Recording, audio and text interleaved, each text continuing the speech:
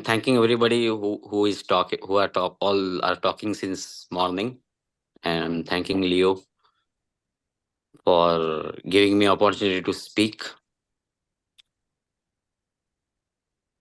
So, um, first I will start with thanking with the tradition of the tantra,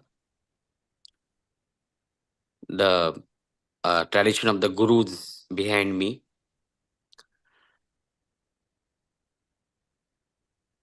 My guru, my teacher, his teacher, like that we call as a tradition that we believe it goes to the Shiva.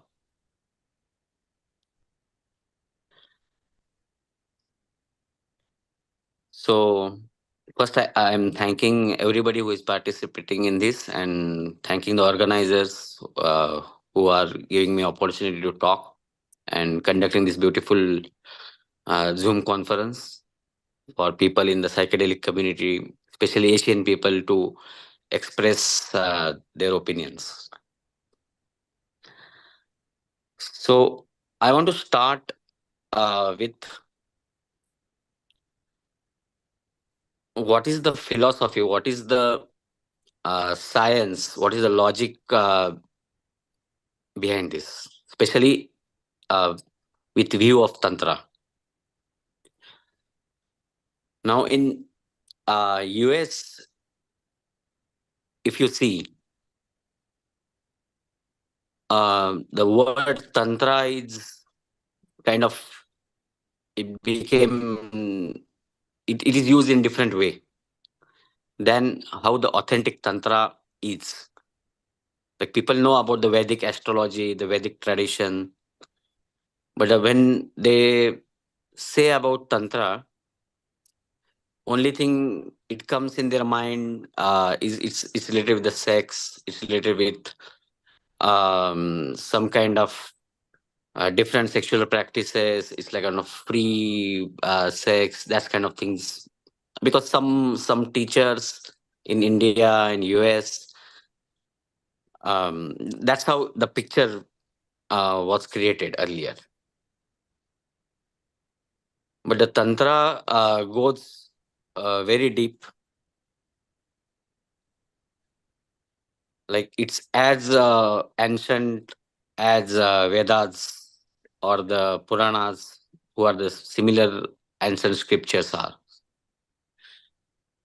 But there is a difference than the other scriptures and in between the tantras and the other scriptures.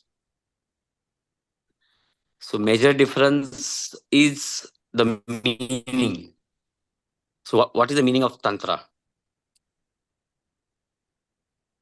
So tantra means technique in Sanskrit, and the technique which uses mantra and the yantra. Yantra means machine or object, and mantra means word. So here is word, object, and technique. Technique is used with word, and it is acted upon on the object. Now that object can be anything. Like the yantra, generally we see like yantra is some geometric figure which is carved on the metal substance or or on the stones. But the significance of the yantra goes much deeper than that. Like it can be any object. Like many people worship stones, they worship shivaling, the idol. Idol is also yantra. Just a minute. Idol is also yantra. So you are worshipping the idol, you are worshipping the metal square, you are worshipping a geometrical diagram. It everything comes under the yantra. So does the substances, the materials which we use. And here we can connect the tantra with the substances. Now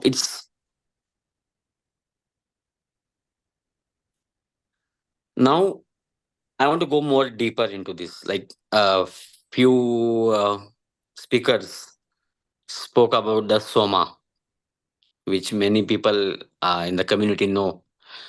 Like it's ancient psychedelic substance which was used in the Vedic rites during sacrifices, and then again there is a difference of opinions within researchers, within historians, of what is exactly is soma. There are descriptions in Rigveda, the most ancient text of India. Like there are equipments mentioned, like where they crush the soma plant and take the juice of the soma plant. They will use the wooden equipments to make a juice and crush it. So based on those equipments and based on those verses, which are like mostly poetic verses in the Vedic scriptures, historians and Indologists try to find out what was the plant soma. Now, for soma, there are different candidates in plants. Like initially, people try to see it as some kind of alcoholic drink. Then some researchers came with the cannabis experience and connecting it with soma. Then uh, recently, few research is going on connecting it with the mushrooms, like what soma plant was a mushroom. Then there is another research, and from my own research in the Ayurvedic medicines and all, there is a name of plant Ephedra, which is also connected with soma. That's also psychoactive plant, but it's not psychedelic. It's more like a coffee. It creates more alertness and reduces your sleep. But obviously, that plant is not. You cannot associate that plant with the experiences which are mentioned in the Vedic scriptures. The experiences of beauty, the poetic experiences, the supernatural powers, the extrasensory perception. All those cannot be generated by Ephedra.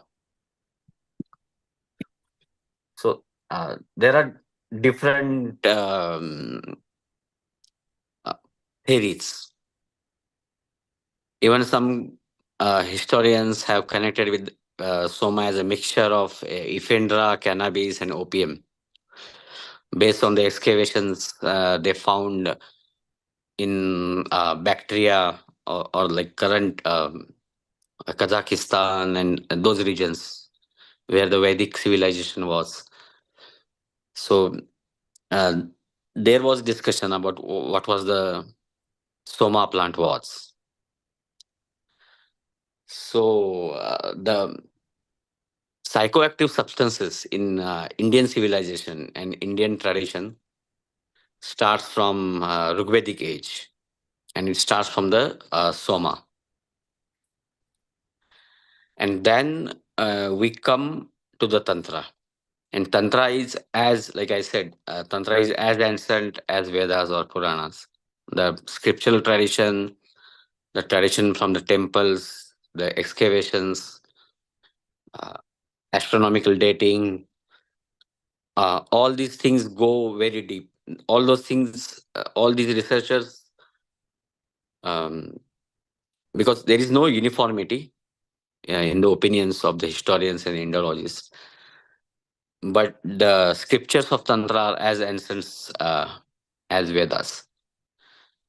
So we start from the soma, which was a psychoactive kind of psychedelic substance, which is a still is a mystery, because one thing is described in some Ayurvedic text about the plant soma. Is it's obviously connected with the moon, because the meaning of the Sanskrit word soma is the moon. So there were, but these are not genuine stories. You can call it as a mythology. Like they used to say, like the soma plant uh, will have such leaves which increase with the phases of the moon. Like when the new moon, it will shed all the leaves. Then how the first phase, second phase, up to the full moon, then that plant will grow with different phases, and the leaves of the plant will increase. And on the full moon, with the all astronomical calculation, they will find the plant, they will take out the leaves, and then they will process that plant. So these are the stories. Now, from these stories, we come to the tantric tradition. Now, the tantric tradition has lots of emphasis on the use of materials. Like those of you who are familiar or who have came across tantric practices in the psychedelic community or the spiritual practices. Mostly yoga is also related with the tantric practices. They know, like substances like alcohol, meat are used in the tantric ceremonies, in the applications of the mantras, where you use um, certain substances, certain types of alcohol to get the result which you desire. So here the focus goes more deep on the materials. In Tantra, we classify these substances as per the five basic elements, which are um, akash, like a space, air, water, fire, and earth. That's how we classify the substances. So, like I said, in Tantra, especially the alcohol and the meat is used, and equally the most important substance which is used in the meditations uh, during the rituals of Tantra, during the worships, during the your focus on the particular geometric figure on the idol is cannabis. Now, when you go deep into the why cannabis um, has so much given higher value in tantric meditations and during rituals. And simple way to understand this is go by the names. What are the Sanskrit names for cannabis?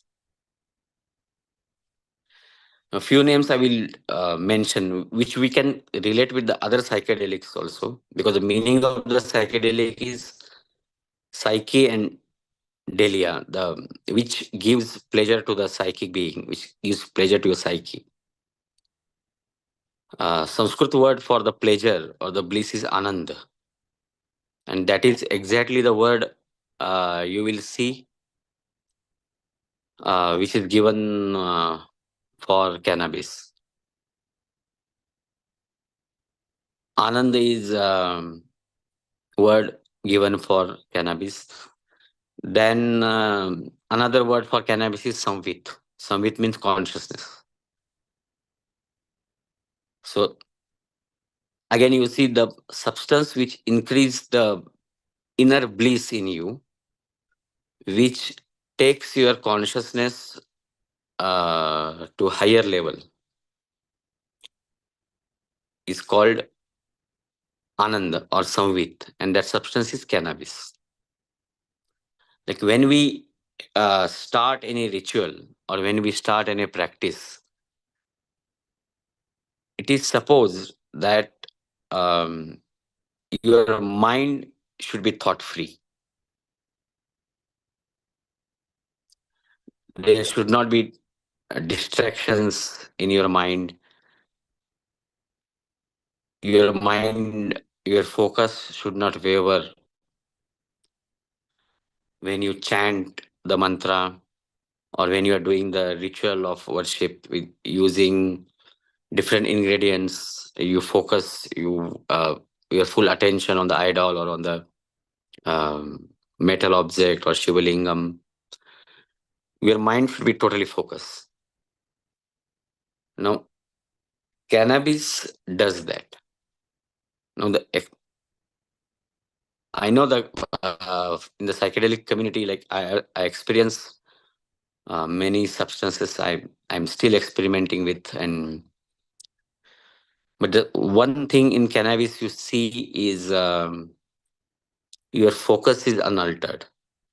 The thought which you get or which you create remains for longer time, and also along with that the expansion of time which we experience during intake of cannabis. So cannabis is used. Um, it is used initially, like when you sit for chanting the mantra, you sit for chanting for the meditations. It is prescribed in the tantric scriptures that you should smoke cannabis first, and then you should sit. So when you sit, when you smoke the cannabis in a controlled quantity, then your body, your mind, and your vital energy, which is also called prana, they get stabilized, and then you start chanting, or then you start doing the dhyana or the focused meditation on the idol or on the geometric figure like yantra or the shivalingam, like that. So no other thoughts comes in your mind. Your mind is totally focused, and then it creates bliss inside. So using I'm starting with the cannabis. So using this uh, psychoactive substance, you achieve three important things, like the bliss, which we call anand, um, total focused mind, samvit, the consciousness, and the expansion of time you get with after the smoke and after or the eating it. So cannabis is one of the important substance in the tradition of the tantra, and you will find many ancient tantric scriptures which give detailed process. Even classification of cannabis is also given in tantras like Rudrayamal Tantra or Mahachinacha Tantra, where like it's classified into different colors like white, red, yellow, and black, depending on the potency and the use. The again with the Ayurveda principles, it is also divided into different gunas, what we call sattva, raja, and tama. Sattva means which is more connected with the purity of intellect. Then rajo guna means which is more activeness and tamoguna, which is more um, illusion. I will not say illusion. It's more like a strength of the earth, like base groundwork. So cannabis is also classified like this into different. And this is all the textual references. Like I wondering because there are many religious practices, and I listened. Many people were talking earlier about how psychedelic experiences and how they can be connected with religious practices, and how the Timothy Leary connected LSD with the uh, descriptions in the Hindu scriptures like Tantra or the Vedas, and those internal experiences of the expansion of the consciousness. So here we have the actual religious proof from the ancient scriptures, which support use of medicine. Like earlier times, the soma was there. Then the tantric times, you see cannabis. Similarly, opium is also used in some mantra practices. Then there are mild substances, but they act more deep. They act on more deeper level, like Brahmi, which increase your memory. Um, it brings the clarity. Then there are substances. There are plants like Jatamansi, Ashwagandha, um, Kapikachu. Many people don't know Kapikachu plant that has DMT in it, and it also has MAOI compound. So you can take the powder of the Kapikachu. Its botanical name is Macona pruens. So that plant seeds you can crush, and you can take that seeds, that powder of the seeds with the milk before sleep, and it will take you more into more deeper state of your sleep. And for me personally, when I used to experiment with Pikachu, I used to get very ancient dreams, like dreams of my like very distant past births. And when I was studying about DMT, when I uh, come to know about this plant, and I started using those seeds for the meditation and for the dreams, for enhancing the sleep. And then it started giving me those experiences of the past life. And that was very like a minute, like those who have used um, plants which contain DMT and in the micro doses, because in these plants, the DMT exists in a very micro dose. So those substances act on different level, because in plant medicine and in psychedelic, uh, those who have used different psychedelics, they can tell a difference between experiences with the micro doses and experiences with strong doses. Obviously, strong doses give you instantaneous, powerful experiences, but micro doses gives you more permanent experiences. That's what I feel. Even with the mushrooms, or with the DMT, with or mescaline plants like San Pedro, the microdoses will more act on your deeper level of your body and mind, and it will give you more permanent experiences. So Kapikachu is one of that important plant. which is one of the important medicine Ayurveda. It is used currently for Parkinson's disease. It also affects the dopamine level along with DMT. So, so that's the tradition in India.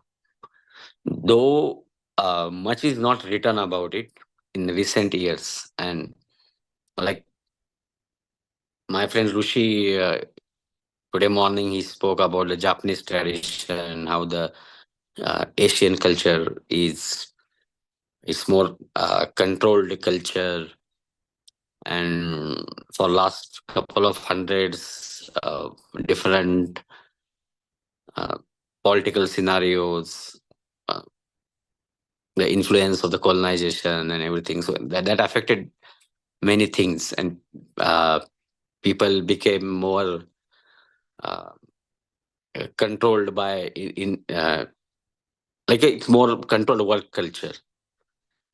And one thing psychedelic substance teach you, like it makes your mind free.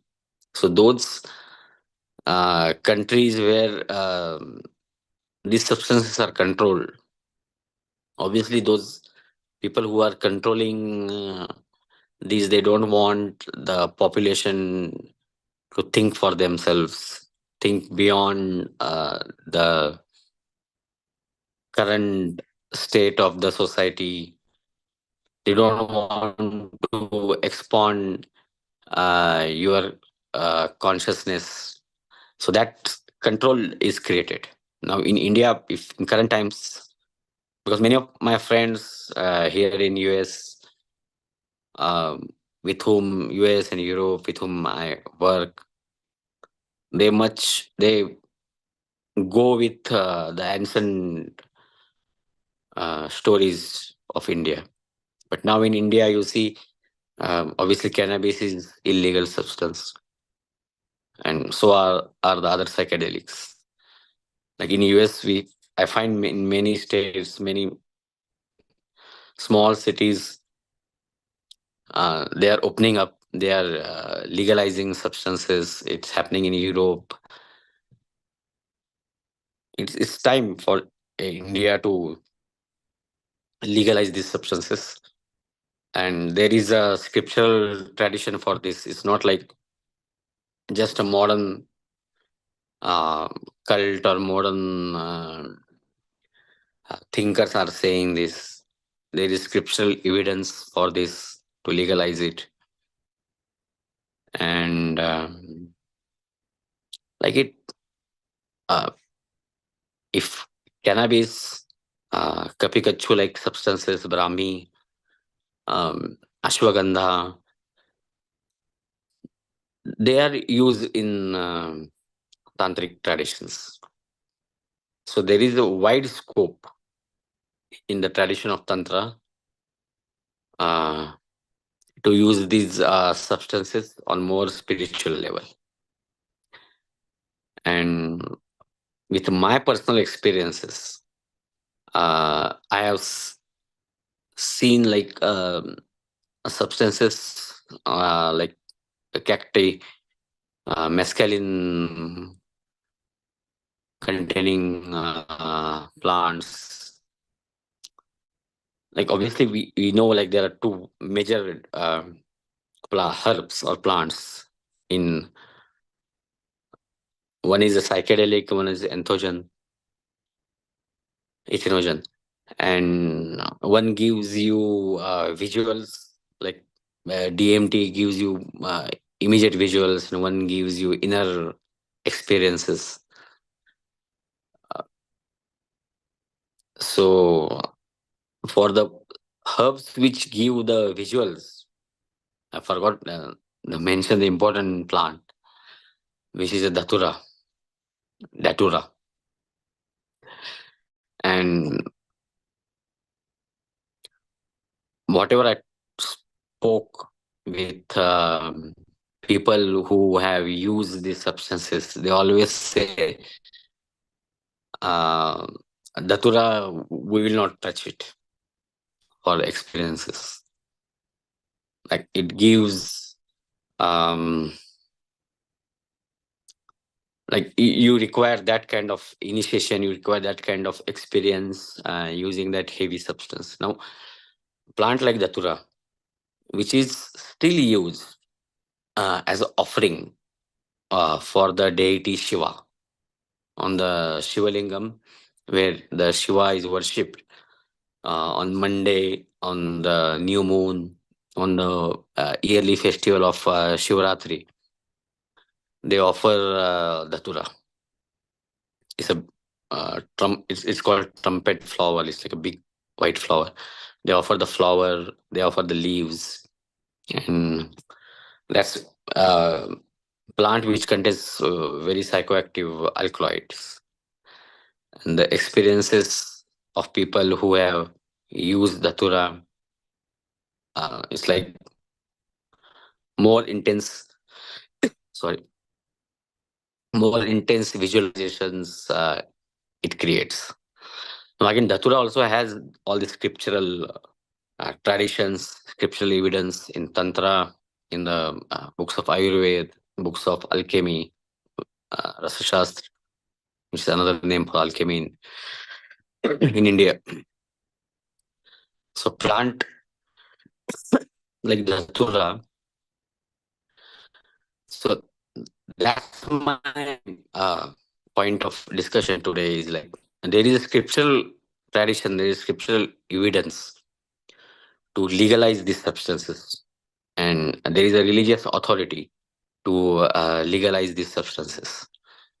So because many people in US I see like they are trying to build institutions based on the religious evidences, and there is a modern research is also going on comparing the experiences of the individual who has used psychedelics and compare it with spiritual experiences like expansion of the mind, bliss, uh, unity you feel with nature.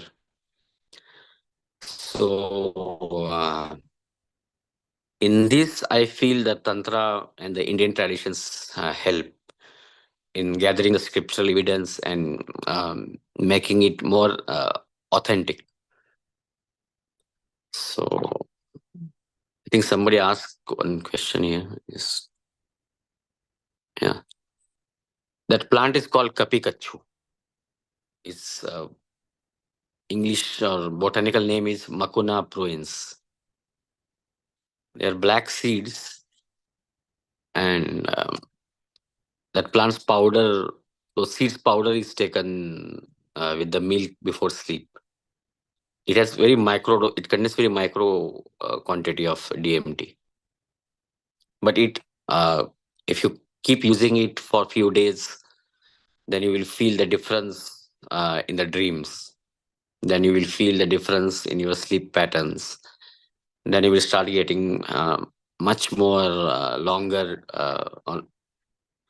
more lucid dreams, and you will get the dreams of your ancient past.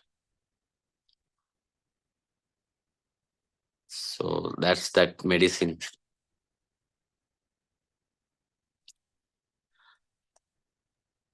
I missed like the first 12 minutes. So do you like teach people tantra, or do you like lead people on ceremonies, or Yeah, I do teach people Tantra.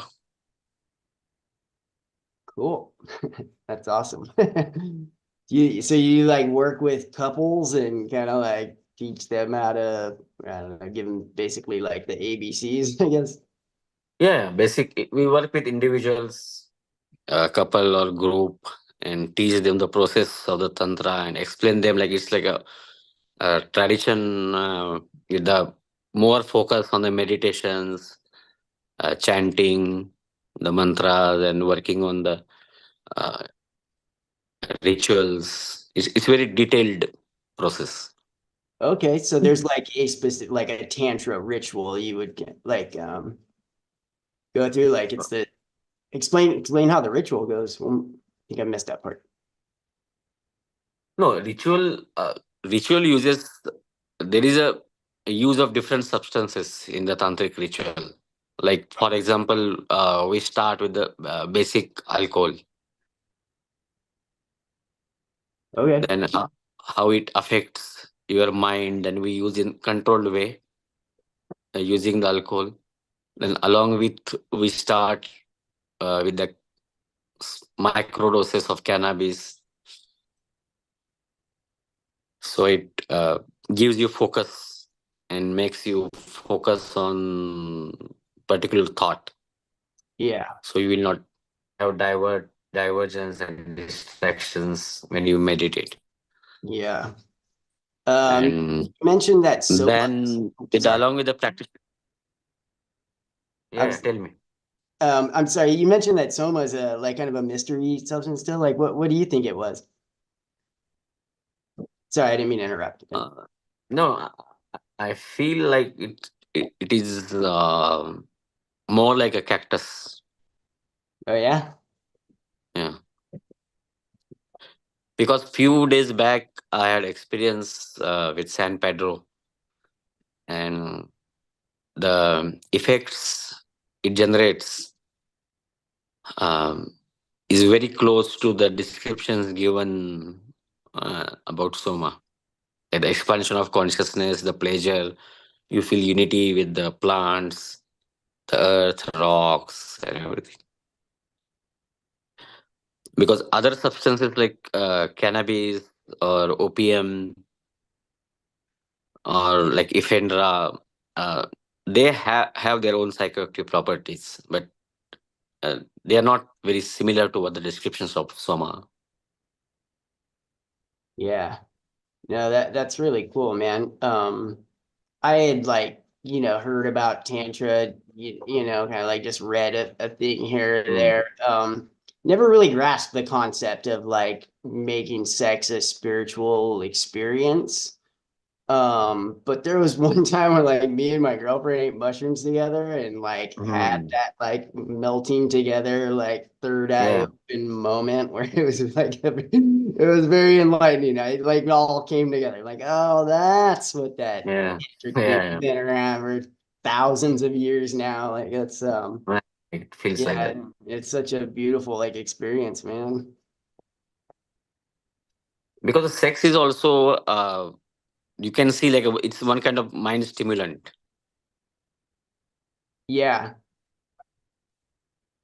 So like in tantra we start from the alcohol, then we use substances in between, then the sex is the highest method.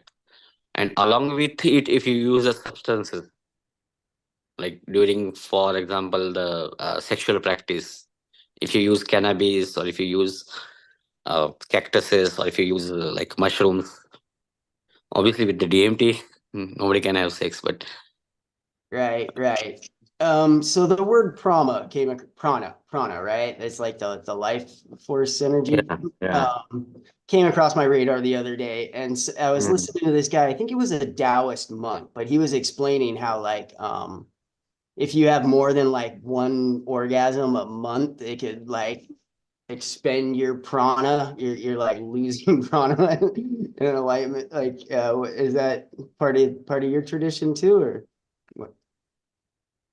Is that just some No, weird? we don't focus on celibacy or controlling your sexual desire. Like it should go with your natural uh, desire, because we don't try to control the body. Right.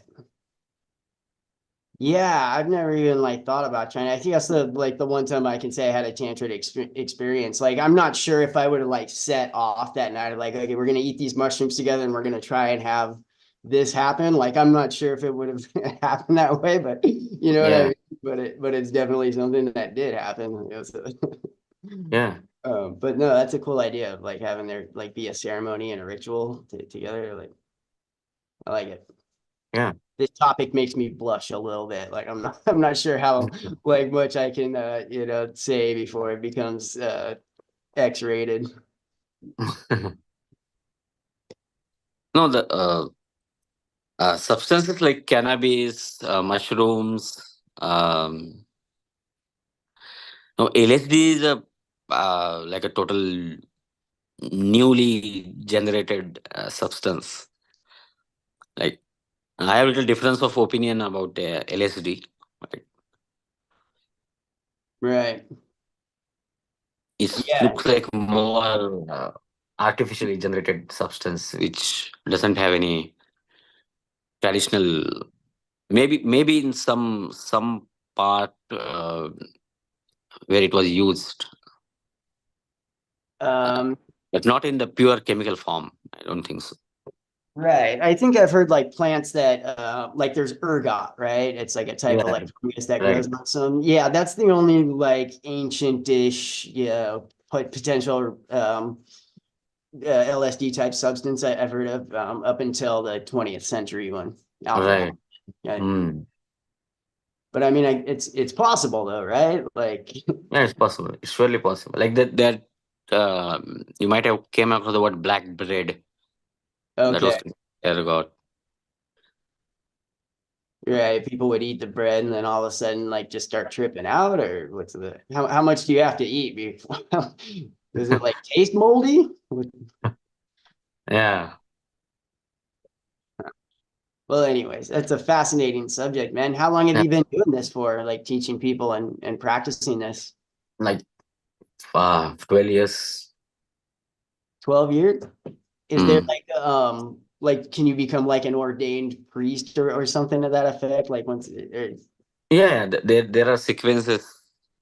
Once you learn the process and the mantras, you do the practice, then you progress further, and yeah, then you can grasp the whole thing.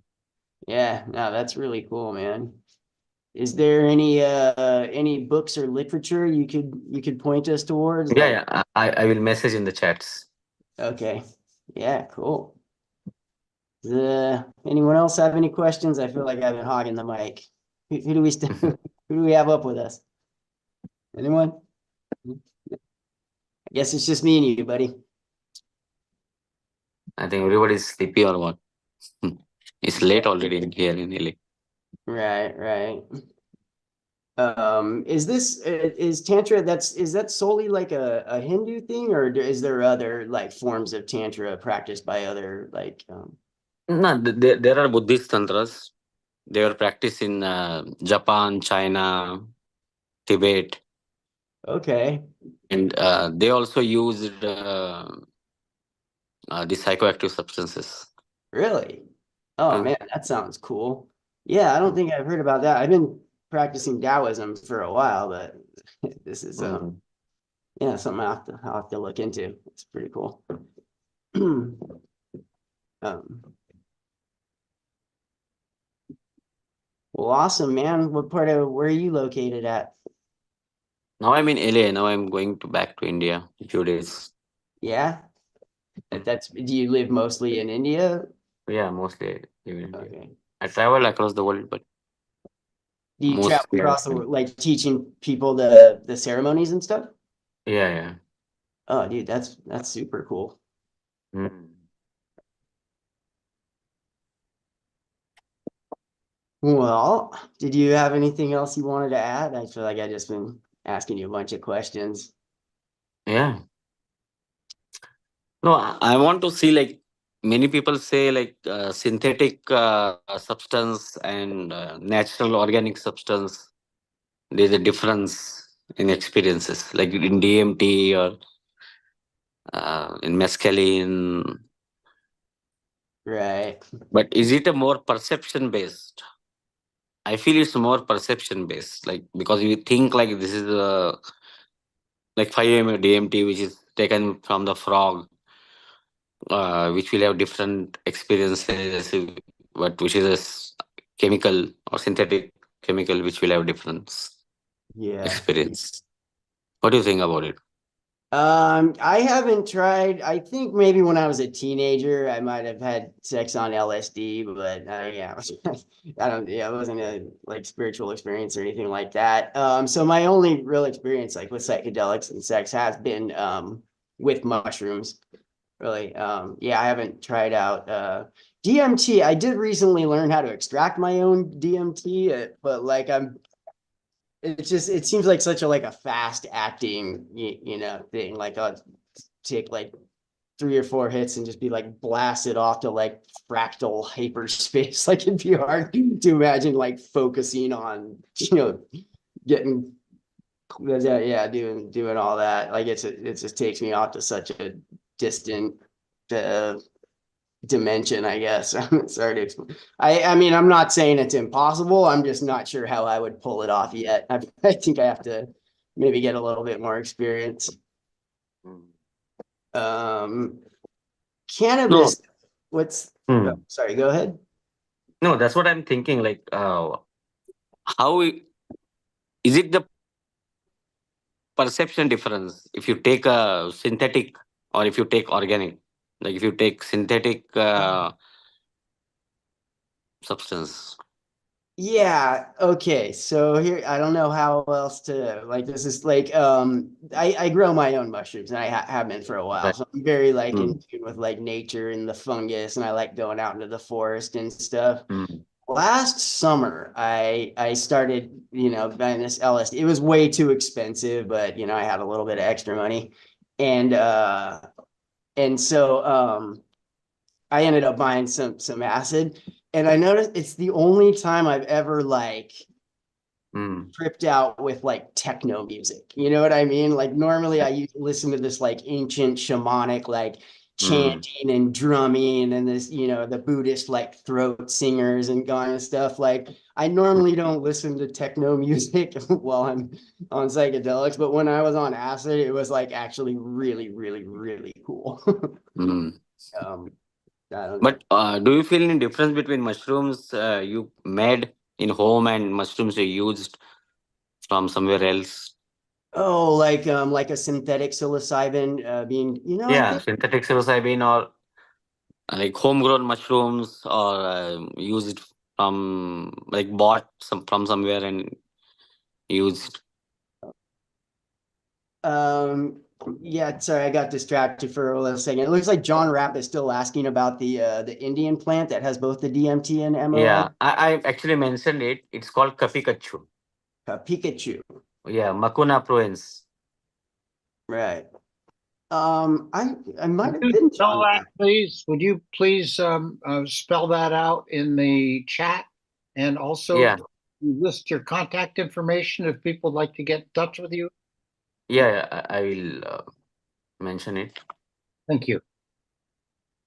I want to say I was talking with someone, it might have just been yesterday, that was saying that there may be a study going on where they're like actually testing that out right now to like doing a group study to see if people have different experiences with this and like what they're, what the, I don't know, distinguishing differences would be between a synthetic and a psilocybin or whether they get more connected with nature and the universe with homemade drugs versus Right. stuff in a lab.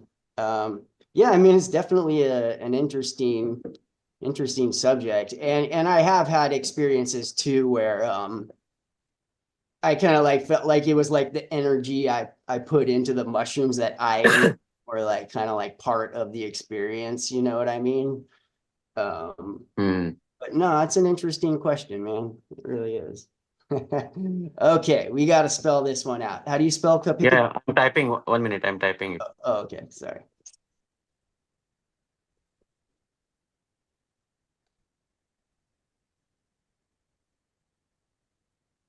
Oh, just like it sounds. Pikachu. Those seeds are used. That plants uh, powder of that seeds. If you take with the before the sleep with the milk or like hot water, warm Yeah. water. Well, what about you? What's your experiences with LSD? Have you? No, I more work with DMT and mescaline. Yeah, LSD, I feel it's more like engineered substance.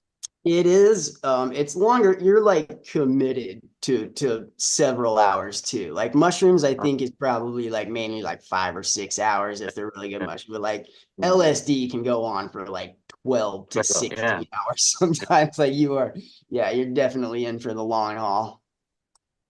No, Um, but when I work with the San Pedro, which is a mescaline cactus, it gives you the similar inner experience of LSD, but not the side effects of the LSD. It doesn't give you any side effects.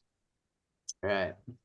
Well, I That also don't think that you can compare um, mescaline with LSD. For me, two very different trips. yeah. No, but in mescaline, the peyote and San Pedro both have different experiences. I'm Yeah, more working with the San Pedro. right. I think for like my experience with DMT also has kind of an LSD quality to it. It's very short acting. It's like being on like 20 hits of acid, but only for like 3 or 4 minutes, right? And then another 3 or 4 minutes of being on maybe like 10 hits of acid.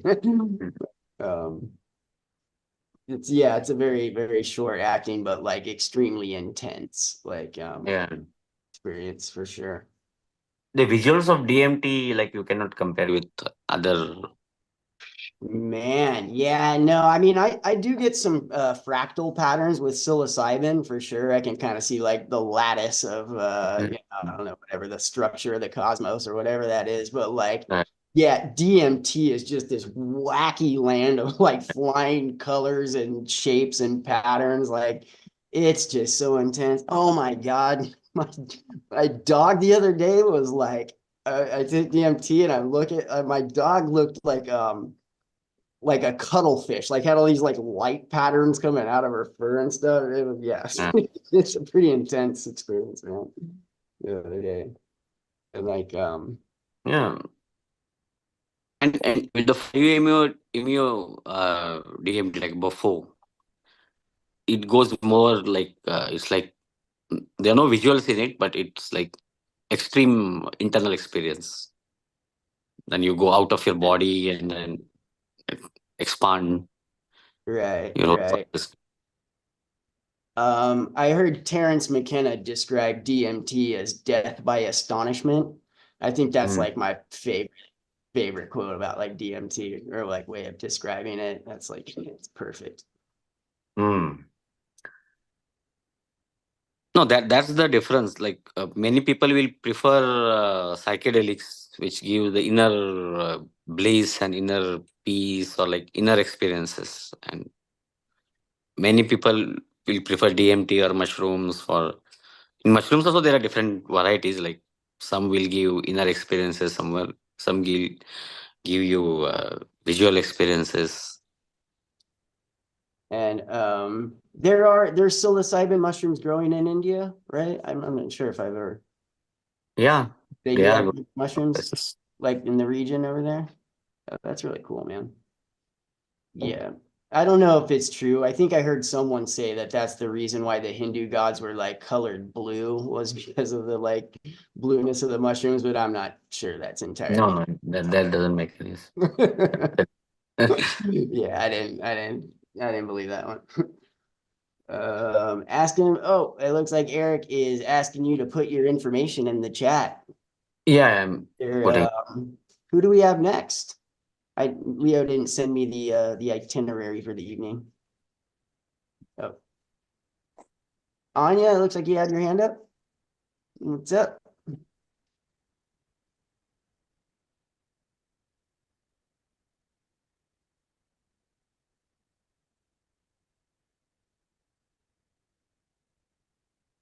Just I'm typing the message.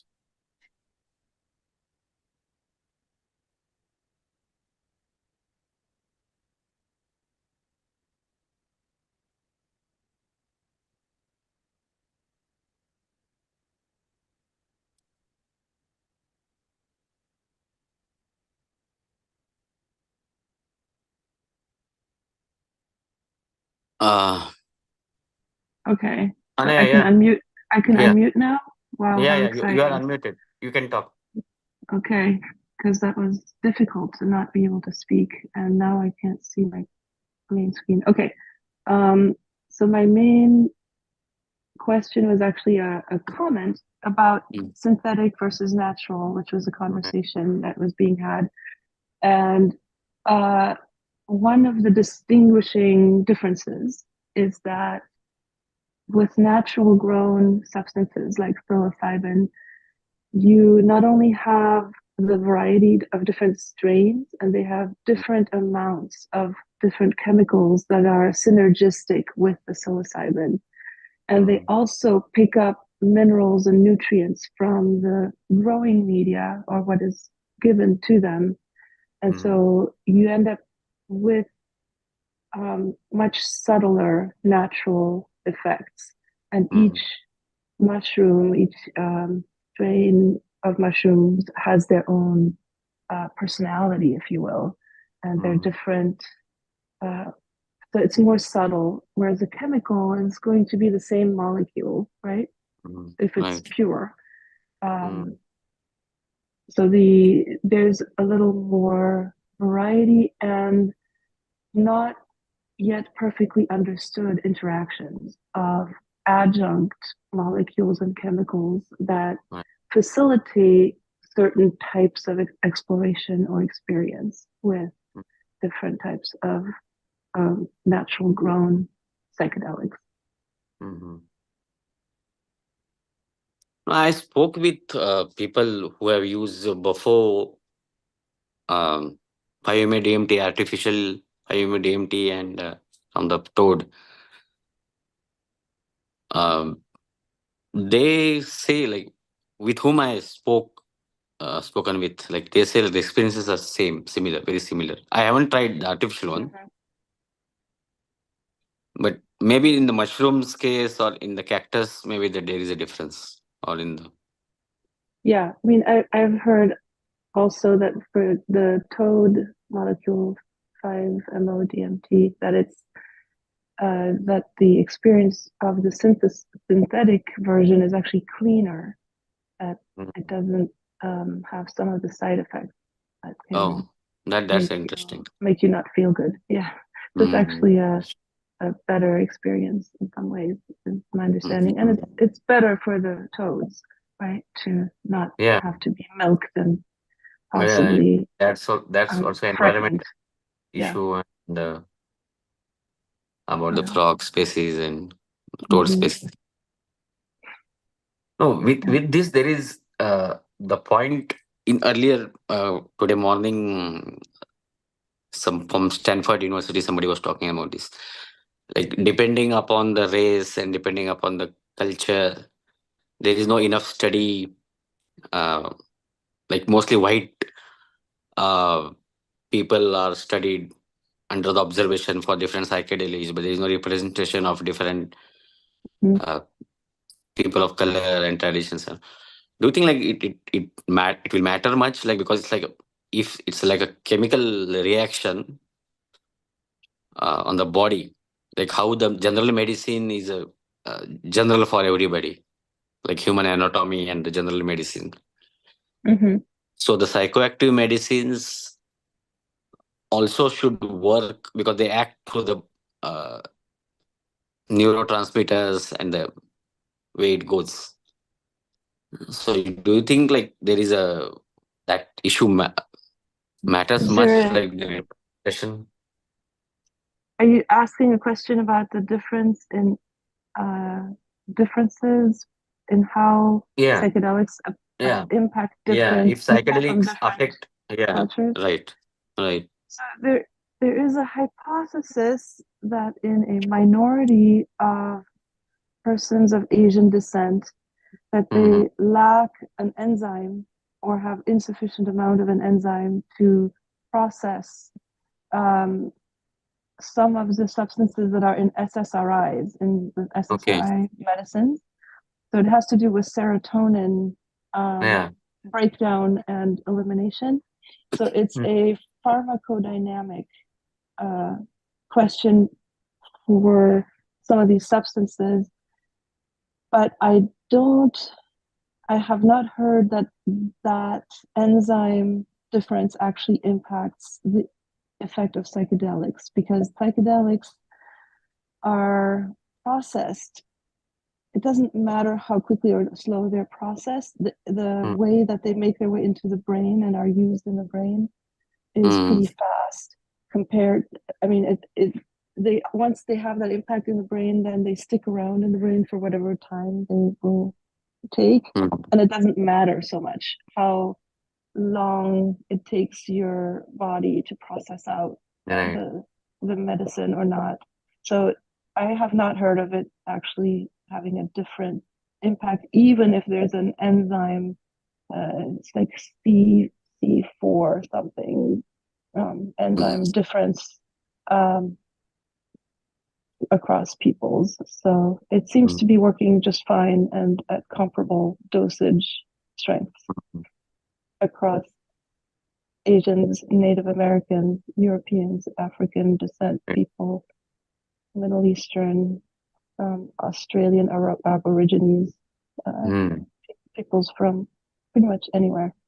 Yeah, anyway. Yeah, it should be similar. Yeah. But the question is an interesting one, because there are certain medicines that are metabolized differently. Based on the enzymes. But not by all Asians, just a percentage, 20% perhaps of Asians. Yeah. Running over on time. Yeah. Rick, you know what's Yep. coming Yeah, up? no, Leo usually messages me or emails me a list of the who's on for the night, but I didn't get one this time.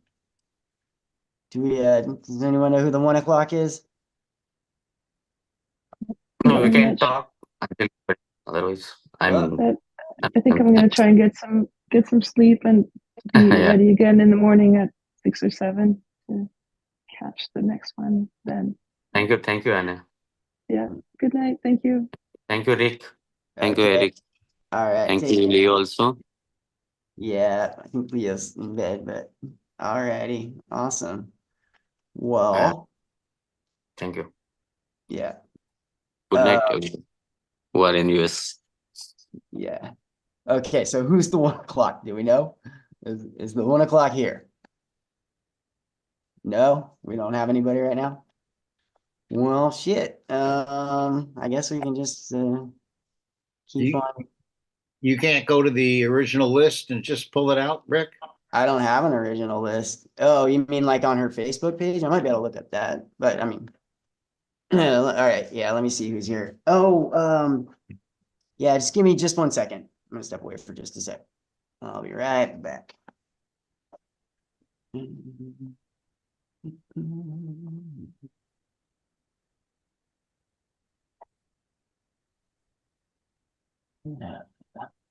Let's see.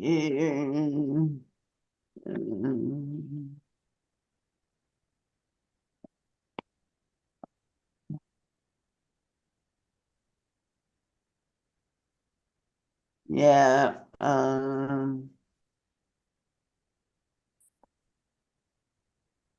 Well, I'm guessing they're obviously not here right now.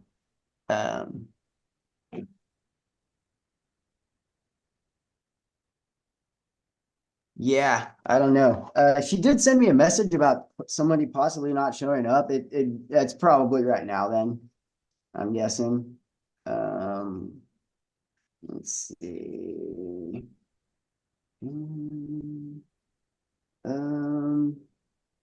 Yeah, well, I guess oh no, it's about something else. Yeah. Well, I guess we don't have anyone talking at 1 o'clock. That's okay. We can fill the time. We can hang out, I guess. How you doing, Eric? Not bad. Yeah. It's like you've been Disappointed on. the thing isn't better run, frankly. Yeah. It shouldn't be happening. Well, it does. Sometimes people don't show up. How's your leg doing? I'm walking every day. Are you really?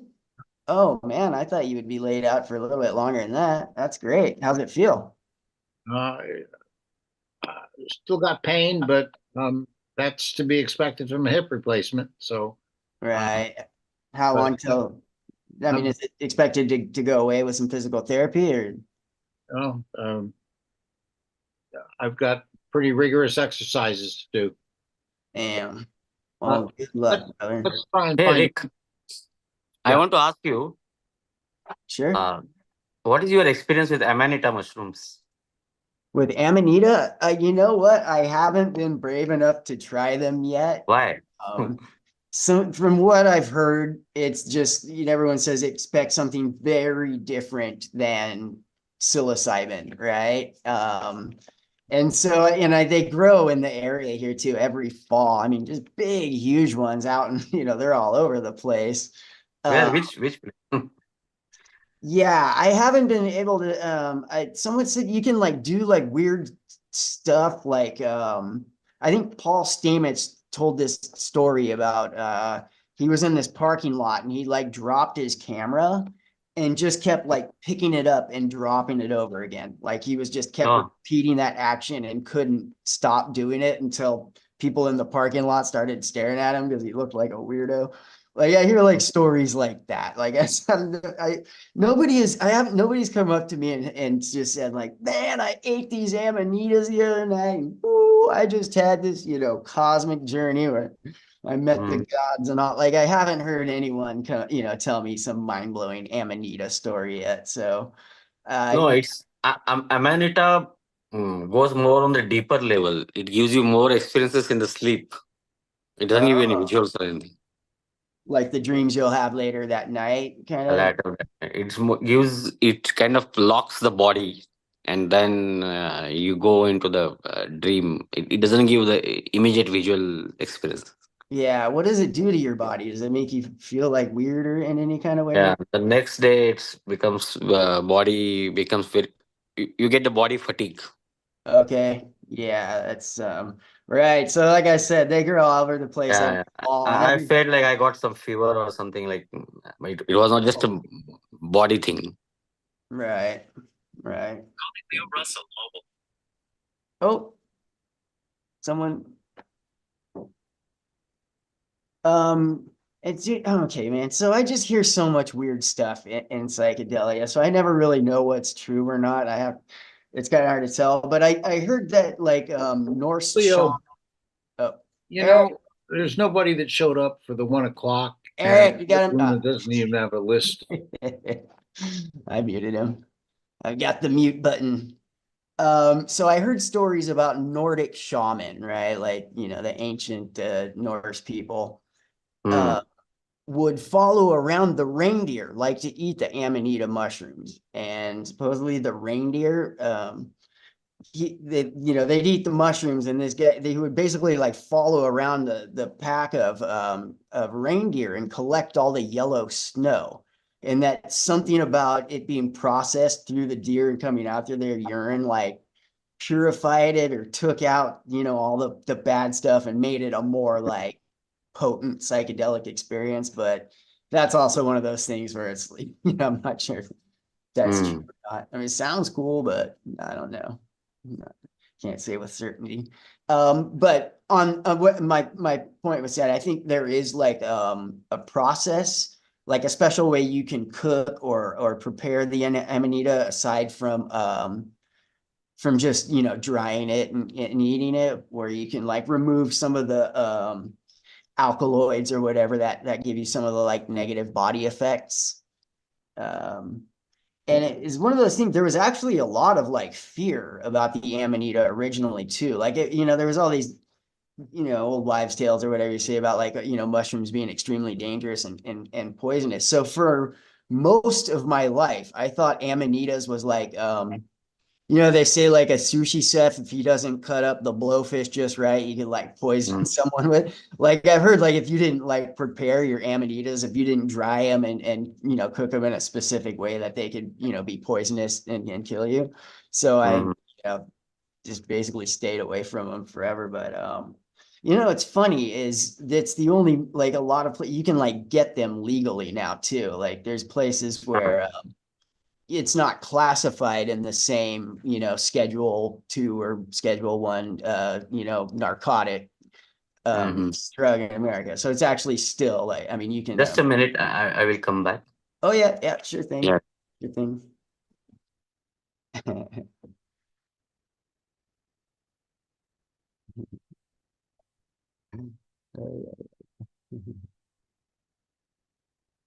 Okay, let me know how to support love, Andrea. Is that Andrea saying, let me know how to support love?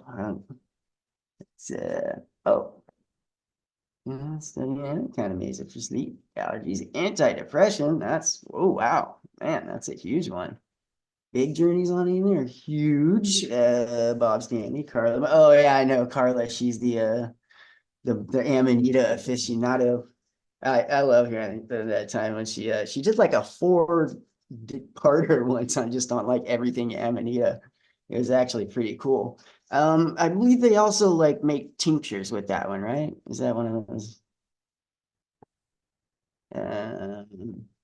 All right, I get it. Oh, there he goes. Looks like we got one more message number from. It's what are you sharing? What are you sharing, John? I gotta look this up. It's said to be the oldest intoxicant. Yeah, I love that guy. Those are some great YouTube vids to watch for sure. I listened to God, it was like a 3 hour long Hamilton Morris interview with one of the first guys that created the penis envy strain of Q Benzi's mushrooms, which up until the albino penis envy was the, like, you know, most potent of the magic mushrooms. But yeah, it turns out there's this whole like amazing legend and mythology about how those guys first made that mushroom back in the day. It's that's pretty cool.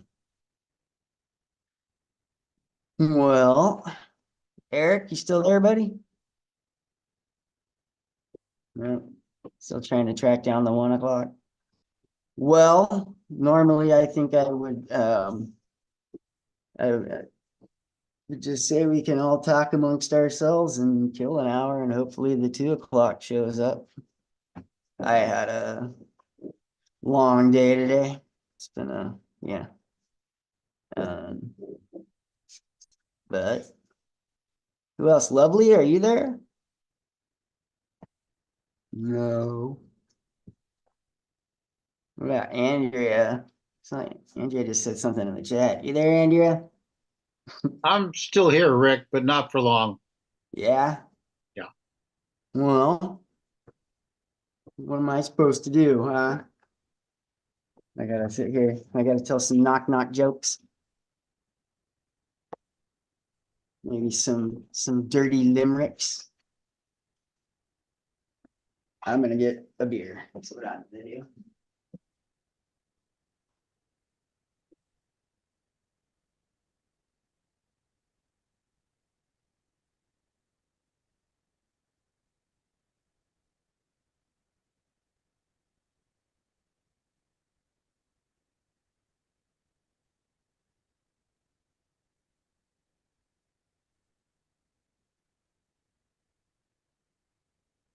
Boy. Yeah, usually there's more people hanging out at 1 a.m. They're like, do I smell funny or something? Where'd everyone go?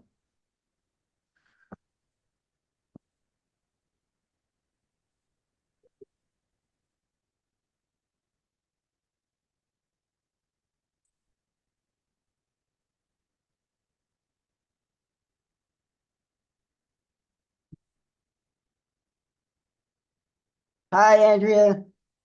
You gotta rescue me. I need someone to talk to.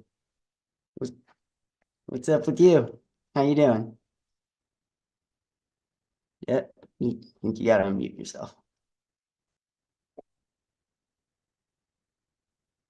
No, yeah. Okay. There you are. Hello. Hey.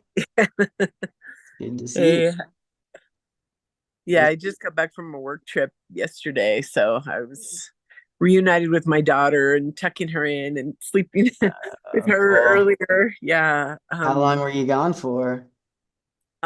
Just a few days, just Wednesday to today. All right, Yeah.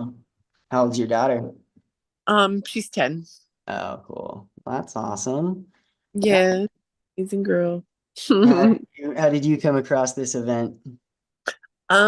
Well, Leo's my friend and asked me to join and support. I don't have a big presentation, scheduled or thought out, but usually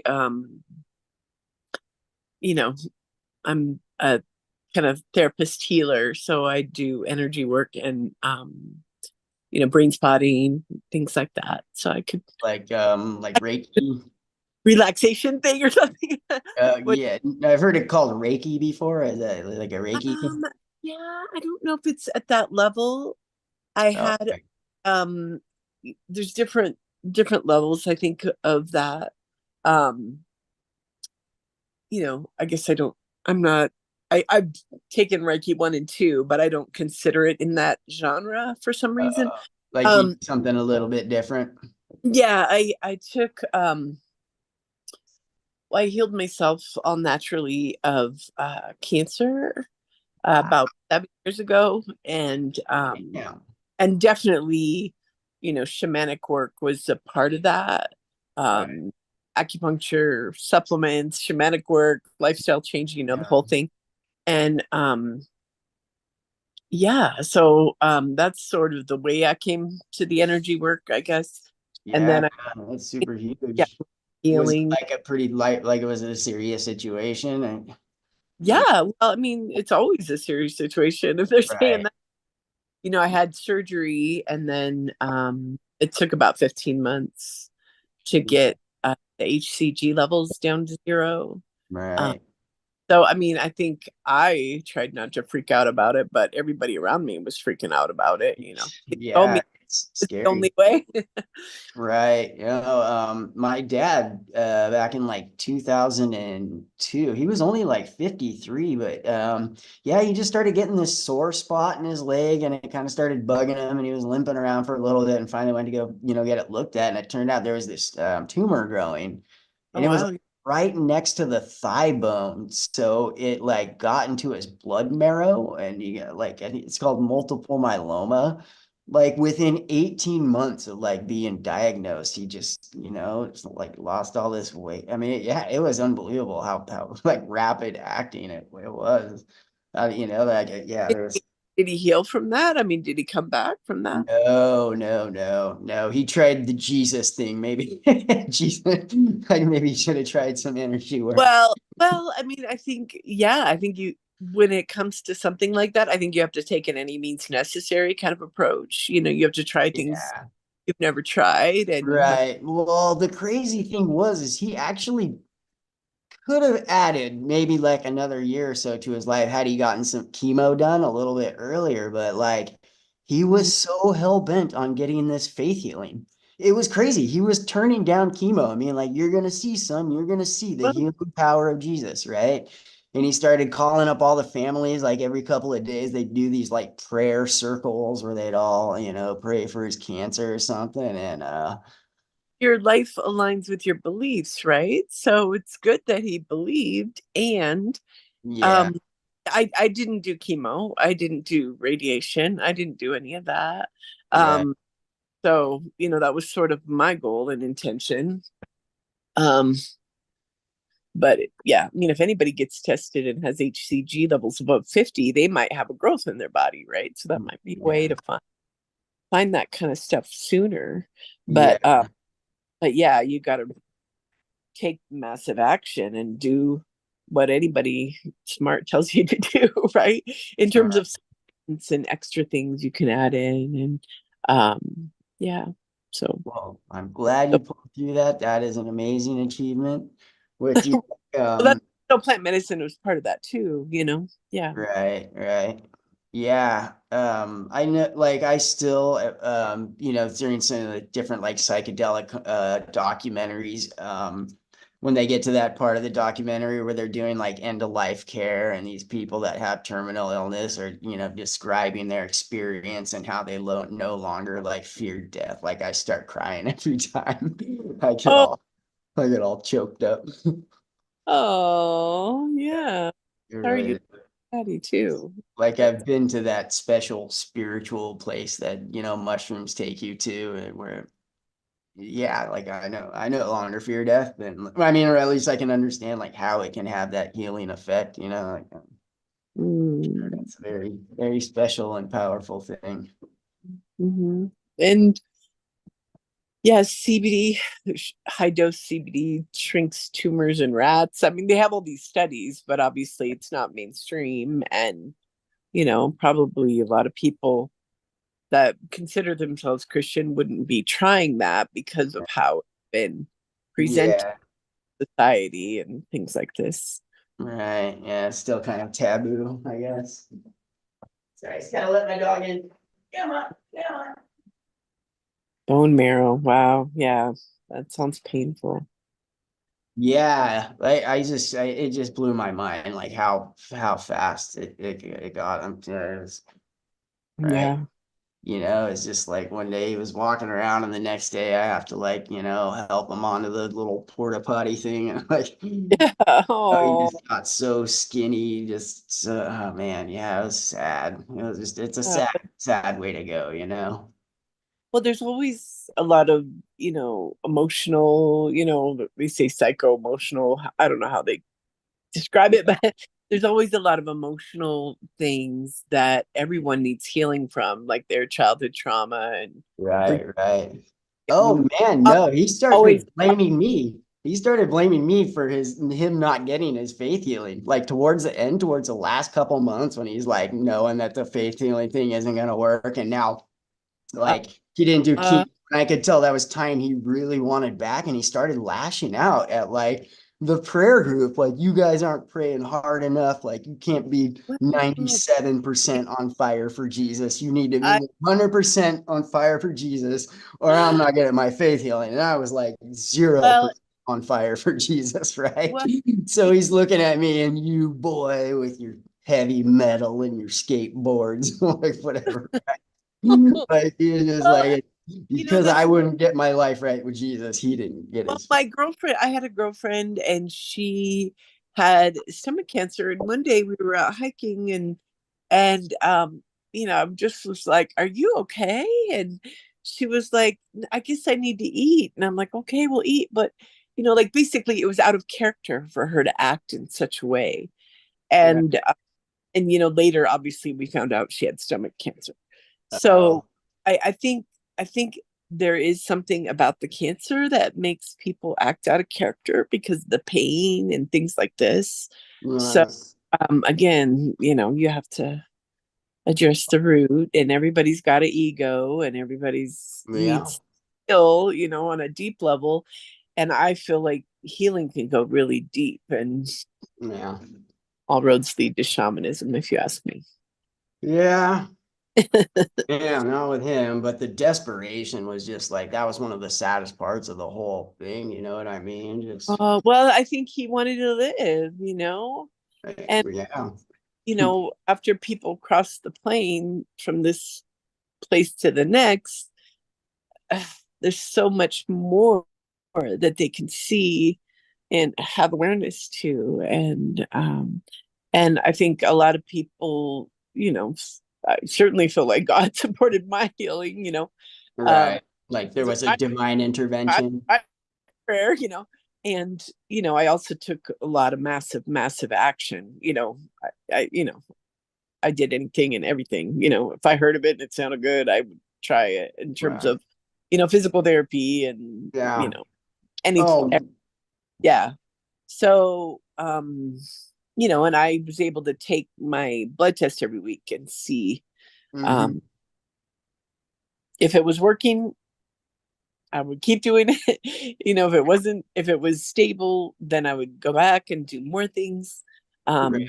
If it wasn't, going down, but it was staying the same. So, I had a way to monitor if what Yeah. I'm doing was successful. So I had some I coordinated with the doctors that way to see if my went down. So check this out. So I remember like towards I don't even know where the hell he got this from, right? The internet or something, but he heard about this clinic down in Tijuana that sold this revolutionary cancer treatment tonic, right? And it's one of those like kind of conspiracy things, like it's such a radical formula that like big pharma, won't allow it to be sold in the US, but it actually really works as a cancer cure. And I can't even make this stuff up. The story goes that there was this farmer who had a horse, and the horse was getting old and got some kind of like cancer. And so he put the horse out to like pasture, whatever. And the horse was eating from all these different like flowers and herbs, right?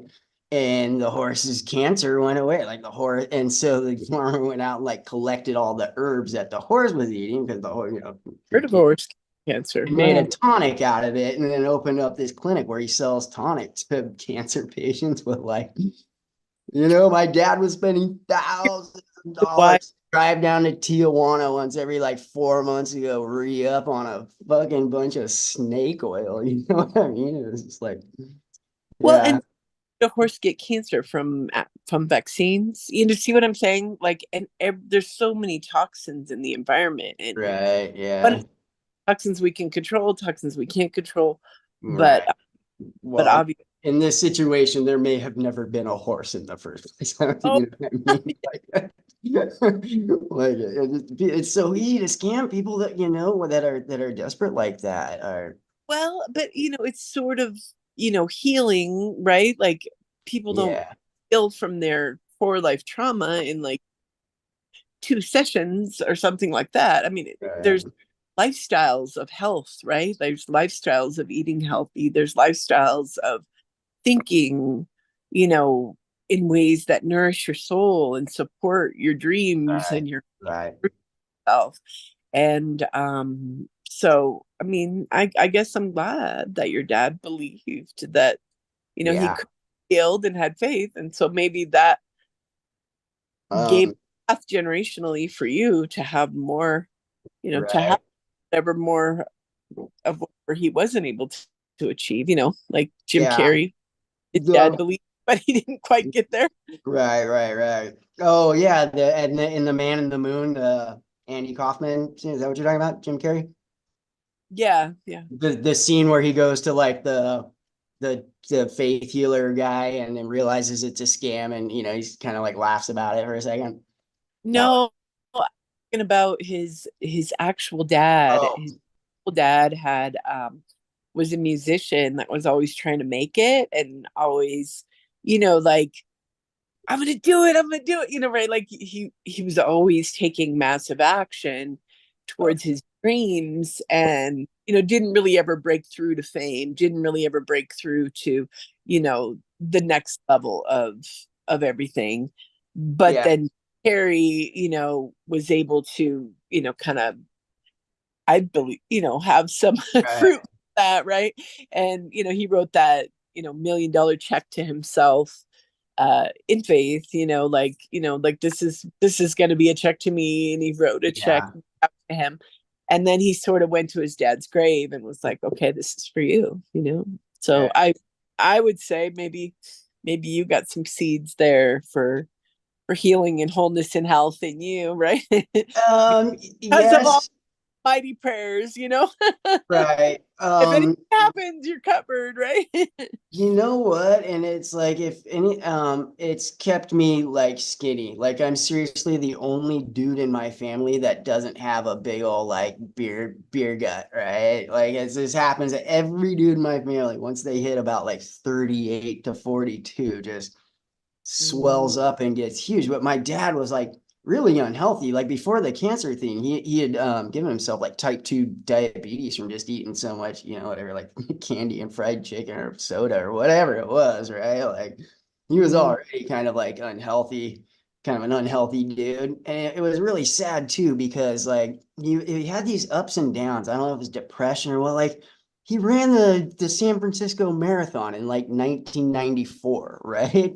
And then just I'm not sure what happened in his personal life, but like got super depressed and, just got super huge, stopped doing stuff, got his first computer, got really into like internet stuff, and then just like, yeah, ended up getting diabetes and then cancer and stuff. So it's been like, inspired me to like stay healthy enough to at least, to not add those health complications. And it's been something that like I've had to put like serious, like conscious, like effort into like staying Yeah. skinny, Well, I think everybody gets to that place at 50 in terms of like, okay, I'm gonna take it seriously. Am I gonna live a long life and feel Right. good? And I think a lot of times people have the mindset that they don't matter. Even some of the best people aren't valuing themselves enough to take really good care of themselves and nurture themselves. And Yeah. like talking about psychedelics, right? Like psychedelics could be part of that for people. Mhm.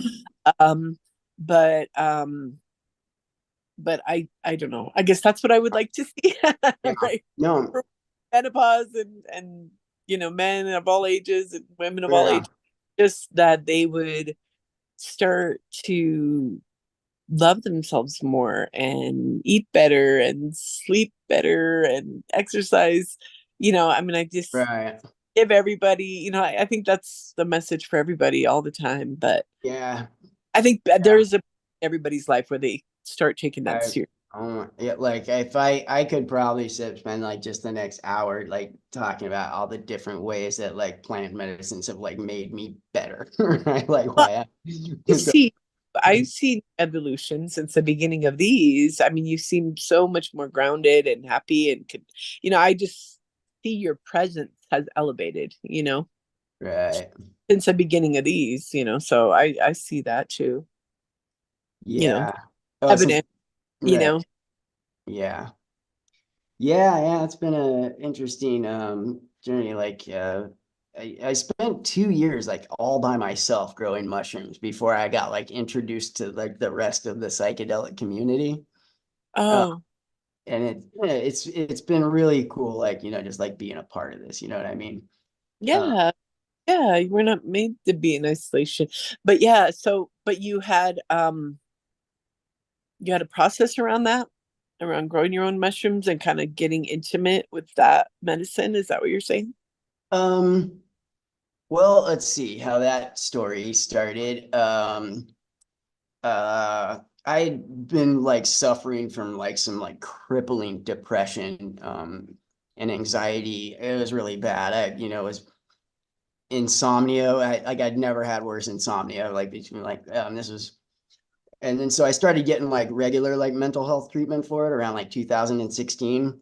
Mm-hmm. Started getting on like just about like 10 different medications and seeing a therapist and Oh, that's all so that. All yeah, and it was like nothing was working, you know what I mean? And I was, just still when those things miserable. can be toxic for your liver, and your liver has to process everything that goes into your They were body. giving me, I can't, oh my God, dude, I was taking Like so that for much men. medication. It was retarded. I was taking like hundreds of milligrams of Seroquel and trazodone and gabapentin and whatever antidepressant.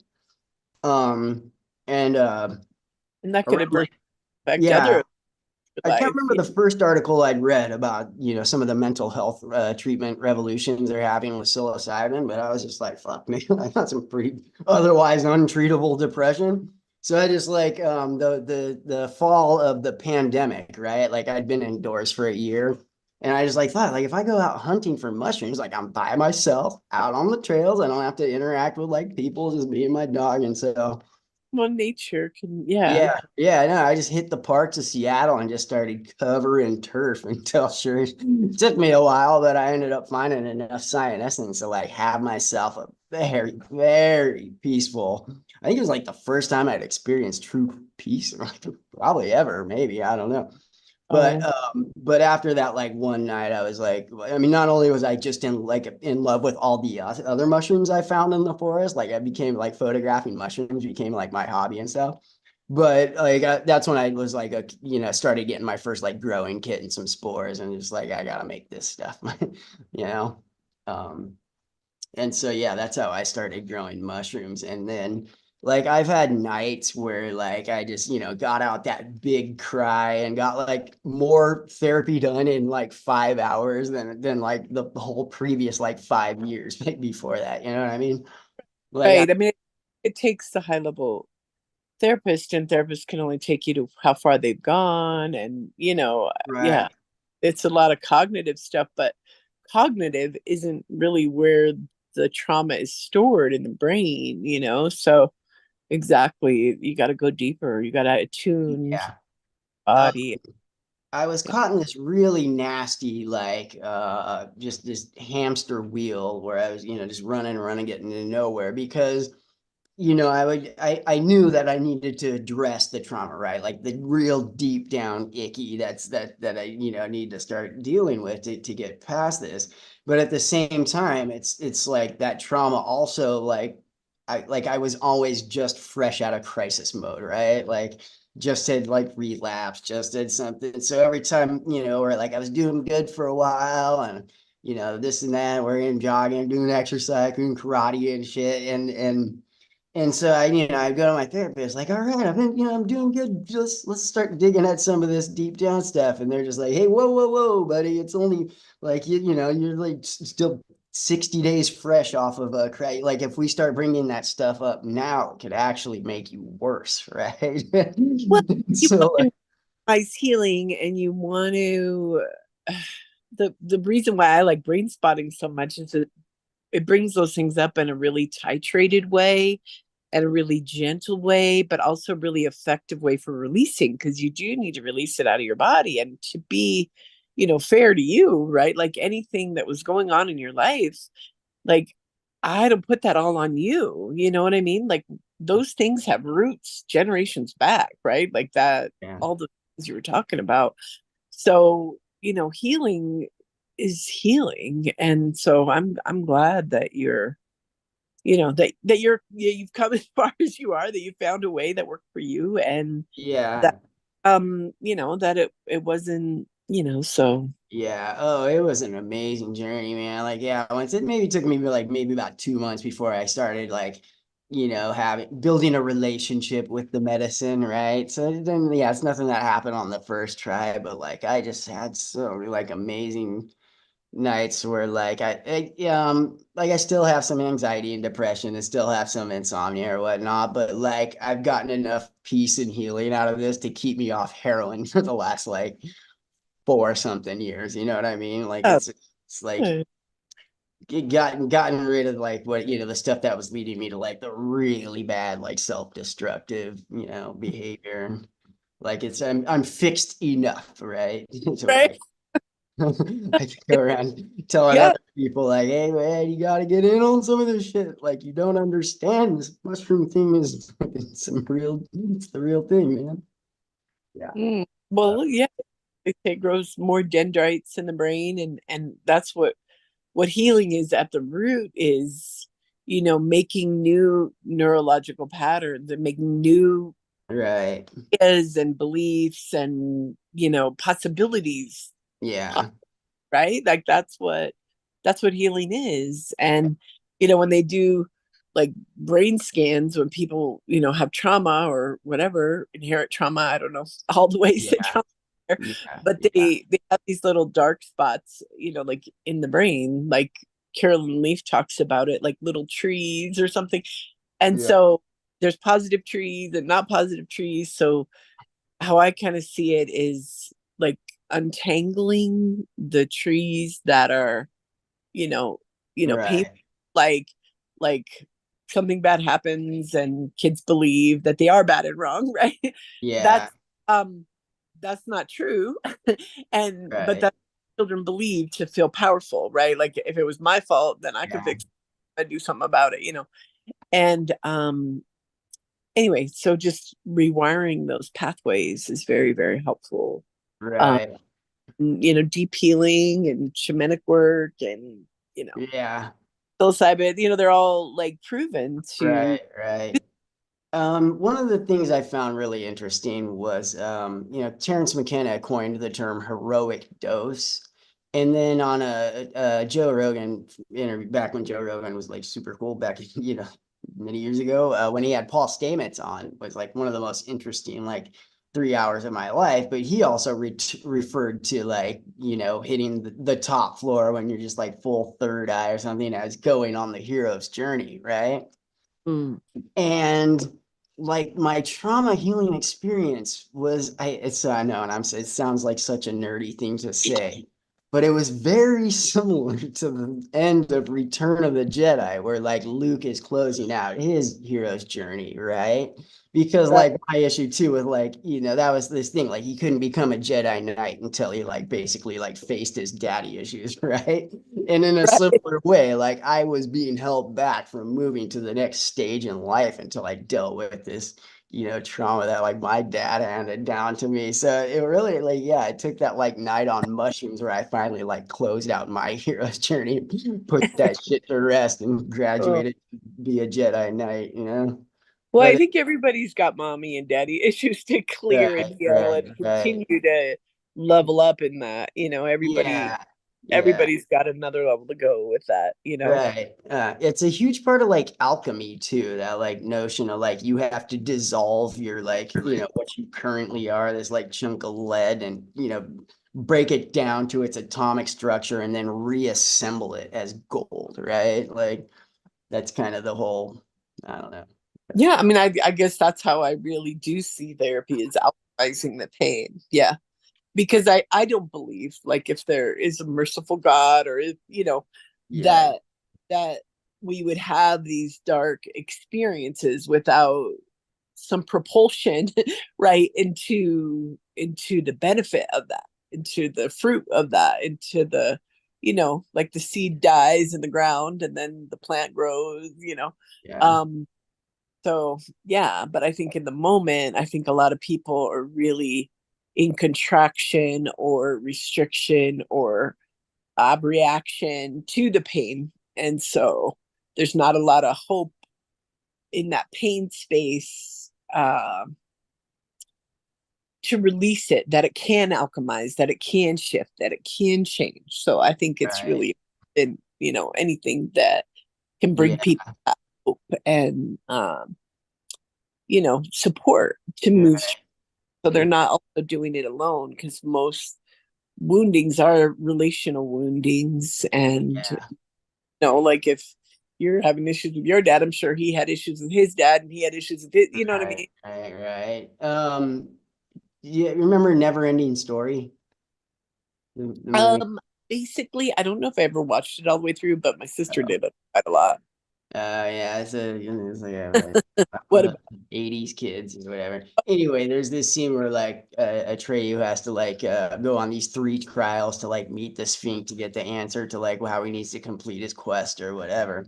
And right? he passes the first trial, and the second trial, there's like this scientist guy that's narrating, his like passage, but he's facing a mirror, right? It's just like this black polished stone that he's walking up to, and it's refers to it as like the greatest test of all. Like this is when people find out who they really are, like taking that deep introspective look inward. You know what I mean? As like this type of like most people don't have I mean, a lot, well, not most people, like a lot of people, have that fear of like looking at who they truly are and will like spend, a lot of energy in life, making sure they never hear that truth or face it in any kind of way.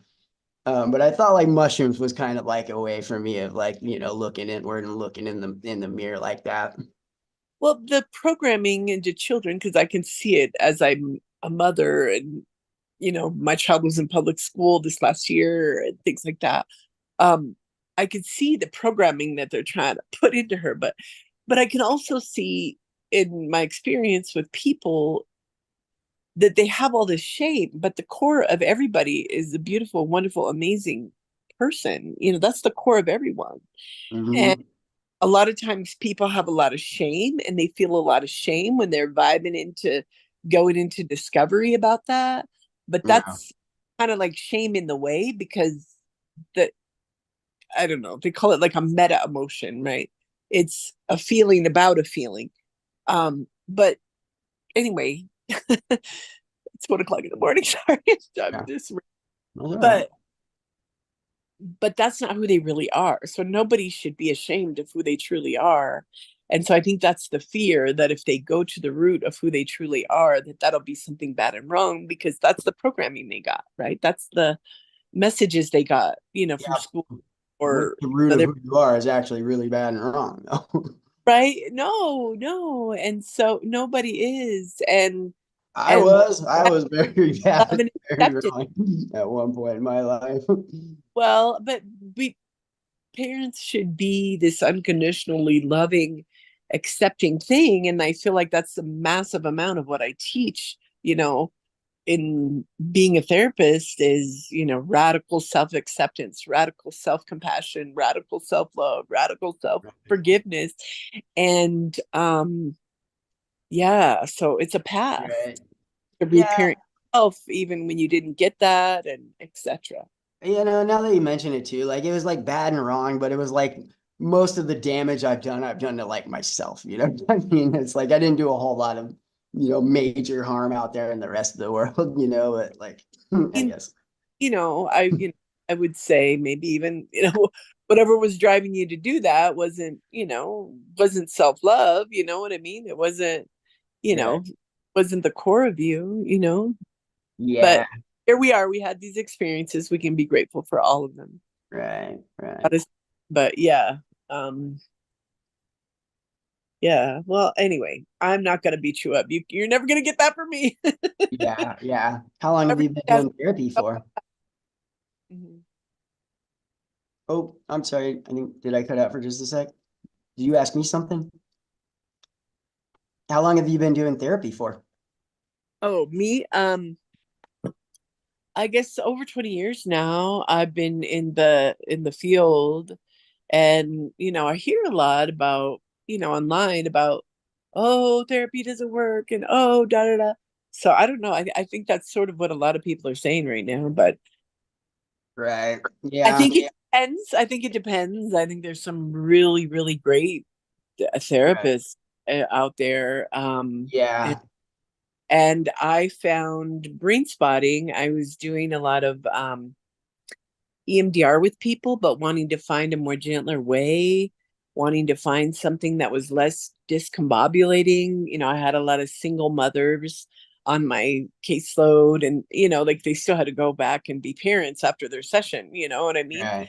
And so um yeah, I got a incoming of money, and I took the brain spotting training, and I feel like that's the feminine form of EMDR, which Right. is Brain more like spotting. energy work, and yeah, Okay. um just higher level. But Right. but yeah, so I guess that's my path. I worked a Yeah. lot people that had a lot of complex PTSD, um, Right. PTSD. So I really wanted to have a gentle approach, have a soft Right. way to heal as much as we could heal, and have every session be a full healing experience, Right. and release as much as we could too. Yeah, yeah. I think therapy, it's kind of like a like meditation, right? Like meditation for me was more it was more like it was like playing an instrument, right? Like I had to start off with these little baby steps and kind of like learn how to do it. I think like some people like will practice meditation and it's like exactly that. Like it's like you pick up a guitar and you want to just start shredding some Hotel California. They'll be like, I picked up the guitar and I couldn't get it. It wasn't for me. It wasn't my thing. But like with meditation, you got to start off with like the simple Mary Had a Little Lamb notes and kind of work your way up to I think like therapy was kind of like a similar thing, right? Like you kind of got to practice it for a while before you start getting some results, maybe. Well, maybe I don't know. I mean, I think with brain spotting, most people see results within 4 to 6 weeks. I think I see the results in every session with people, Right. but maybe not everybody, Yeah. yeah, goes that level. I think couples therapy, when I went and did my first, the marriage, it didn't work out in the end, but like I got so much out of like Oh, 5 or 6 therapies, couple sessions that have like saved a lot of women a lot of headaches like since too. Like I became such a better like boyfriend in those like meetings, but it was like I guess my ego was just so like, like if that third party, like neutral, smart person hadn't like been like, no, dude, it's you doing this, and we're like, I'd have that moment in the car on the way home, I'm like, fuck, he's right. I gotta fix that. And like yeah, I got so much out of like the couples therapy where I realized like how much negativity and, whatever, all the shit I was bringing to relationships. And yeah, well, no, I think a lot of therapists aren't trained in attachment theory, and there's a lot of ways that the men, women, we relate in love, which is, our attachment wounding acting itself out in relationship, and yeah, our egos and all that. Exactly. So, but that doesn't mean we're bad and wrong or the core of you is ever bad and wrong. But right. Well, especially when you're young, not a, like just inherently like selfish and egotistical, like when you're in your teens and 20s, you know what I mean?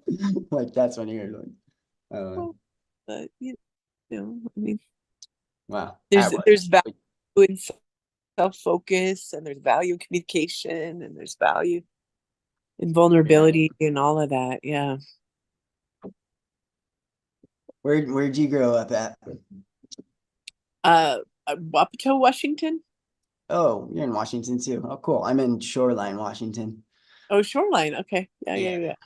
yeah. And then I moved to Seattle and lived there mostly till 2012. Yeah, that's how.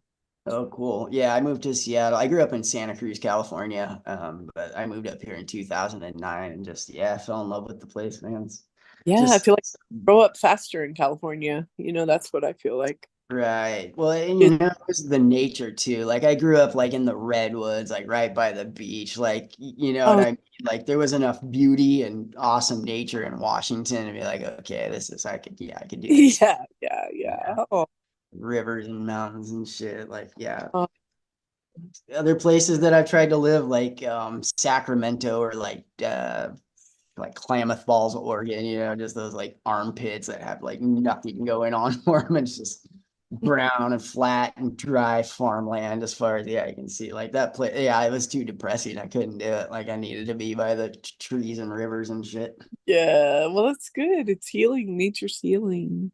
Right. Oh, the parks in Seattle too. Like I wasn't even aware. Like it's crazy how you can just go, a couple 100 yards and down this trail and completely forget you're like smack dab in the middle of like one of the biggest metropolitan areas in the country. Like, man, like there's Discovery Park.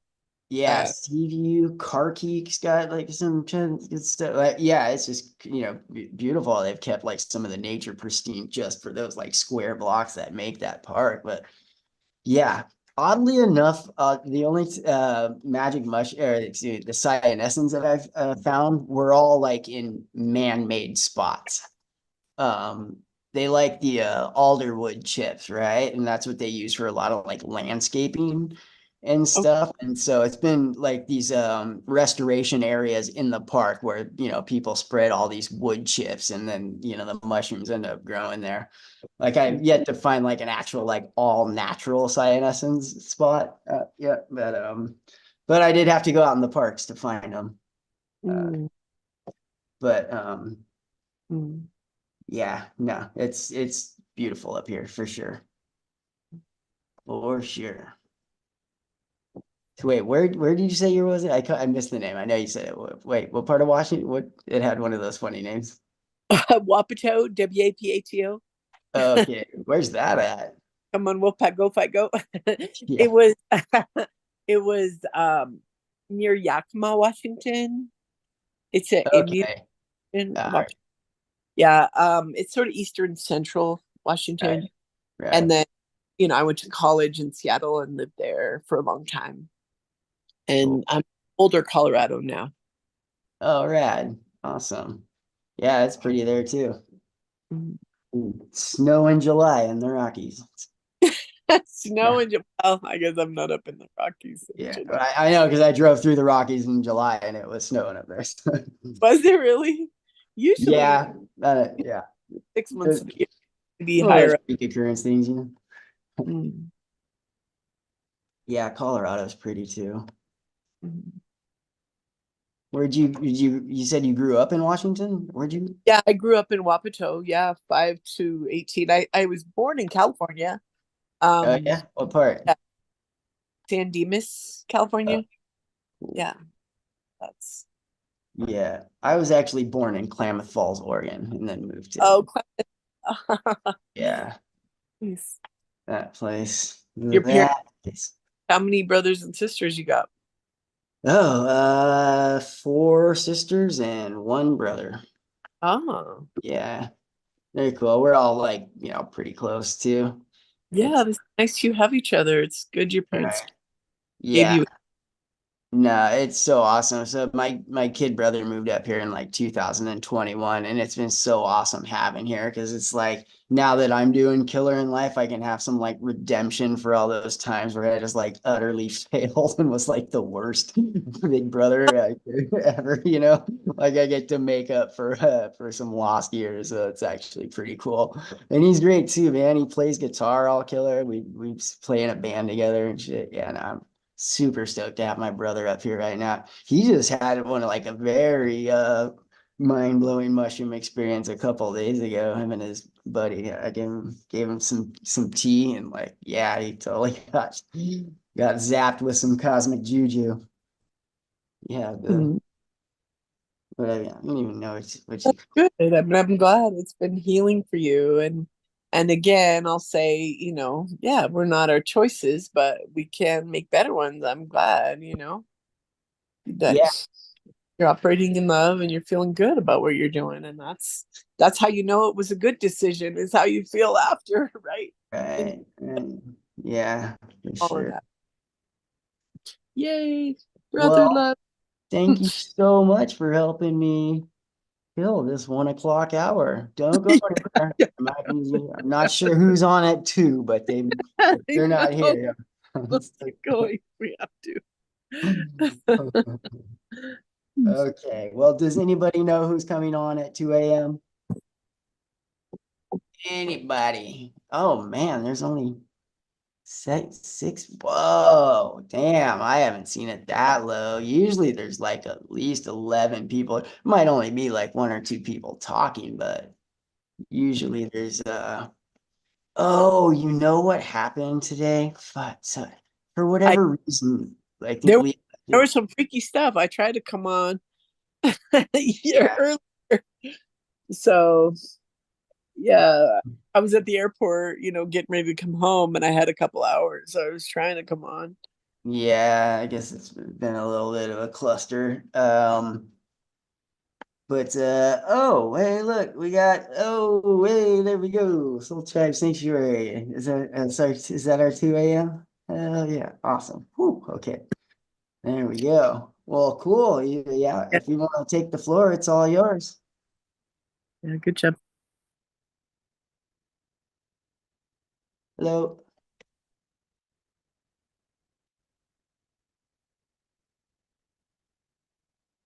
Are you muted still? I can't do let's see here. Yeah, I can't hear you. Where are you? All time. Do I have to ask you to unmute? Did they set the um Aloha. Yeah, oh, you just there you unmute me. I are. was Oh, muted. okay. Oh, they got spammed with some porn earlier, so they adjusted with the security settings. So sorry. Well, it's good to Oh, have okay. you. Thank you so much for it. Thank you. Thank you for having me. Yeah. So I'll start present day. Myself and another shaman, we have a psilocybin mushroom church here in San Diego, and uh, we are currently taking a break as we're providing monthly ceremonies and then private ceremonies. Private ceremonies will continue, but group ceremonies right now are on hold. We used to offer 1 day, and we're working on a retreat space. So it's going to be a 2 to 3 day retreat ceremony. And so in lieu of that, I'm all over San Diego, all over the community, and I work between a cacao cafe by a moon and then a boutique metaphysical shop, Halo House, the wellness space. I'm the resident shaman there, and that's present day. All right, so where it all began. I am a third generation Abulario shaman. Is what they would call them in the Philippines. And let's see, I've been connected to this dimension and earth plane for eons. I've tried leaving this reality on many occasions when I was very young and into my teens.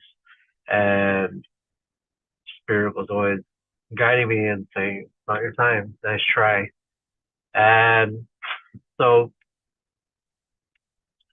my biggest thing I would always share is that I'd always have some type of animal creature with me. And I would look into my tank and I'd say, the turtle smiling at me, I'm like, why can't I be in that tank? And just smile like you. He's like, bro, you're in the biggest tank that there is. And so it was a constant reminder of the beauty of life in all of its layers. And so, let's see. So I'm currently in San Diego, was in Northern California, San Jose. My brothers, mom and dad, my two brothers. I'm the middle child. And then we moved from NorCal to Vegas. And then from Vegas, I made it down to San Diego. My journey and my path of this existence has been a multitude of an array of experiences and journeys. And because of those experiences, they've allowed me to be able to be a bridge now to those around me. I always say it is a blessing in what we receive and of how we move through this life. So how the stories that we share, of the layers of experience. So when I was younger, I was physically, mentally, verbally sexually abused as a child, and or how we would deem it through labels. And because of these experiences, they've allowed me to see life in a greater perspective and how I move through this experience. And yeah, so I went through, what did I go through? I went through massage school and then worked on cadavers, and that was an experience. And the program dropped, and this was in Las Vegas. And so I found another school and went to school there. And it's so fascinating because it just felt like I was going to school to be a doctor. And through the touch, well, before that, I was always very intuitive in my movement, how I moved through this experience. I was always gravitating towards female energies and frequencies. My mother, my aunt, my grandmother, and they showed me very quickly at a young age to have that perspective of the nurturing. And so back to, I don't even know where I was talking about, such a hummingbird. So, and so back to that space. I think you were on frequencies, mother, the women in your life, you were close with your yes. And then yeah, so that just allowed me to approach things a lot more perspective and nurturing and patient and loving and supportive. And but definitely not perfect. That's part of the journey of the experience. And from there, movement. I was like a yoga teacher and taught spin, taught Zumba, very active. So I was always a cheerleader to those around me, those in the community, because that's how I was brought up in that space from the feminine energy. And so leaving, so I did massage school in Vegas and then worked up and down the strip, and that allowed me to connect to energies. And when I would do this energy work and body work, people would always, how long have you been doing this? And it's so funny now because it's always been inside of me. It's always been inside of all of us and that connection. And so right away from there, that my experience in Vegas allowed me to connect to deeper parts of my lineage and ancestors. And so leaving Vegas, came to San Diego and was so solely focused on building tribe and community. And so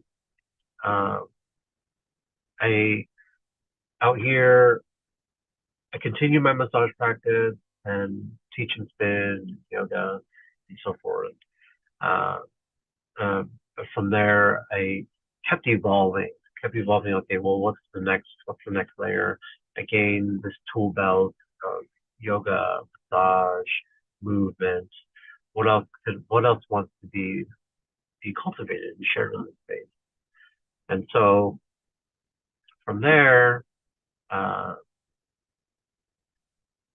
I helped open up a yoga studio here in San Diego, and that's where I met my present day coworker, Sada now at Halo House. We used to share a wall, and we rented a space. And it's always so funny how life comes full circle in so many ways. And that's why with my connection to nature always allowed me to smile and laugh at this experience, because it's so special and it's such a miracle. And so, yeah, so I as I zoom out, I love going into spaces and environments to bring in this ecosystem. So my name that I've shared was Shaman Virgil. Virgil, my given name. Akua is the space of support. In Hawaiian, it means support, and it starts in our spine. It starts from our mother, our father, their mother, their father, and they've passed down the torch, and now the torch is within each of us. And so Akua is everything around us, everything is support. And then jungle is bringing in the frequency of the jungle back into our realities, and or what we would say the beauty way. And so these labels, these names, are parts of myself that allowed me to move through this existence, through this experience, very much a shapeshifter, a chameleon.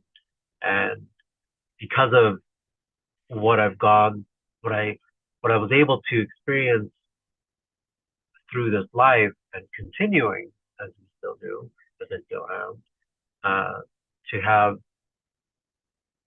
this fun experience of bringing the remembrance that we are the medicine and life is the ceremony, and to continue to witness nature and to sit with nature and to breathe with nature and remember all of this is so temporary and so special.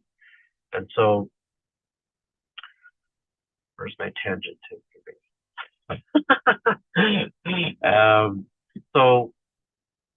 So these labels, these names are parts of myself that allow me to tune in to that frequency of where I'm directing my energy and where I'm allowing myself to be in space.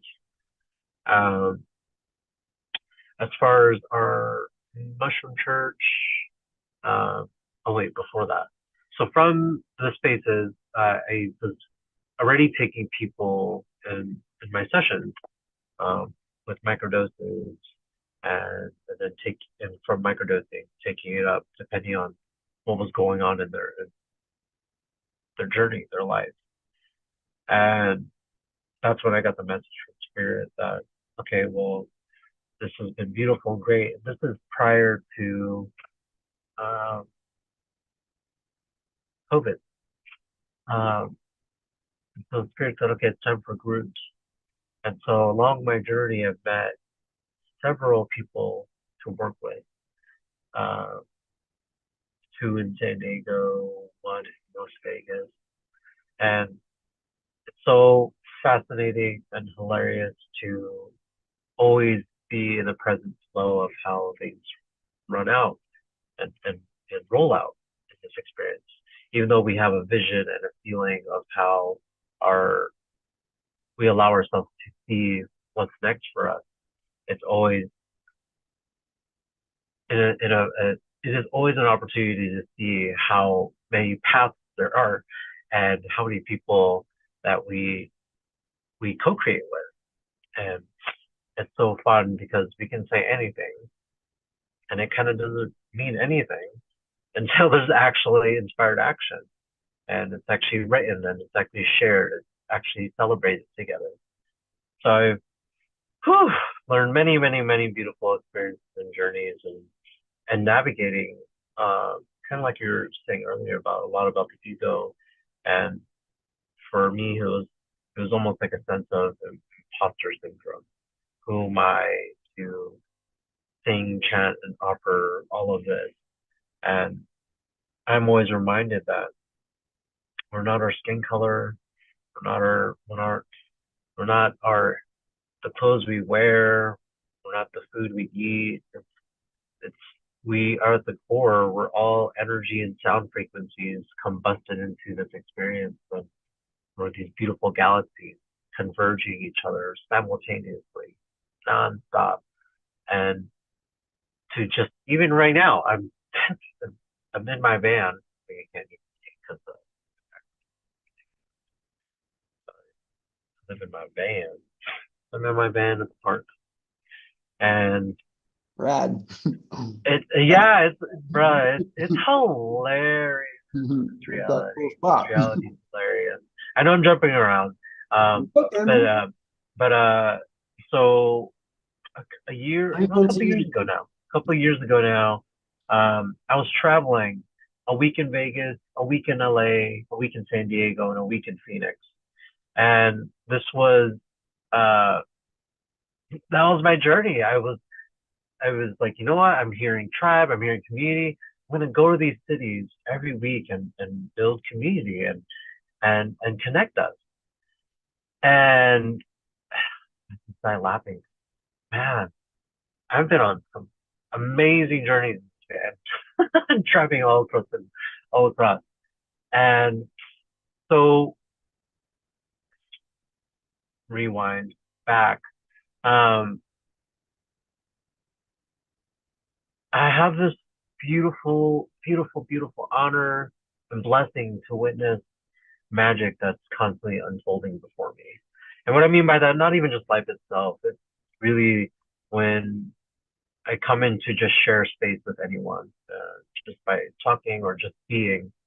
There's so much magic that unfolds surpass the physical realm, and our spirits or guides are just dancing and laughing. And I always see myself in conversations where I'll zoom out and I'm just looking at myself, I'm just laughing. I'm like what reality, where am I jumping into? What frequency am I jumping into now? And to be able to play with with the mind and the heart and the breath, it's mind-boggling. All right, so I had a business partner in Vegas, business partner in San Diego, and doing these ceremonies. And at points, I'm like, you know what? Really should feel like, really should go. If this is where Spirit wants me to go, then we should really legitimize it. Go to the church and know that this is our sacrament. This is how we can commune. This is how we connect. If this is the bridge and the game that we're playing to become a psychedelic or an entheogenic church, then this is the path we'll take. And so continue on that. Actually, let me get some water first. Thank you all so much for joining and allowing me to hear my experience of life. Are going where spirit guides you and also being kind of like drawn there by these frequencies, like the same thing? Wait, say that again. What was the question? Like are being kind of guided where taken to where the spirit guides you, but also like kind of being in tune with these frequencies and being drawn towards like those, is that like the same thing? Yeah, completely. Like it's kind of like as I was traveling, and when I look at the mountains in Vegas, the mountains in Arizona, the mountains in San Diego, I'm like, these are no different. Yes, surely they're different, but they're really no different. And the people I was connecting to, I'm like, same name, same connection. I'm like, this is hilarious. And to also have the awareness, like, we're not the first ones. Like, we're all doing this, we're all sharing it, we're all playing with it. It's how much we're allowing ourselves to be seen in this experience. Right. And I know I'm such a hummingbird. So there's that. And so then I go to okay, so the Vegas business partner in Vegas did not go through. Business partner here in San Diego did not go through. All ego, both parties involved, and releasing that. And from there, um, I go to Panama and for a tribal gathering where I met over 60 indigenous elders.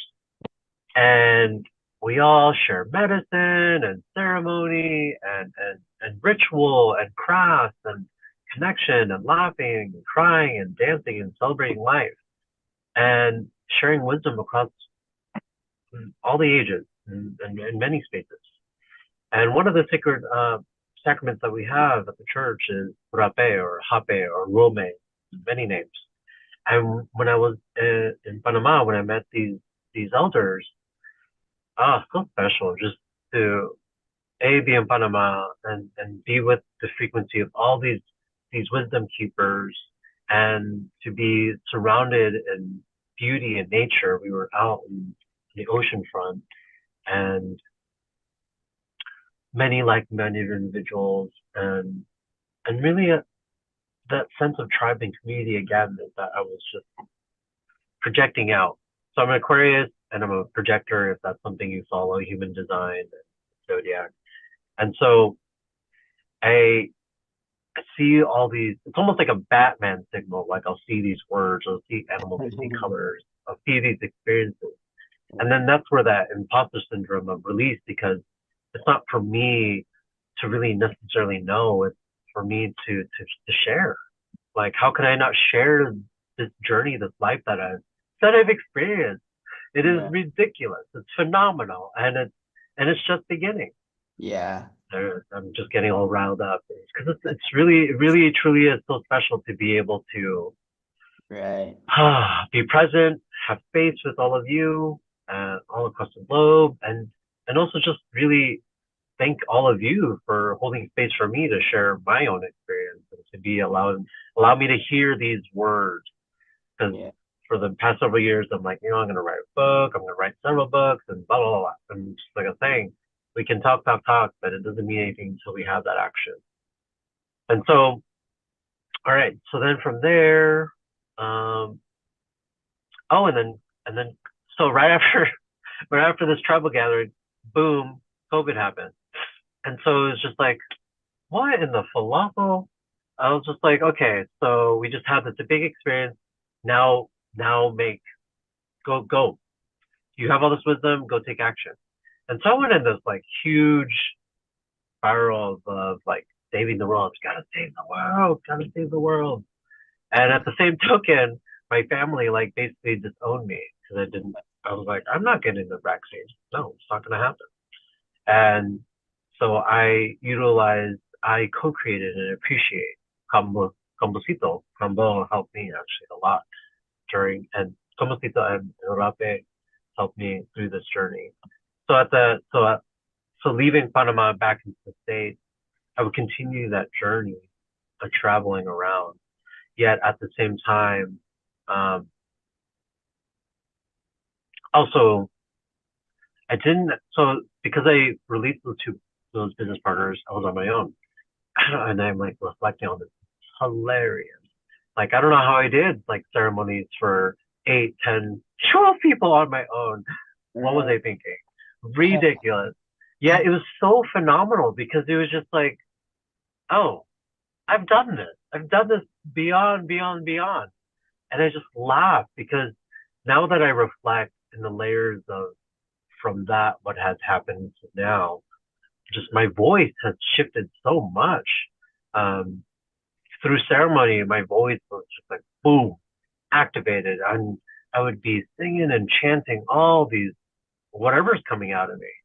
And it would allow, because of the energy and frequency I'm feeling in the space, this voice becomes emanated. And people would tell me, the members would tell me, like, your voice, like that was like an angel that I've seen before or heard before or connected to. Or that was my that was like my grandmother who's Native American and so forth. And I would just hear all these things. And again, it was allowing me to witness. It's not for me to know, it's for me to share and It to was celebrate what's possible. like ancient songs in like in different languages were just like coming through you Oh from yeah. psychedelic. Oh yeah. Oh yeah, beyond. And I would go into like crazy octaves. And then I'd be like crying in shock because never heard that in my life. And so it was really special. So I was doing these ceremonies on my own, um and then two women who came up to me and like, hey, let's go to Costa Rica. We've been looking for a shaman. We want to have the retreat center in Costa Rica. I'm like, game, let's do it. Like, again, I was still on this course of like, okay, momentum's happening, the world is shifting, this is the time to take action. And I was very adamant about like, okay, I don't care. Like I'm gonna be vocal. I'm gonna share what I'm doing. Like I don't care if the cops come get me. I don't care if any of this happens and blah blah blah blah blah. Like as I was growing up, like my grandmother always um like connected me to Mother Teresa, and I was like, well, I want to embody that frequency. I want to be able to provide what she has done. And so from Mother Teresa to Snatam Kaur, Snatam Kaur is just, she her her voice her voice like strikes my being and ignites me to like, hey, vocalize, get whatever's here out because it's fun, it's special, it's different, it's unique, and people want it and they want to hear the relaxation of how I'm just speaking. And I'm laughing because I was reminded again a couple of days ago, someone was like, so where can I find your meditations or where can I follow you on Spotify? I'm like, oh gosh, yeah, another reminder. And I laugh because this is also hilarious. It's like this concept of like there's no time and even like when Susie with Temple of Eden, she was here earlier, she was just like, just get on, like, come on, like this is your time to like share. And I was like don't worry about like the time of it. Just know that like people are gonna be connecting and hearing what you have to share. And I was like, you know what? Thank you for the reminder. Yeah. So yeah, it's pretty epic. I'm sorry. So you said you're part of owner of a retreat center down in Central America. Is that? No. That was still the culminating of where I'm at now. Right. Okay. This is so layered, brother. Thank you for been, following though. Yeah. So the two, one of them, so those two that came forth, we connected. It was amazing ceremonies. One of them stepped out. And so then me and then my current business partner, Shaman Littlefoot, was us present day. So from there, we were connected to who soon became our third person of our church. And he helped us set up the foundation. Before that, I had gone to jail. So this is during COVID. Someone reported me as being a fake shaman. And so I got investigated, and like financial fraud or something, or like how did no, they were trying to, they were like tapping into my texts and phone calls, trying to like ask if like I sold DMT and other stuff, and I was like, no, I don't like sell any of it. I don't sell any of that. This is our sacrament. This is what I've connected through my everything. I didn't know so being a fake shaman was a crime. yeah, and this is the reality of all, is that we're all fucking shamans. Oh, I don't know if I'm allowed to cut. Apologize. We're all shamans. The moment we came out of our mother, boom, shamanism 101. Yeah. That is the epitome of our existence. And so anytime we like say ceremonies, the cow, go with heaven, or all of it, it's the reminder that anything outside of us is a tool. And really, we're the medicine, and how we move through this life, how we share our words, how we share our experiences. Yeah. That's how we puzzle piece this reality. Like, it's not going to 20 ayahuasca ceremonies. It's all part of, yes, there's a programming that is being released. There's an appreciation of Pachamama and Mother Nature. And also that it's up to us how we breathe, how we're breathing into our thoughts, how we're breathing into what we're even visualizing in this experience. Yeah. Anyways, I could keep going. That's cool. Hey, guide me through one of the ceremonies, dude. Like, I want to hear what's a ceremony like. Like, I show up with you or hanging So what is out, ceremony like? take some ayahuasca, and then what happens? So our ceremonies are very intimate. I've oh my gosh, especially with ayahuasca. When I first sat in ayahuasca, it was 40 men, 40 women. It was chaos. It was phenomenal, but it was too much energy for me. So our ceremonies are 8 to 10 people max, and that's me, myself, um, myself and my business partner, Shaman Littlefoot, and then also we're in talks of bringing another person in. So we meet at noon, or rather, let me back up. Let me set the scene for you. Okay, so someone wants to become a member of our church and sit in ceremony with us. They'll first send us an email on our website of their intention. What is your intention? What's calling it a ceremony? And what's coming up? What drew you to this? What medication? Just the questionnaire. How do you find out about that? Then we'll receive that email, and then we will contact you and give you a consultation and ask you about your journey, your path, and so forth. Have you ever sat with any sacred plant medicine or infusion, for that matter? And then we would add you to the list. So once you become a member, you send the email, you have a consultation, you become a member, and then you can register for the ceremony. So now you register for the ceremony, and then we add you to a signal group, and so that we can connect the members together of who's going to be in the space. Sometimes we have volunteers, beautiful, we call them our angel volunteers, to donate their time for voice, for yoga, for breath work, and beautiful members of the community. So yeah, you register for ceremony, and then we add you to the signal group so that everyone can start getting connected. And then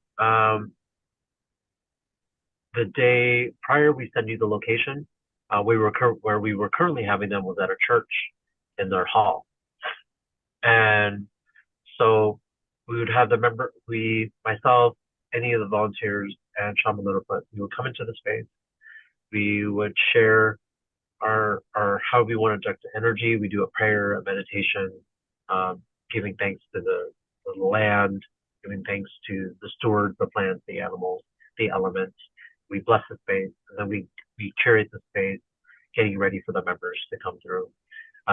We have an altar in the center with the elements, with crystals, with herbs, offerings, candles, plants, always plants. And again, my name is Jungle. Always plants. And then in the altar, we would create like a sacred geometry with all the tools.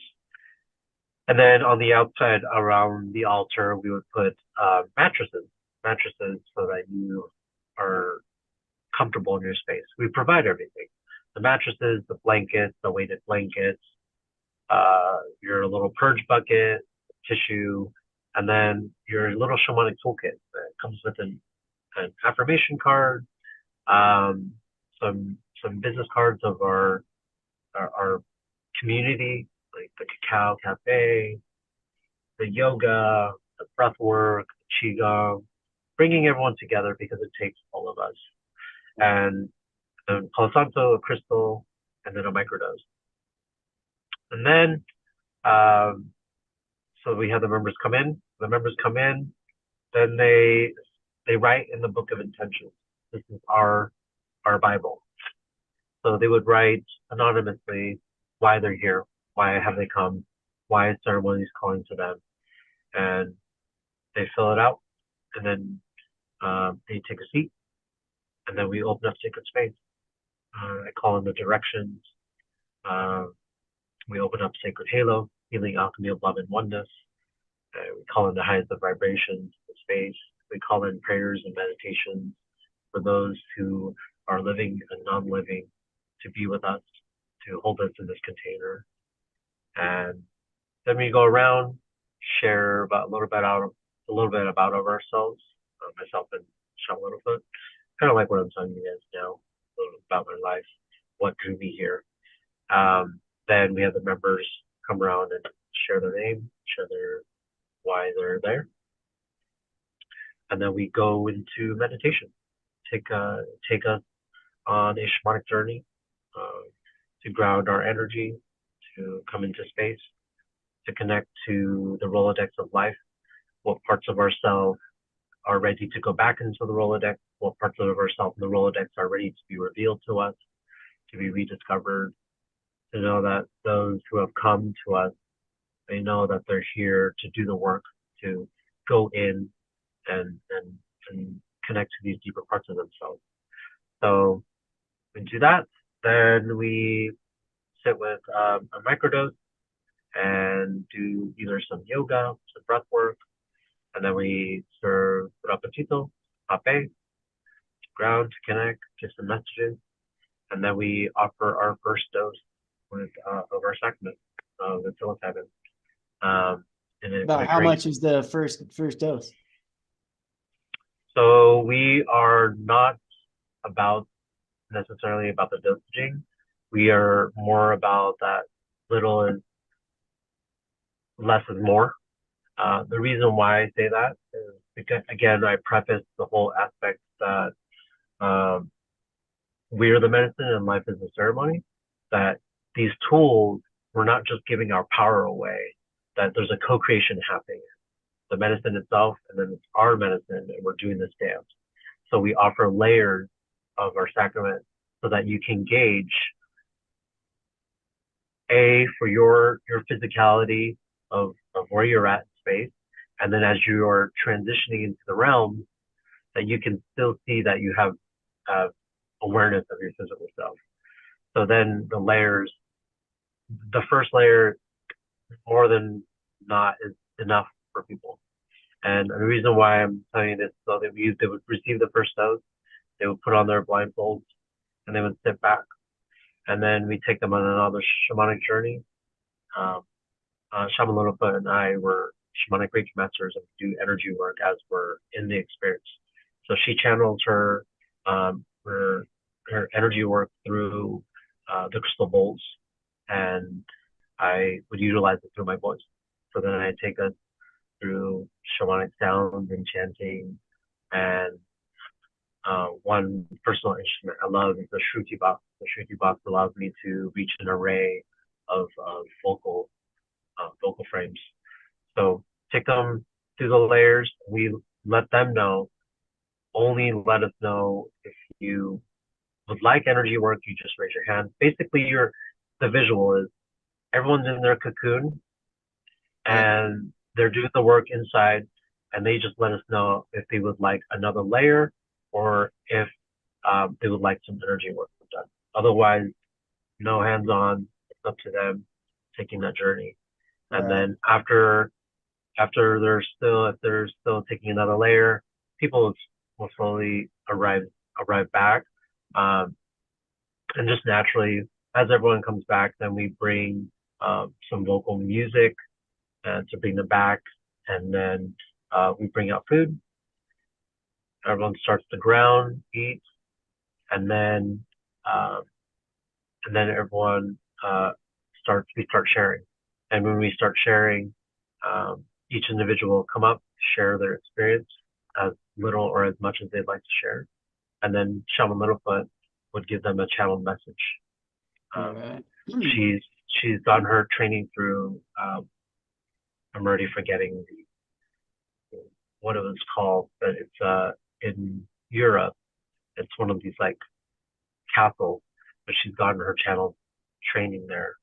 So she's very deep, and so it's so beautiful and so powerful. There again, my type of channeling, I'll see colors, animals, and so forth. So sometimes I'll give messages, but for the most part, it's more about channeling the voices and the chants that come out. So everyone starts shares, we give a message, and then we do an activity, like we make some like crystal bracelets so that everyone has the energy and frequency of the space, so that we always tell them like anything, nothing is an end-all pill, yet these tools allow us to reconnect to that frequency when what we felt when all these layers got shredded down. And so then we do the exercise, then we come back together, we close the space, and then everyone goes home. Do you guys like encourage church members to like also experiment in the psychedelic realm, like on their own time, like do their own little home ceremonies and try to take it to like deeper levels? Or do you just, try to encourage people to like come here for the medicine? No, that's the whole premise, is what we say. It's that dedication to know that you're in a safe environment, so you're able to go as deep as you'd like. So those are the group ceremonies, and then we offer private ceremonies as well. Oh yeah, because I like been doing mushrooms for a while, and it's just like I found like like 5 grams got me to like a really special place, and then like I tried my 8-gram trip, and that was nuts. And then I got up to like 12 and really started getting some like crazy places. But it'd be like it would be so, I guess, insane for me to imagine like showing up at a place with like 8 other people that did 12 grams of mushrooms. Like that would just be so like nuts, I guess. Done a lot of like psychedelic experiences, but I don't have a lot of experience with like ceremony type stuff. So I'm always like really curious about how other people are doing it. That's actually been my goal for the year. My New Year's resolution was, I'm involved in a psychedelic church too. Was about to like learn how to have that same like deep, mystical third eye, like that profound connection to the universe, like learning to have that experience that I've, experienced by myself, many times on mushrooms, but like in a group setting. Like that's something I've yet to like, do. So I'm always really like fascinated to hear about like the ceremony stuff, because I want to be part of that now, like. Oh yeah, it's so special because it really, the healing happens when we share. Like I was saying before, when everyone starts sharing, the vulnerability of how it's felt. It's felt when you're connected to spirit like that. Everyone is feeling it. Everyone's connected, and then there's a sense of community and camaraderie. Right. And that's what carries through. It's up to the members, the individuals, to maintain that.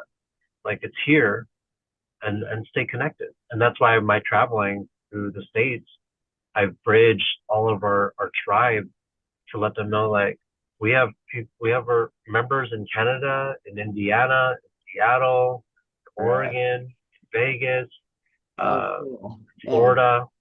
So it's beautiful. We come to do meditations virtually and in person, and it's just so beautiful. Again, it's such an honor to bear witness the beauty that unfolds before us.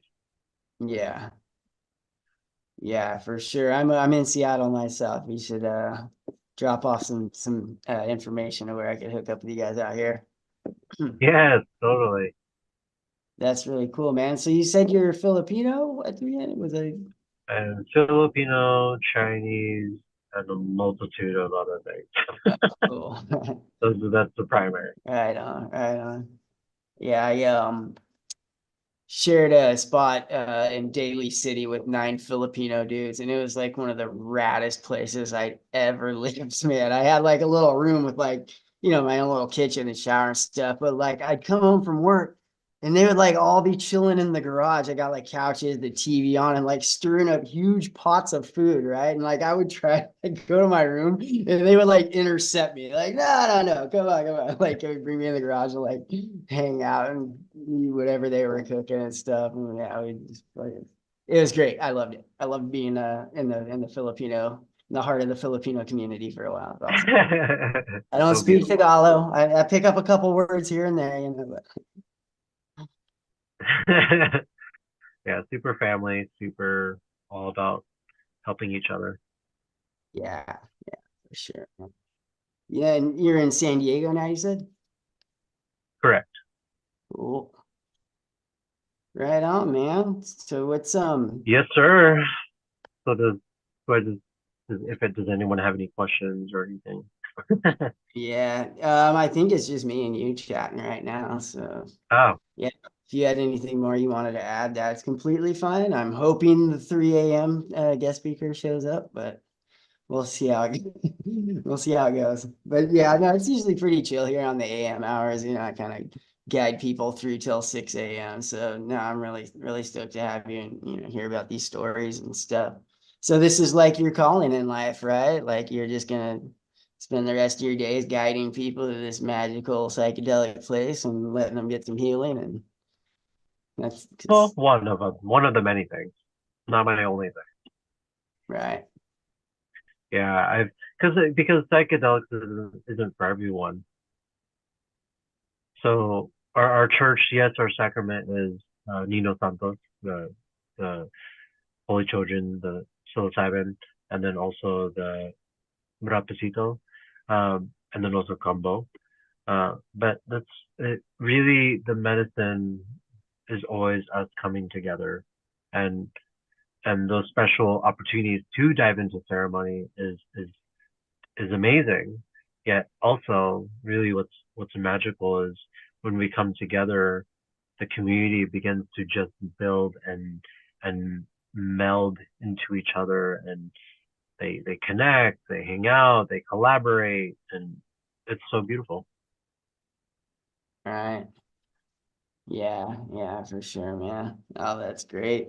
I'm one of those people too that, had some deep, ugly trauma inside. And, mushrooms just like got me to a place where I could finally like, take that deep inward look and start addressing some of that stuff and, processing it. And it's just like, doesn't seem like something that was ever going to happen with, all the other crap I was trying at the time. You know what I mean?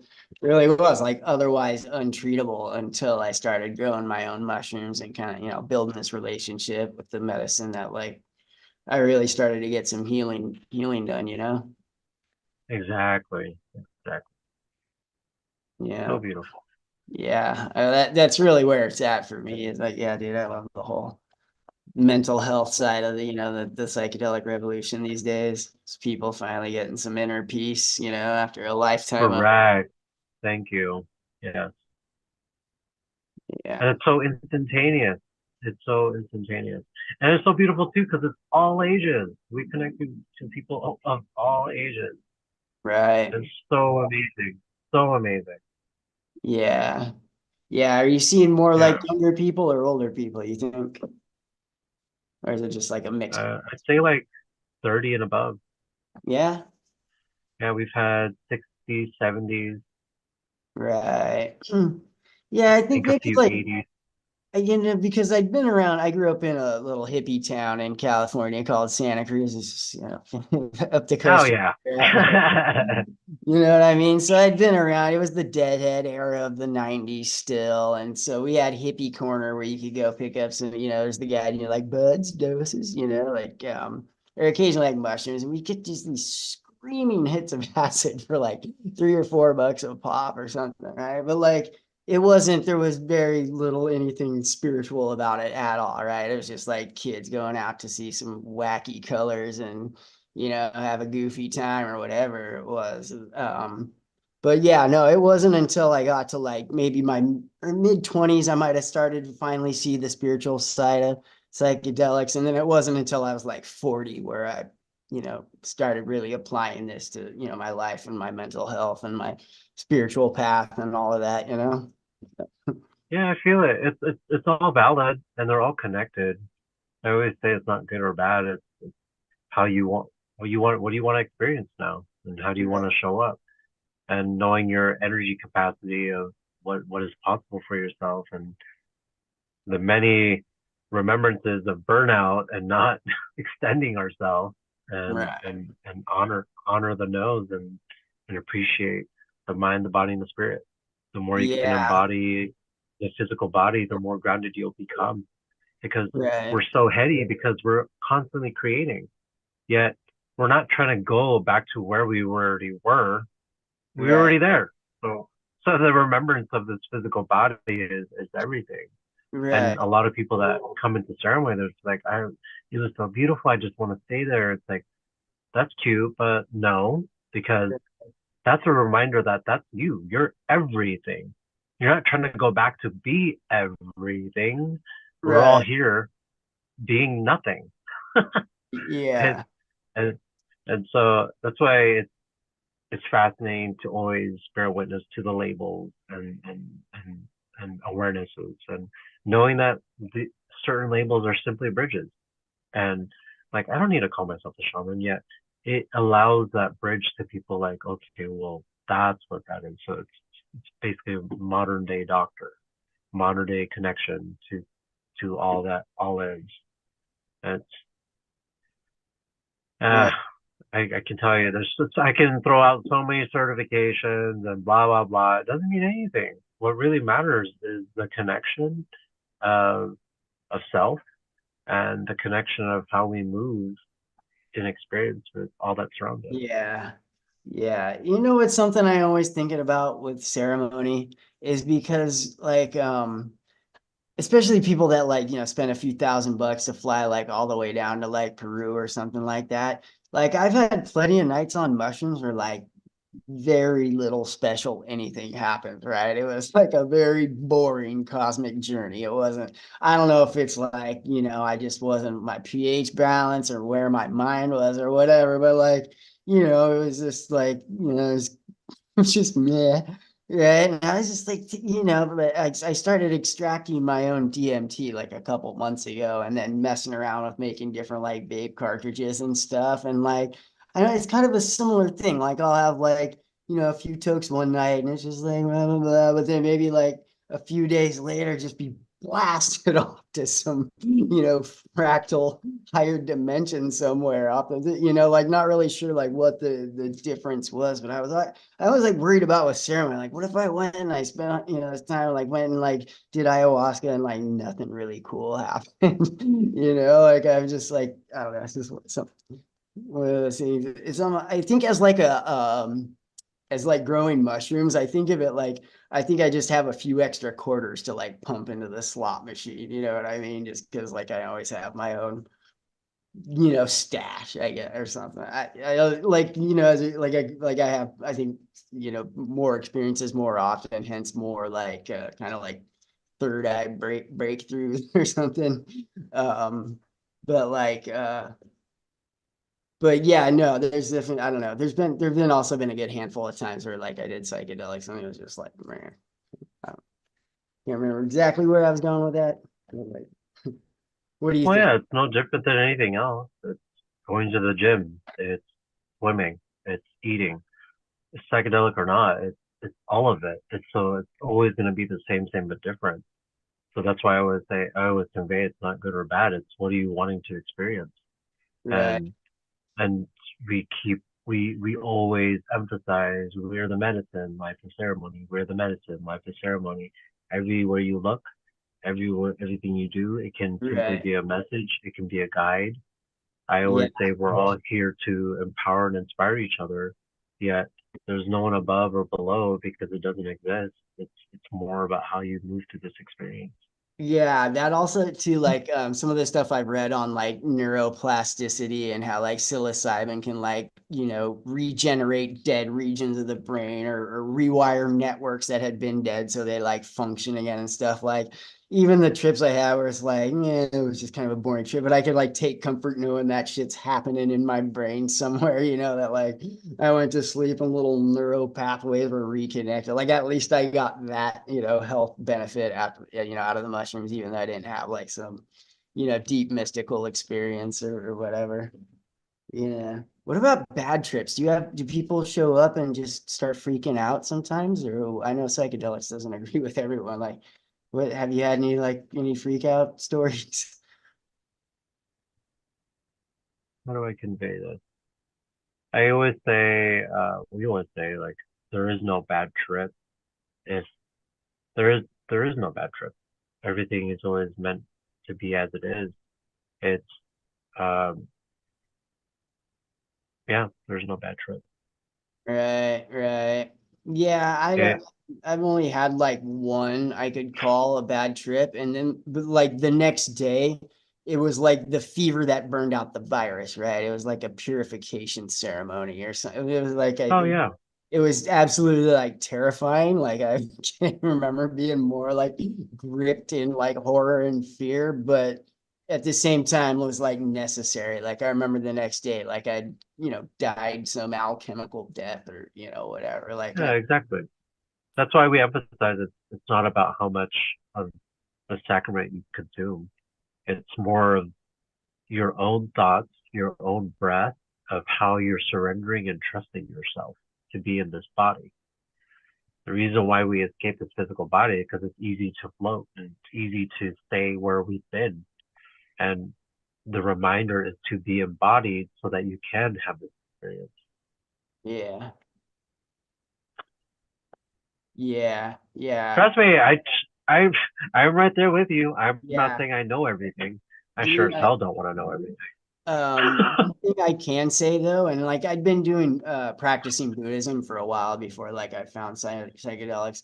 But when I started incorporating my Buddhist practice like into the mushroom realm, like I'd eat mushrooms. I'll spend like at least an hour, like, going through my martial arts repertoire, like all my kicks and strikes and bow staff, and like get myself in that kind of like warrior zen place. And then I'll come home and, throw on some killer shaman tunes and start busting through a qigong routine and just like, dude, it takes me to a very special place, man. Like having, like it's always it's not a replacement for like meditation and Buddhism, but it definitely like enhances it in a way where it's just like no, I mean, yeah, it's like I never went back. Like meditation at the very least, maybe not kung fu every time, but like at the very least is like something about yeah. If I'm gonna get to my that special like psychedelic place, it's gonna happen while I'm meditating now. Or at least that's how it seems. Unless I'm out in nature, I know nature will draw out the divine in ways that like that can't happen in my neighborhood or just walking around my block or whatever. Down at the park, like yeah, just being out in the trees and leaves. It's sometimes it's just like, oh boy, yeah, that's gotten me to Yeah, some I special. feel you. I feel you. I mean, Yeah, it's like people drinking alcohol. It's like people drinking coffee, people drinking matcha, people eating sugar. It literally is the same but different. And the reason of this, that's the shaman path, is to continue to zoom out and to really bear witness how you are existing in this reality. And to Right. bring emphasis on a psychedelic or whatever, a drug, it comes back to how are you even existing in your everyday practice? Yeah. Yeah. Yeah. The like integration side, you mean, of like taking these lessons you get and kind of like, not just having something not happen to you, but like using it as a tool to like make yourself a little bit better kind of thing is. Yeah, yeah, or if that's what you want, right? I always tell people it's like, what do you want? Like if you're coming to me, I'm not your savior. Yeah. I am a lighthouse to remind you of the magic that you are, but it's also not my job to fix anything. There's nothing that needs to be fixed. It's more of the rearrangement of your own thoughts and how you view yourself in this experience. Yeah. Yeah. Well, hey man, I think we got someone else coming on here at it's just a couple minutes down, but I want to thank you so much for chilling, talking. Awesome. Thank you so much, brother. Appreciate you. Yeah, you're Thank you, welcome to everyone. stick around as long as you want or something. Do we have Eva? Oh, is that I just is Eva coming on next? Does anybody know who's coming on next? No. Oh, I thought it was Eva, but I guess not. No. What did you say, Rick? Oh, hey, there she is. Oh, okay. Hold on one second. I got a timer going off in the other. I'll be right back.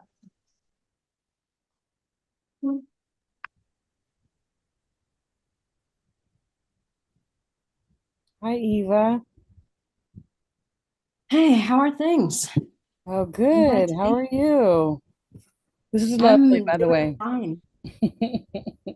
Hey, Good to Figuring see out, you. yeah, you too. You too. I'm glad to be here. Oh, okay. Um, so this is a great topic. Am I could just roll for a little while. yeah, please do. It is all yours. Okay. Well, I'm really glad to be here as an author and representative, I guess, in the psychedelic movement. I write in science fiction fantasy, so this is a topic that's definitely culturally connected to my main milieu, which is speculative, imaginative fiction, and part of our job is to imagine other realities. So I've encountered this in a really interesting way throughout the writing of this trilogy. And so I'm Filipino American. And I'm also part British American. So I'm multi heritage. And I, I there are lots of assumptions that I feel aren't always overtly stated about identity and ability and inclination. And it's kind of like, okay, I don't often go on racism panel, which is so I'm a panelist at conventions. I speak on various topics, and sometimes there's a racism panel, and there are a lot of things that can be said about what we do or don't experience, like what we do or don't have permission to be.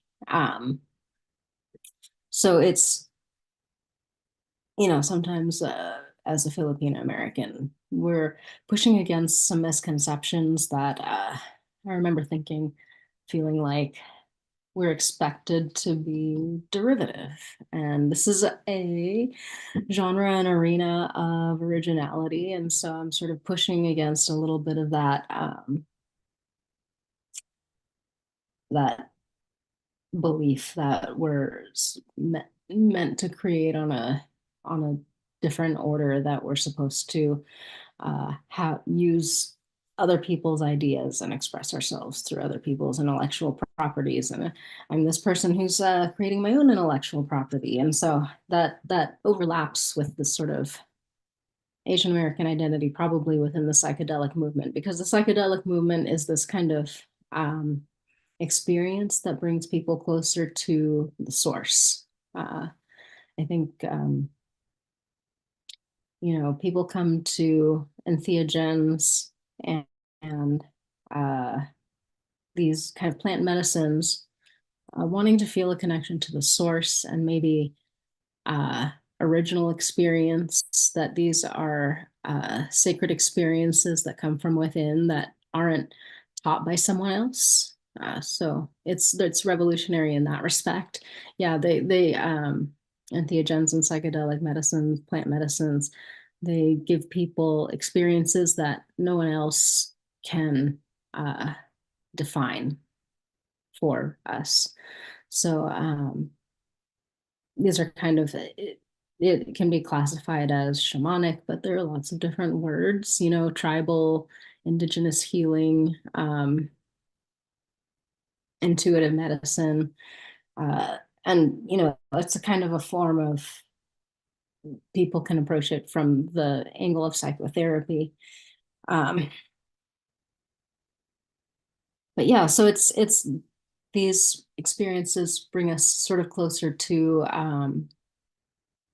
unmediated connection with our intuitive sources. And in some ways, it seems like they're often characterized as belonging to other people sometimes. Like I remember thinking, I've been in different parts of culture. I'm an author who goes to conventions, but I'm also a festival person. I'm also a festival author. So this means, there's a fair bit of psychedelia tangential to festivals. It seems like people have created space for that kind of journeying experience for each other in these sort of different alternate / autonomous spaces. So, and then there are lots of different arts within the festival culture too, and different interpretations of the arts. So I'm also a festival author and volunteer. And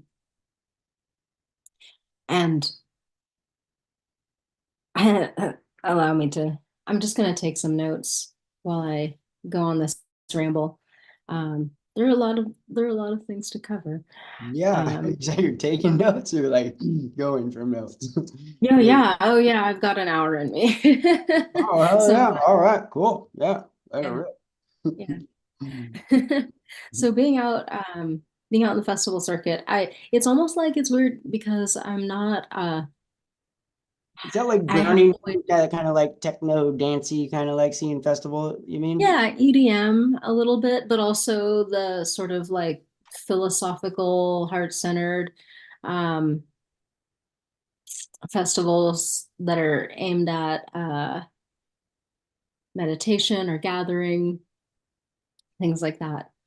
But yes, I love dancing, and I think dancing is connected to entheogenic medicinal practices.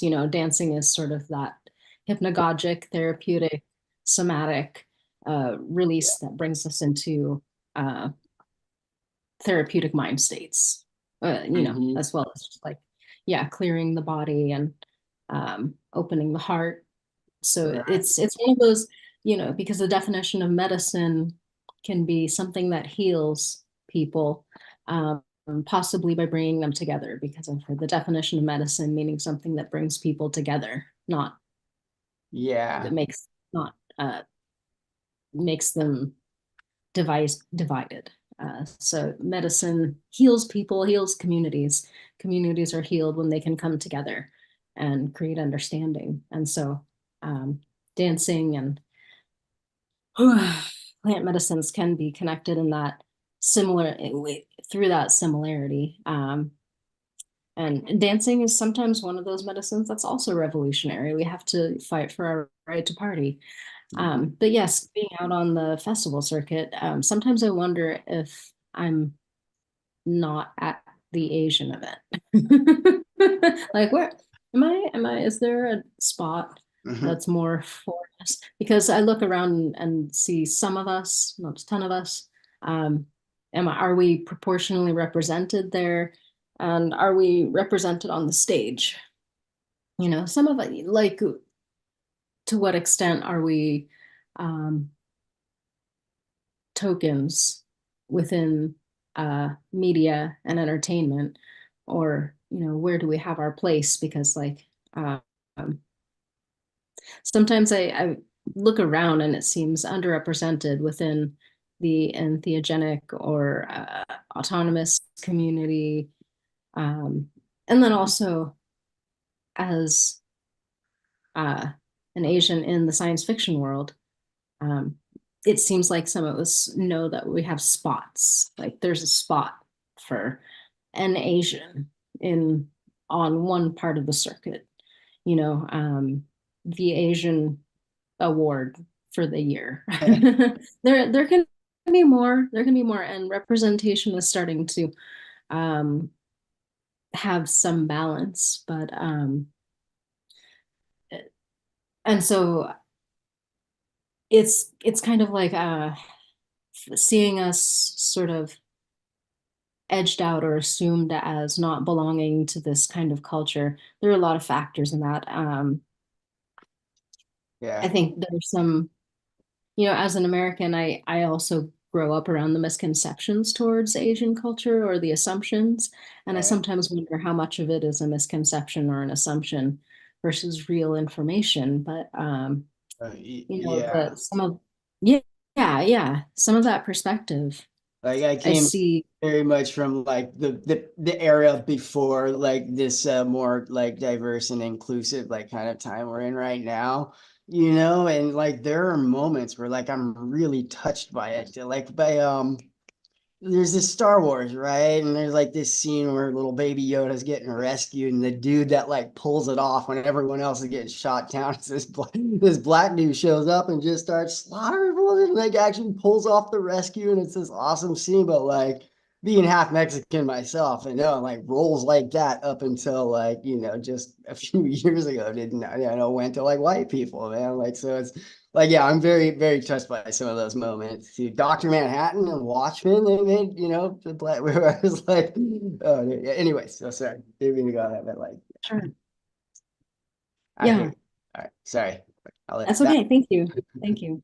And so what are the reasons why we seem edged out of psychedelic culture? Well, it's like, okay, we have a lot of indigeneity that has connections to some medicines. But so there's this idea that we're, people can see things from over here, like dictators or authoritative governments, like what's in Asia that makes people dissociate us from tribal medicines. Okay, so there are like authoritarian governments, there are some dry countries, there's the consideration of dictatorship, and then there's bias against immigrants here coming from there.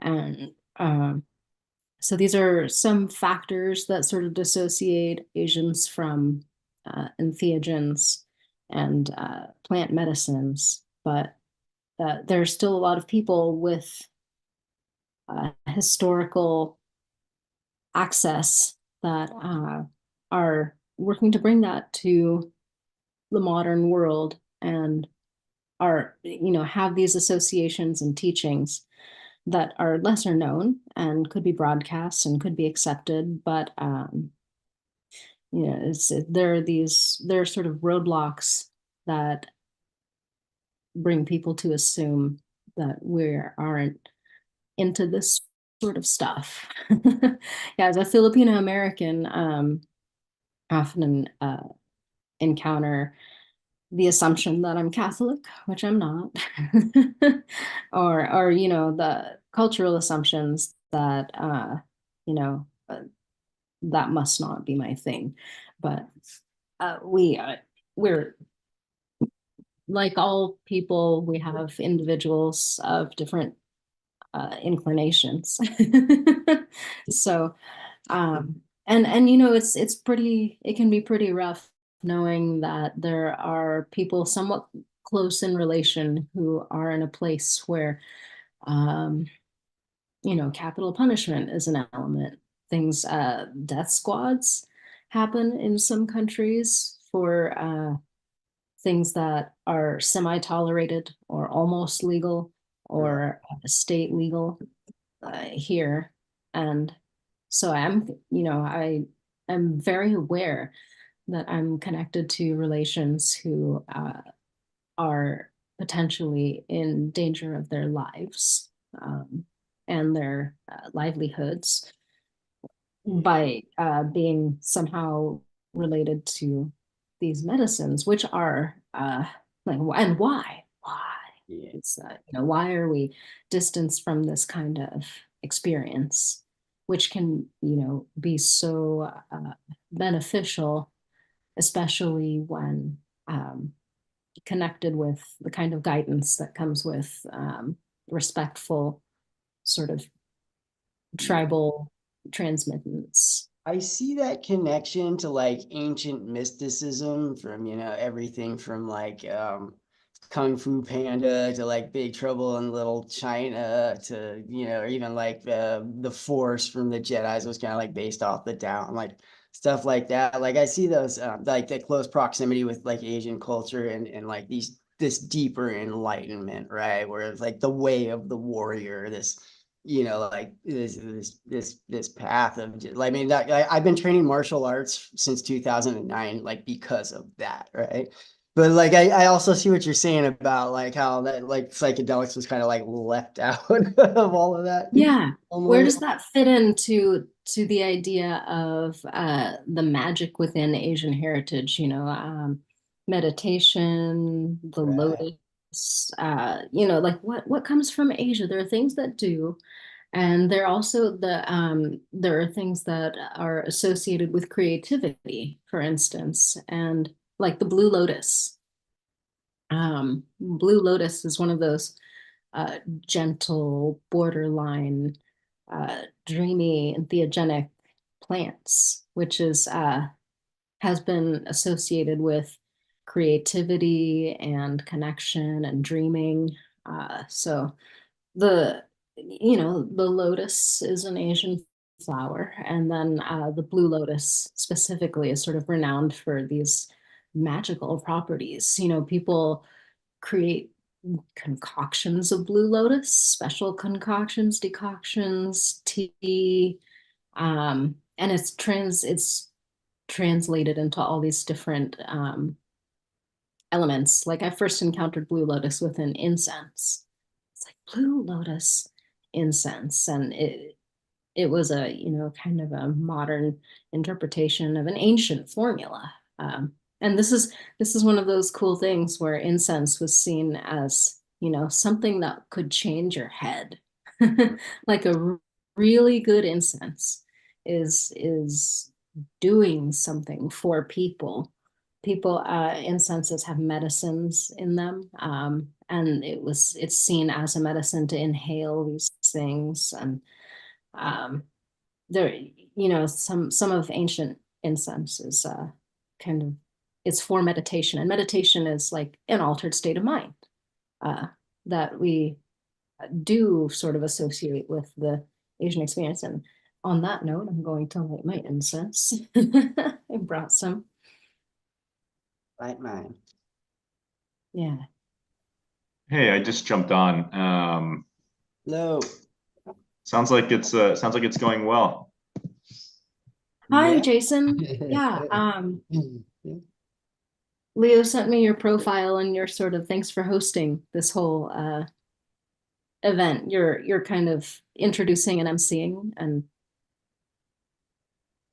I'm glad I could. Yeah, just for this hour, I didn't want to cut you off, but I can give you a few talking points on what we brought up earlier. So I'm living in South Korea right now. I've spent the past 10 years or so living between Japan, Korea, and China.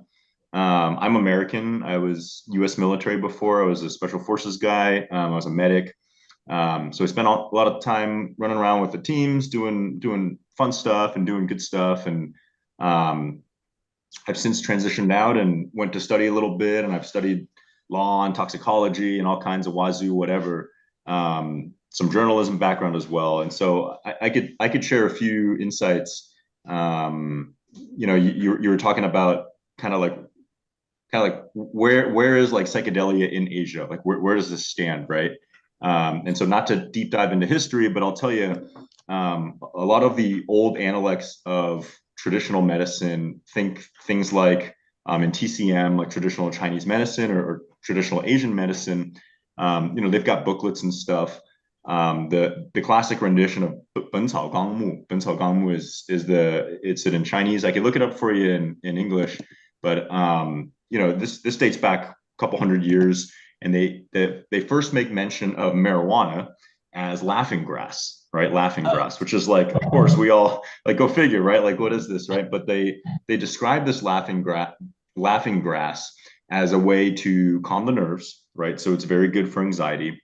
They talk about how it induces like uncontrollable fits of laughter, right? And imagine at the time the potency of this stuff wasn't the stuff we're dealing with today, right? So long story short, like a lot of these holistic medicines and treatments, these things have existed for so long in Asian culture.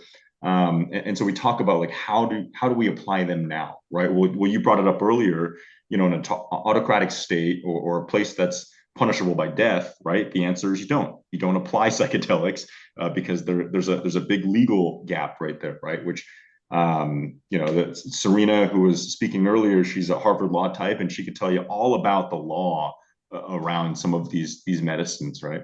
But out here, before we even get to law, you had mentioned the culture piece. It's like it only really takes 2 generations, right? So cannabis was legal, mushrooms were legal for the majority of the 20th century in a lot of these Asian countries. They weren't outlawed, they weren't promoted, right? They weren't actively being introduced as a form of pop culture, not like our 60s did, right? Sorry, go ahead. And and maybe it's, maybe they were just for the few who needed them, like a medicine. How many people go towards a specific pharmaceutical? Just the people who need it. It was Tommy use. Chong. I think Tommy Chong, Cheech and Chong did a lot for the stoner movement. Yeah, right on. There was widespread use. I'd say it was pretty widespread use, at least basic stuff like cannabis, right? It was very widespread use. I think up until the late 90s in Japan, you were able to go to a head shop and buy psilocybin just in a casual holistic medicine shop, just anywhere else that was selling a lot of these herbs that people are using for tea or they're using for tonics, right? You were able to buy a lot of this stuff. And then of course, for one interest or another, things get banned. Think about tobacco or hemp, right? Think about pharmaceutical and upregulation. And so, you're going to face market conditions, and I think that's practical anywhere you go, right? But I'm feeling slightly more comfortable being tagged as someone, within entheogenic or psychedelic culture, because if anybody wants to attribute anything in particular to me, it's this. For instance, like I don't want, there are some things I don't want. And there are medicines, there are things that people have outside of this culture that aren't for me. And if people are wondering what dark secret I have up my sleeve, well, I feel like this secret isn't too dark as far as secrets go. This is pretty much just this is visionary healing in a lot of ways. And so, as a science fiction fantasy writer, we provide experiences outside of the norm, which is people say art is drugs. Art can change our reality. Art can change our thought processes, and books are my form of art. Stories are my form of art. So, and the stories and creation and creativity can be treated as revolutionary, where people are expected to keep to some perceived place, of order within social order. And visionary medicine has the ability to change or temporarily relieve us of the known social order. So it's that soft revolution, the internal revolution of returning to our spiritual autonomy. Right. So you said Yeah. you sci-fi fantasy type stuff, right? Like, do you find a way to incorporate Here. the psychedelic path or like spiritual growth? Do you find a way to like incorporate that into your science fiction stories? Without a doubt. Yeah, I do. Sometimes I write kind of like a piece that brings out perspective and a little bit of a trilogy? mind changing. Is that a trilogy? Yeah, the trilogy is complete. I joined a marathon for women's voices in the psychedelic movement, and during that I believe I was still finishing this last book, so now I can show you all three books. Right. Okay, so the first time I remember meeting you was the women's event in like November 22. So I think it's starting to come back to me. Yeah. And that was really cool to participate. And so these are some different perspectives, and just maybe getting a little bolder about some of the adversities. But it's really not about complaining. I'm really thrilled to be someone in a visionary discipline like science fiction fantasy, where people are thinking beyond reality. Some of the role of fiction, and especially imaginative speculative fiction, is to give people a different perspective on life or on whatever it is that's in the book, a new experience, a novel experience. And that's connected to the entheogenic visionary realm of medicine being something that heals or creates connection. So art being medicine, art being like drugs in terms of expanding or changing or adding to reality. And so in that way, it's felt like a really revolutionary act just to be a writer, to be writing my own original material with my own original IPs. Like, like here I'm claiming to have ideas, and I do.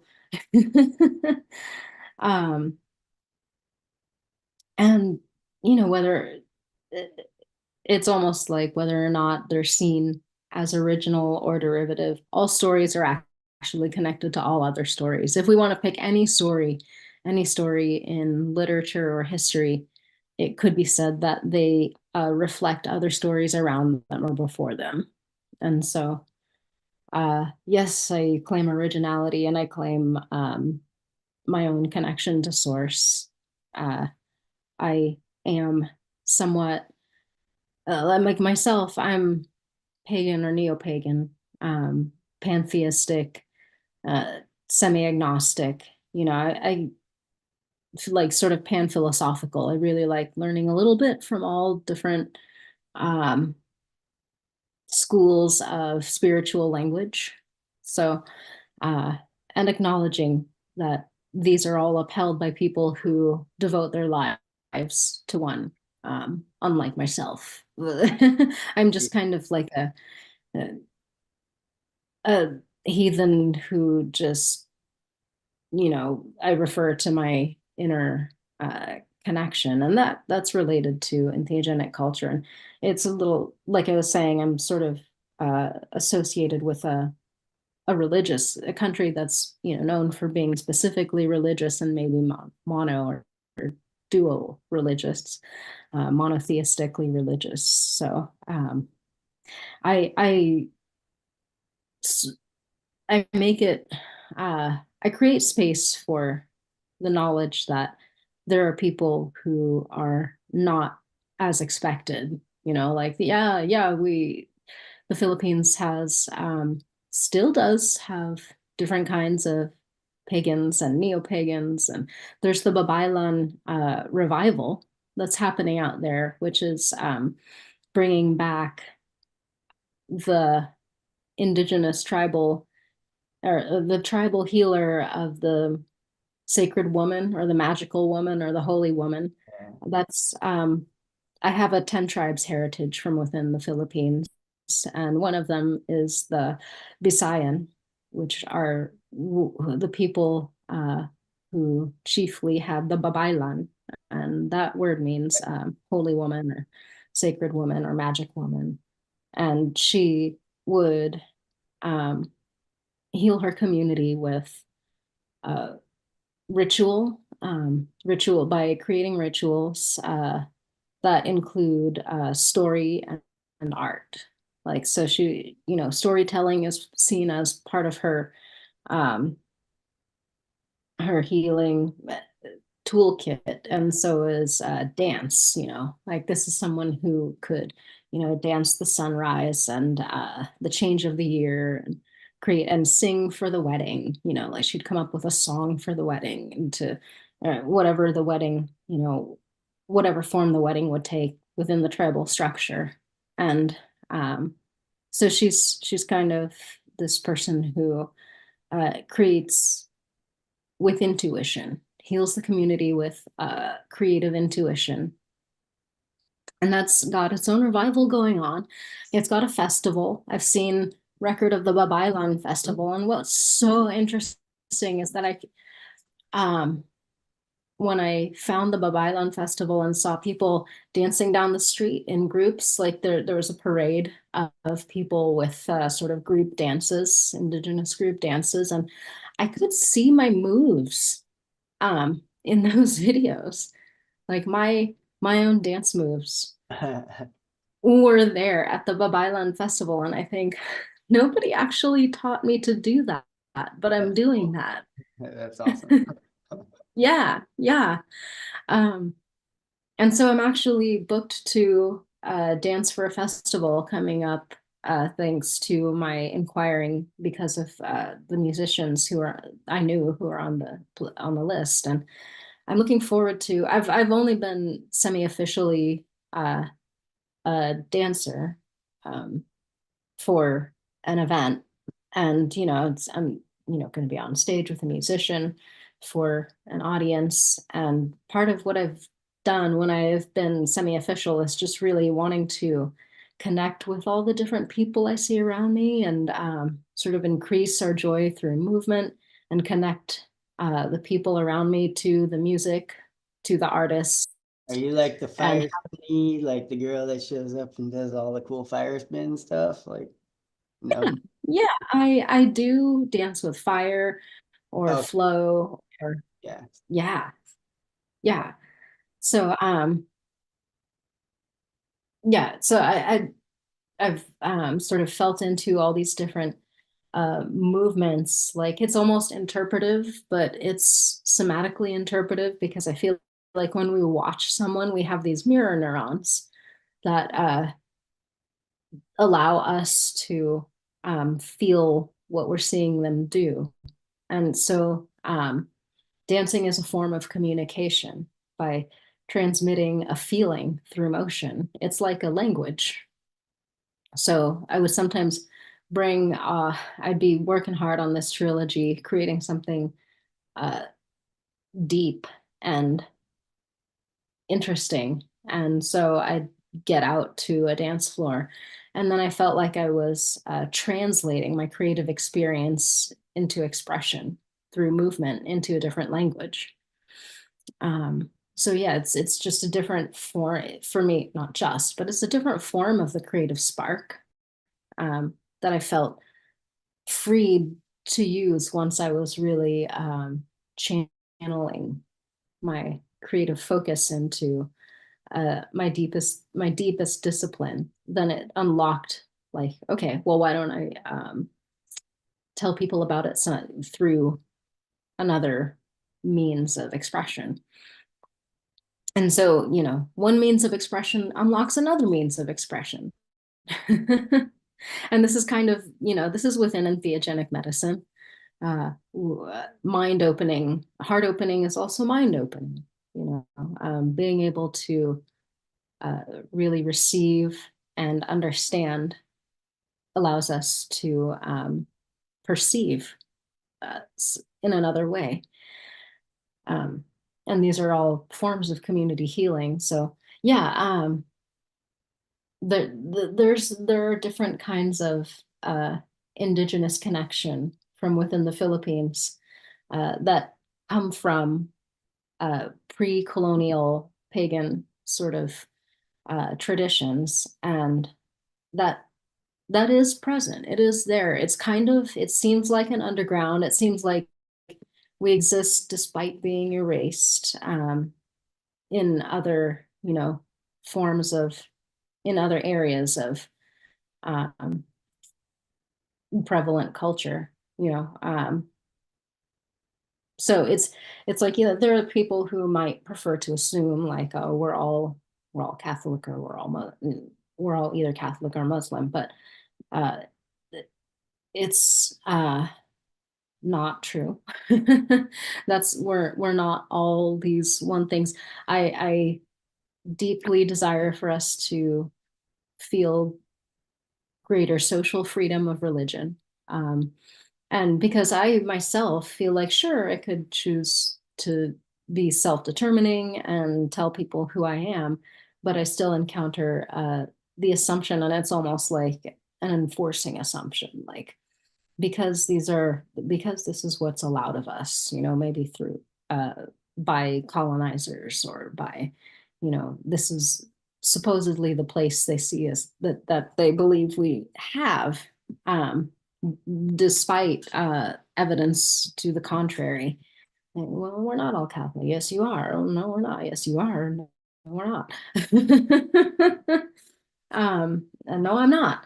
So, but the assumption pigeonholes us before we can, and then, so, putting myself out there as someone connected to the psychedelic and theogenic movement is one of those kind of like, I'm putting my stick in the ground and saying that this is me, this is my identity. So it's something like,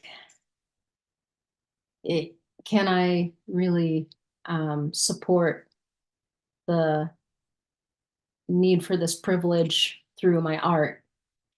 I put myself in danger of, greater levels of erasure, perhaps, because there are, do I hope to be an author who makes it on TV, or do I hope to be an author who's mentioned in Hearst Media on the over the Associated Press, when you know, Hearst Media still battles cannabis and other, you know, potential paradigm shifting ways of healing. I don't know. I'm an independent, so I published this trilogy independently. I serialized it online. It was a great process of serializing it online. And then producing a book at each juncture in the plot and in time. And so I'm not I'm not what most people would call widely known. I mean, I'm known. I'm known. There are people who invite me to engagements consistently over the years, and I'm on the world circuit too. I've been to other countries and different places sharing my art, and people have my book all over, but it's not, I'm not, hey, New York Times bestseller. I'm not sure how many New York Times bestsellers get to be, you know, out, completely out with alternative culture. And I feel like, okay, maybe I'm sidelining myself by, you know, being allying with my, with intuitive plant medicine or with these teachers. But I'm kind of just glad. I'm also just glad to be in this part of, I'm glad to be over here. I like it over here. I'm glad to be over here. If I'm less popular because I'm over here, well, I'm already, you know, I'm already kind of like a marginalized experience. And I can handle lower populations. So maybe I feel like one thing plant medicines do for me is create the kind of environment that's healthier for me, perhaps. Like there are some cultural creative pockets that I feel might be more exploitive, and maybe tribal medicines keep me from embracing exploitation and unhappiness. Like I'm not going to go, you know, pursuing unhappy outcomes. If I'm willing to stand up for my good medicine, then I'm standing up for my well-being as a creator, as an artist. Yeah. Mhm. And you got the event Yeah. on the side. That's pretty cool. So you just get to like write and go to like cool music festivals. It's awesome. I'm kind of jealous.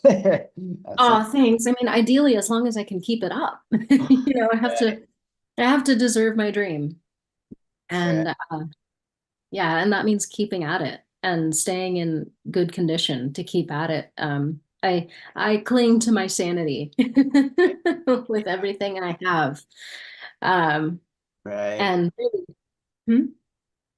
Well, I was wondering, like, I write songs and stuff, do a little bit of writing myself, have a YouTube channel, you know, nothing like major at all. But I found like the psychedelic experience, it's like something that's actually really like hard to like put into words. Like, do you have any like crowning little like poem where you're like, of all the like ways I've tried to describe psychedelia, like this sums up the experience like the best? Like, oh yeah, you know, I just shared this really cool part within this book with someone, and now that you bring it up, I would love to I would love to hear it because this is it's just like something. yeah, sure. I did a short reading with my previous presentation, and so this is while I find it, I'll describe it. Yeah. There's a part where the dragons in this universe, the cosmic elemental dragons that are part of the makeup of the universe, have a revelation. And in this, a revelation refers to that moment in time when all the dragons show up. And we, as humans, perceive that in a certain way. We hang on to our sense of reality by perceiving them in the sky. If everything turns into a dragon, we might have a hard time going about our day, but we can, stay standing if the dragons are in the sky. They're in the sky. Not everything in reality is a dragon right now, but they're in the sky. And so that's a revelation. It happens very, very rarely, but every once in a while, they all show up in one place, and reality is revealed in all the glory of its connection. All these different elements interacting that show us different aspects of the world around us.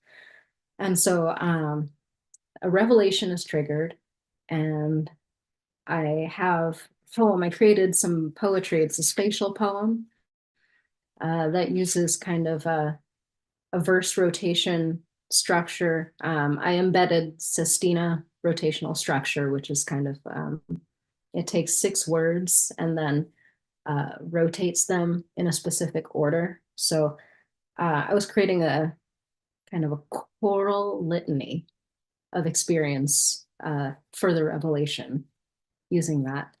So here it's about, under 10 minutes, and I'll just read this poem. I'll share this poem. And I think it relates to the entheogenic experience through sort of like, it's that mind-blowing moment of reality revealed. Everything fused together, the elements all in place, an unprecedented meeting. This moment, destinies fused, meeting everything, moment grasped. Rediscovering relation, embodying elements, unexpected, unforeseen, and we are all out together in relation again. Unforeseen blessing, fused focus. Universe unforeseen, propitious meeting, elements unbound, relation keeping. Here and this happens here with us at this very moment. So I'm taking a break in the poem right now just to say that all of this is happening all together, all at once. That's the feeling right now. Time is part of the dimensions in which we move, and it has its significance worthy of our notice. Persons sovereign, spanning time, sovereign domain, time interlocked. Forging coexistence, traversing dimensions, we meet in our multiplicity, multitudes and coexistence of sovereign selves. Coexistence, intrinsic dimensions unfold. Living multitudes, delicate multiplicity, multitudes hail, multiplicity evident, magnitudes of expression, the relationships between things and the things themselves. Levels of understanding, understanding each other, courses intertwining, growing, understanding, reflections speaking, intertwining flowers. Fortuitous concurrence, blinding brilliance, brilliance of our reflections, scales to scales, arpeggio juxtaposition, tessellation, correlation, concurrence, tessellation, resolving, understanding, solidarity. Seamless tessellation, rippling reflections, brilliance employed, concurrence, branching, light from without, light from within, translucence, radiance, vibrance, intertwining, braided and meshed. The spell is broken, the banishment. Our voices are clarified and move through the planes again in the way that is natural. Feeling cosmic, intricate spell, natural mystic, cosmic horizon. Expanding expression, puzzle clarified. And there is a new ripple in the water, moving amongst our beings. A stone dropped into the lake. The waves move toward the stone, pulsing stone emanating vibration, spell working. Effulgence emanating, totally natural. Clarified substance, expression, blossoming. We are the waves, and we are the stone, the expression of the everything. In cosmic dance here, unfurling. We welcome the now. We notice the direction. We are, and we receive. Outward see, genuine welcome. Receive information, see matters. Necessity happens, point, notice. Celebrate and meditate. This here now is how it happens. Celebrate invention, welcome news. Live, celebrate, perceive, receive. Notice oneself happens constantly. If we are here and we can see, then we are here to see. The presence imminent of the occurrence, bound into our transference, rotating spheres, invited presence, phenomena interacting, spheres overlapping. Needed change, interactive transference, ascendance of the phenomena transcribed through observation, feel it through ourselves. Observation, processing, presence propinquous, nurturing observation, extraordinary phenomena, transference fulfilled, change throughout, the change in the sky, like the change in the world, the turning of the spheres, the turning of our beings. And that's the Revelation poem.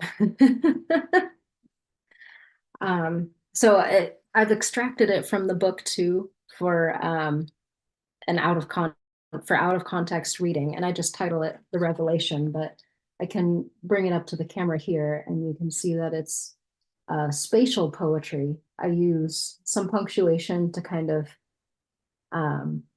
separate 3 different voices. So this could be, I read it in the linear fashion, but it could be read in 3 different voices, 1, 2, 3 in each stanza, and they're all separated. And it could be read out of order. It could be read sort of chaotically. But yeah, it could be read by 3 different people or many different people, or sung by many different Is it people. like happening to a character like in your story though? Like yeah, this is a point near the end of the entire trilogy where it's happening to everyone, kind of, in the capital. Like world-changing events have happened, and this sort of reintegration of reality in that moment brings about the revelation, which happens over the intergalactic capital city of Alessandra. And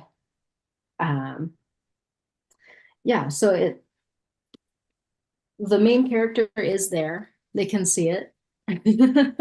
They walk out from this kind of world-changing moment to look out at the sky, and the sky is full of dragons. And then there's this other set of sort of poetic reflections, or poetically expressed reflections,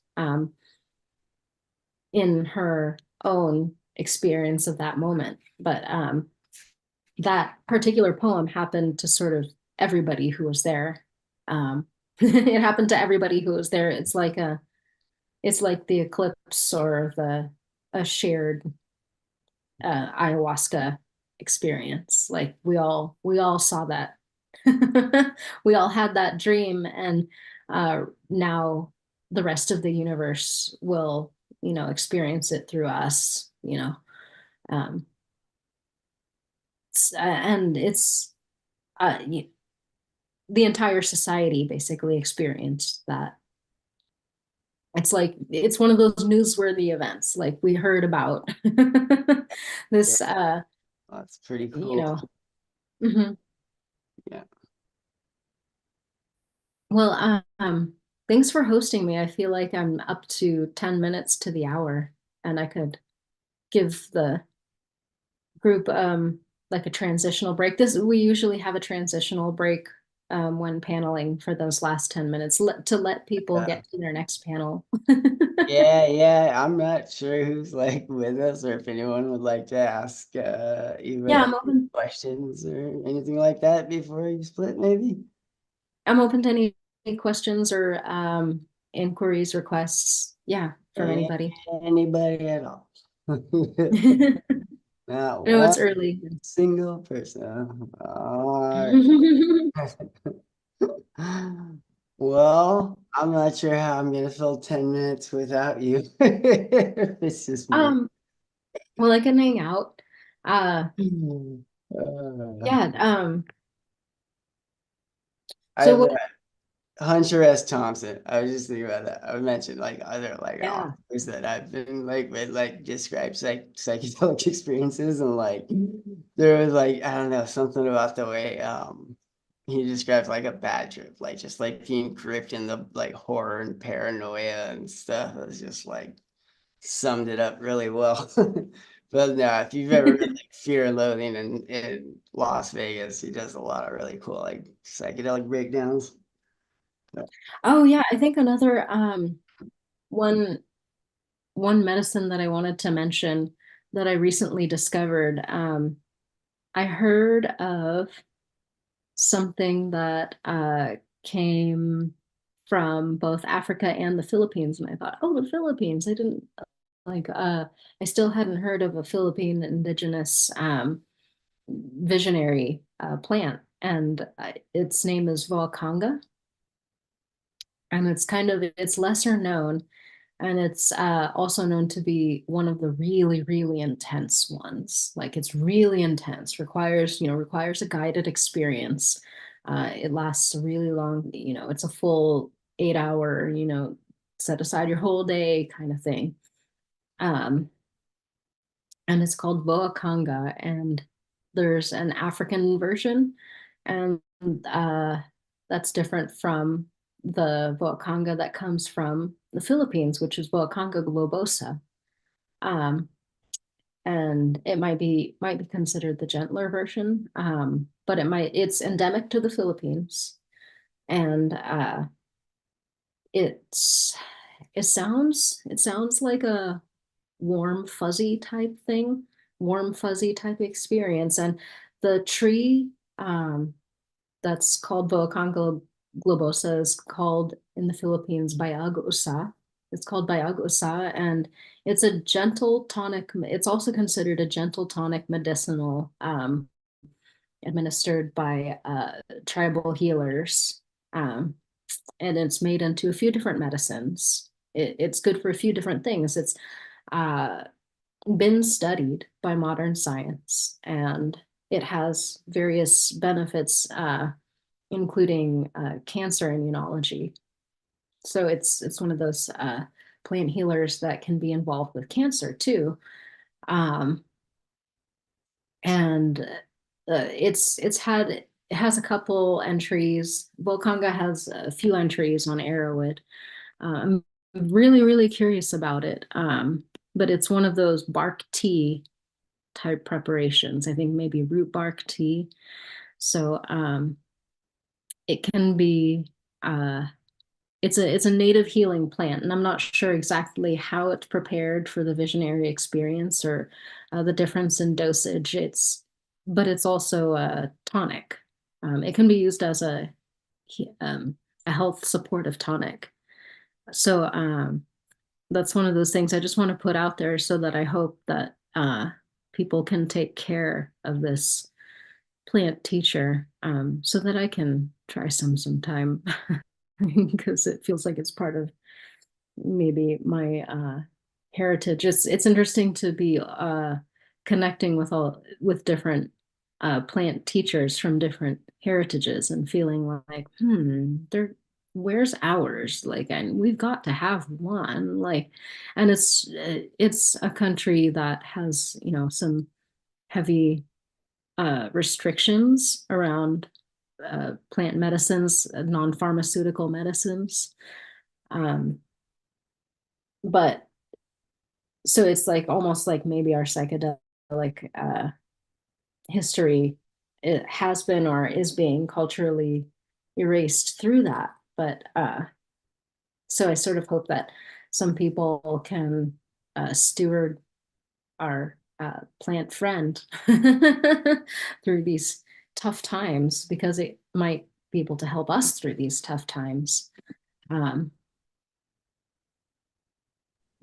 dude, I didn't even like think about that. Like the work they do and all those like death squads, like going at, was supposed to like, target, I think meth specifically, but like obviously, yeah, so other like, plant medicines are just gonna get rolled right into there. That sucks. Man, I can't believe I'd never thought about that before. Holy shit. Yeah, that's horrifying. Sure. Yeah, people worrying about having to get busted for herb or whatnot, along with these things. And when it comes to users, like and whether users can be treated as patients or criminals, is one of those levels of sort of political, social justice or advocacy for health. But it seems like, reasoning empathic people can see the difference between something violently destructive and something super chill, like kava, for instance, is one of those beautiful Asian American visionary or healing herbs that come from the Pacific Islands. That's just kind of, it's almost like a family time. And kava is family time, where we sit and just kind of get mellow. Yeah. Yeah. So anything else you feel like lobbing out there? Thanks for asking for the poem, by the way. We'll take a quick. Sorry, I was totally muted that whole time. Yeah, no, thank you for hanging out and reading it. And yeah, I really enjoyed talking with you again. Who do we have on next? Do we know? Is it Angela? Oh, wait, no, I'm sorry. It was Fernando or something, right? I opened up the screen share thing. So, there he is. Hey, buddy. All right. Cool. Well, all right, Eva, thank you so much again. It was really awesome seeing you. Yeah, I'm really glad I got to join you for this. I'm at MissCon in Missoula, so I'm in the middle of convention. Right on. Yeah, no, good luck with the festivals. Leave your email and contact information and stuff so people Oh can. yeah, I can type that. And today I actually just had a great panel called Consciousness Reimagined Through Science Fiction Fantasy. So we went on a great philosophical trip with that. Yeah, put it all in the chat. All right. Well, Fernando, I'm gonna kick it over to you, buddy. Hi, Rick. Thank you. How are you? I'm doing good, man. I'm holding strong for 4 in the morning. It's been up all night, but I'm feeling good. All right. Thank you. Do we get started? Not yet. I mean, it's Not yet. a little bit, but there's a lot of good energy going this evening. So yeah. All right. All Thanks. right. I'm good. Yeah. I'll wait for the cue. I think I opened up the screen share. Are you able to screen share right now? If you hit the green Yeah, button? I can. Yes. Shall I get started the presentation, Rick? Yeah, sure. Yeah. It's your hour. However, if you want to introduce yourself first, or however you'd like to. All right. We're letting in a bunch of people right now, so it's like you got a big audience. Yeah, that's right. Yeah, thank you, Rick. Hi, everyone. Thank you for joining us today. And first of all, I would like to thank Rick for organizing this conversation. And I think it's a very important conversation, talking about bridging the gaps, because I think many bridges have been burned. So it's a very important space that you are creating. So I would like to thank all the organizers for bringing us together. And also I was listening to Eva's sharing and very artistic expression. And now I'm going to invite you to a bit of a different spectrum, looking at things from a spiritual and scientific perspective. And I also see many of our community is joining. Thank you for being here. And thank you for joining from around the world, those whom we haven't crossed paths yet. And also, if you're watching this later online, thank you for being here. It's such an honor to present to you today. All right, so I'm going to share my screen and invite you to some reflection.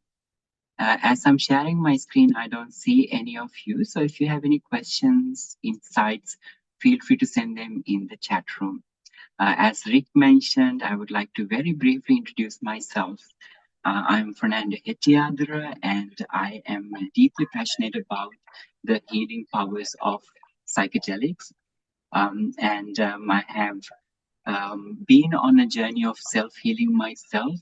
And up until I found the power of psychedelic integration, I wasn't aware how powerful a healing journey could be, and how sometimes the certain ailments within ourselves, like impact of trauma, certain cognitive distortions, strong conditioning, can limit us.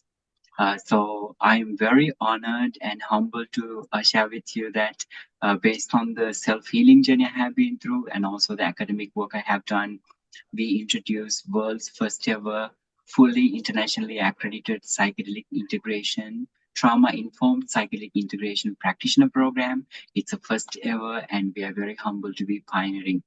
And I think it's a very important moment in psychedelic history. Once again, we are starting to bridge gaps and connect communities and enable the powerful possibilities. So once again, thank you for having me today, and also very honored to be in this space. Right, now that we have been invited to talk about the Asian perspective, if not, since this platform enables Asian voices to be here and share how and what we contribute to this space, I thought I will bring in a topic that can bridge worlds. So for an example, when we talk about Asian culture, Buddhism is a very strongly ingrained aspect of Asian culture, as you may know. I come from Sri Lanka, and I'm based in Thailand, and both these countries embrace Buddhism as one of the ways of life. So today I would like to share with you insights on Buddhism as a philosophy rather than a religious or a ritualistic practice. And I also thought, as we talk about Buddhism, which is an ancient practice, ancient philosophy, how about we bring it to the light from the scientific perspective, so that if you have a curious scientific mind, you would also be able to make sense in a way that how do we bridge these gaps, and how do we recognize the value of seeing the beauty of ancient philosophies in combination of science, the evidence-based research. All right, so let's dive in. I look forward to walk you through a journey of understanding how these modalities come together and how powerful they can be for us in our healing journeys. So a disclaimer, all Ignite Global and all our interventions that we share are solely for the intention of education, harm reduction purposes. And I also believe that there will be certain adult themes that we will be discussing in this session. So it's intended for 16 plus audiences. And I also would like to invite you to a self-reflective space as we continue through this journey, and go deep within yourself and ask yourself powerful questions. All right, so let's dive in directly. We are all seeking transformation in specific ways. As a professional coach and also a therapist, often clients, patients, individuals who work with me are seeking transformation. And one of the beauty of creating transformation is actually the ability to bringing in different practices together, combining them in harmony, where we are able to create the maximum transformation. I think the word transformation is often used very lightly. I think it's really important that we look deep into understanding what transformation truly means. And I think when we talk about transformation, it comes from a place of holistically being able to integrate a person's life, and then enabling a palpable, tangible breakthrough for them in order for them to not only move forward and become successful in one specific area, but also looking at the holistic elements of an individual being in transformation, right? So now in this specific conversation, I would like to introduce psychedelic integration, Buddhism as a philosophy, and neuroscience of trauma together in creating transformation. And please note the word psychedelic integration. So I'm not talking about psychedelic in isolation, rather invite us to recognize the importance of integration, preparation, and having the right set and setting. All right, so now let's dive in with the understanding of how to create transformation while combining Eastern philosophies, ancient Eastern philosophies with modern science and possibilities of psychedelic integration. Right, so it's something very natural for us to talk about meditation when we talk about Buddhism. And as you are aware, Buddhism has many different types of meditations. And today I would like us to bring our attention to Vipassana. Vipassana, simply, the Sanskrit word is translated into seeing or observation. So when we look into what this really means, Vipassana invites us to a space of recognizing things for what it is, rather than seeing things for our sensations or our judgments that we have about the world. So in other words, observing realities. These realities can be certain thoughts, certain emotions, certain sensations, ourselves, or even outside world for its true nature. Now, this is something that could be quite paradoxical as well, which is truly invites us to a energetic space, energetic perception, right? So with that very brief introduction to Vipassana, let's dive in. So what you need to keep in mind is Vipassana is a practice, a mindful practice, which invites us to recognize things for its true reality, rather than looking at things from our sensory perspective or sensory perceptions. All right. Now, when we talk about meditation, let's recognize some of the benefits of meditation. As you know, the meditation improves emotional regulation. And I think these are very straightforward facts, in fact, are also supported by science. So I believe that as an intelligent audience, you're already aware. So let's do a very quick recap. So improved emotional regulation, which means truly reduction of negative emotions, anxiety, depression, and creating enhanced emotional resilience. And another aspect is increased self-awareness, because it provides us a space of introspection, giving us the opportunity to understand ourselves at a deeper level. Now, if I may remind you, all these decades, we haven't really looked deep into ourselves. Some of us haven't really deeply looked into ourselves. But when the COVID took place, we had to really deeply go into ourselves and look at ourselves. So it gave us an opportunity to introspect and reflect on who we truly are. Now, that is one of the opportunities that nature created for us to reflect about ourselves. So Vipassana, if you're going through a very intentional journey of reflection, this enables us to create awareness, further our mindfulness, and also inviting us to a space of living in the moment. And another interesting connotation of or benefit of meditation is creating mental clarity and focus, enhanced concentration, cognitive abilities, better focus, mental clarity, being able to quiet our mind, reducing mental chatter, all those voices in your head, and increase the peace. And then lastly, I would also like to bring to your attention some physical health benefits. So now we are earlier, the 3 points, we look at mostly our emotional and mental aspects, but some of the energetic aspects as well. Now, in the 4th point, I would like to invite you to think about the somatics. I would like to invite you to think about the physiological changes that happen. So stress reduction, relaxation, optimizing blood pressure, pain management, improving our immunity system. In other words, creating better overall physical health. So you are recognizing, as I'm sharing these benefits, these are basically self-focused benefits. We also understand that as we continue to meditate and grow, we are also able to create impact not only within ourselves, but also our communities, at our workplace, and then also world at large, improving the immediate relationships and creating a ripple effect. So for now, let's just focus on the benefits for self to begin with. Right. Now, I think as we recognize the benefits of meditation, I think it's also very important that we look at it from the neuroscience perspective.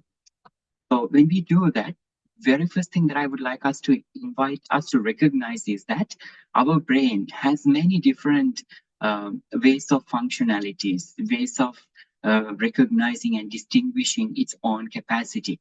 However, just considering that this is a very brief introduction, I would like all of us to recognize that there's a specific cerebral brain, which is the outer layer of our brain, the white matter that you see or the gray matter that you see. And then underneath of the limbic system, which is the little the white color part, and everything underneath is our subcortical brain. Now, what is interesting about these two types of brain areas is that cerebral cortex is usually our thinking brain, and subcortical brain is our subconscious or unconscious brain. And they communicate directly to each other. And they also, mostly the subcortical brain control the cerebral cortex, but it doesn't mean that we cannot do the other way around either. So let's keep in mind, cerebral cortex means our thinking brain, and subcortical brain is our subconscious or unconscious brain. Now, I would like to invite us to recognize few specific parts of our brain. For an example, if you look at the posterior cingulate cortex, which we call PCC, it has the ability or the specific region for us to self-reflect, to retrieve our memories, integrating information about self, our sense of self. And then if you look at anterior cingulate cortex, which is ACC, this is our somatic awareness, which enables us to physiologically regulate. So heartbeat, attention, impulse control, and so on. And then if you look at prefrontal cortex, has many interesting functionalities like decision making, stress controlling, being aware of sense of self, decision making, and being able to socially operate in a healthy manner. And now, as you notice that these are mostly the areas that you recognize in the cerebral cortex, the thinking, the cognitive brain. And then if you look at the deeper brain, you see the basal ganglia, for an example, executive function and motor control. Executive function is when our thinking brain and feeling brain have to make a decision. So although we never really think about basal ganglia literally, like for an example, today for you to join this session, you had to decide, am I feeling like joining this session? Is it valuable to me? So you did that assessment most of the time unconsciously, and then you decided to be here. So there you are. The basal ganglia has played a role in order for you to be here. And also, I believe that you are aware when there is a threat present in our environment, our amygdala, our fear response, the flight and fright response get activated, and that it enables us to get ourselves to safety. And then hippocampus, as you can see, this little like the seahorse shape that you see inside of our subcortical brain, and this is hippocampus. Hippocampus enables us to form memories, learn and regulate our emotions, and learn emotions and operate in a larger spectrum of emotions. Now, as I'm sharing these specific brain regions, you're already starting to recognize the reason why I'm doing that, isn't it? Earlier, we talked about several areas of benefits that we can gain from meditation, like improved emotional regulation, right? Mental clarity, increased self-awareness, physical health benefits. Do you see how these specific brain regions are directly connected to the benefits of meditation? In other words, if we look at it the other way around, we are starting to recognize that as we meditate, we are able to regulate, enhance the functionalities of these specific areas. So usually when we are operating on a day-to-day life, we are unable to directly control certain areas like amygdala, hippocampus, or basal ganglia of our brain, because those are subconscious or unconscious. We don't have direct access to them. But as we go through this process, you are starting to recognize that as we meditate, we have the ability to strengthen the communication between unconscious mind and then the conscious mind. So we are able to bridge the gap, and then we are able to create new neural networks in a way that we are able to improve ourselves personally, professionally, as well as spiritually. Right. So continuing, when we talk about meditation, now we have just looked at the personal evolution. At the same time, we are all aware meditation enables or acts as a catalyst for the spiritual development as well. And I'm very interested to bring your attention to this specific situation. And this is where Vipassana, we bring Vipassana to the next level. Earlier, we said Vipassana enables us to experience and recognize the realities for what it is. So if that is the case, Vipassana enables us to observe the true nature of the true reality of ourselves, right? It enables us to recognize who we truly are for what we are, rather than looking at the lenses, right? So with that, when we say who we are, it's so important that we address the word sense of self. I think if you're in the psychedelic space, meditation space, you're very familiar with the word sense of self, which we also address as often ego. Now, what we need to understand about sense of self is that our experiences are often subjective to our own experiences, the previous experiences, the genetic material that had been passed on to us, and all the associations that we have created for ourselves. In other words, everything that has happened to us make who we are. The name that was given to us, your school that you went to, all the adverse experiences you have had, traumatic experiences you have had, all these form your sense of self. When you were just born, you are just genetic material. Your parents gave you some genetic material, and your parents got it from your your grandparents, great grandparents, and your ancestors. And once you were born with that mixture of all the genetic material, you started creating this sense of self. So it's a combination of your ancestors, your own experiences, your associations, and this is what we call our programmed self. In other words, our conditioned self. This includes some of the cognitive distortions, some of the beautiful experiences, some of the difficult experiences, and so on. And this is what we truly call ego. And then moving forward, I would like to introduce you to this word. If you haven't heard about it, it's called shunyata.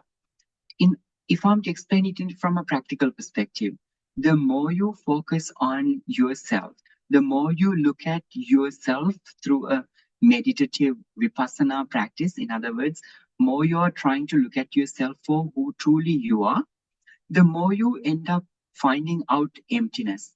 The more you look at a specific element, whether it is an emotion, whether it is a thought, whether it is a physical thing, the more you look at it, the more you recognize that actually dissolves. So in Buddhism, how they talk about this is that we are unable to truly make sense of anything independently. Every time we make sense of anything, it always has to come from a specific frame of referral. In other words, it needs to have a specific perception in order for us to make sense of something. Now, if this doesn't make sense immediately, let me use a quick example.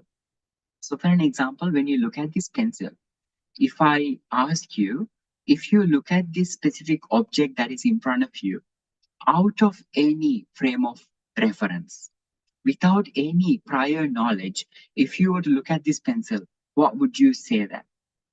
Now, I have done this little experiment with many people, and often people tell me that it's like a stick. There's some kind of like a wooden thing. It's something that we can use to write. But you see, none of it actually is truly coming from an independent perspective. When we say it's a stick, that means we already know the word stick, which means we already know what is a stick. And if we said it's something to write, we already know what writing is, right? So it has a specific association to the specific shape. So just to change the game a little bit, if I may invite you to think about this specific object as just a newborn. You just came out of mom's womb, and this image was presented to you, or a pencil was presented to you. Would you be able to identify it as something to write, or something as a stick, or it has a shape of a pencil?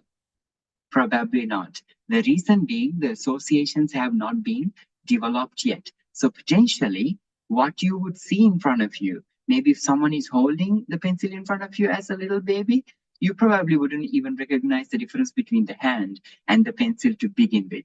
So we are starting to recognize that everything that is out there around us, every time, at all times, need to have a specific frame of reference in order for us to be able to make sense. Now, what we do during Vipassana is to remove that attachment to our own associations, our own knowledge, our own learning and knowing that we have created about everything that is around us. So for an example, I have a glass around in front of me. Now, if I am to look at this glass without the frame of reference, I don't think that I would be able to actually make sense of it. So what happens when we dissolve the attachment? In other words, what happens if we are able to be in a space of dissolving not just only the attachment to associations, not only attachment to the programming and conditioning, but what if we are able to dissolve the sense of self or our ego itself? Now, if you are aware of Buddhism, dissolving ego is a very common theme. Dissolving attachment is a very common theme. So what I'm going to do is park this dissolving self, dissolving ego for a second, and look back at it again in a minute. Right. Now, before I continue, I have a question for you. Now, have you ever heard of addressing trauma in the context of a spiritual development? When you go through a spiritual journey, have you ever thought that I need to address trauma? I need to recover from trauma. I think this might not be a common idea to many people. I have noticed often when we begin a spiritual journey, we start belonging to a specific group of people. We start dressing up in a specific way.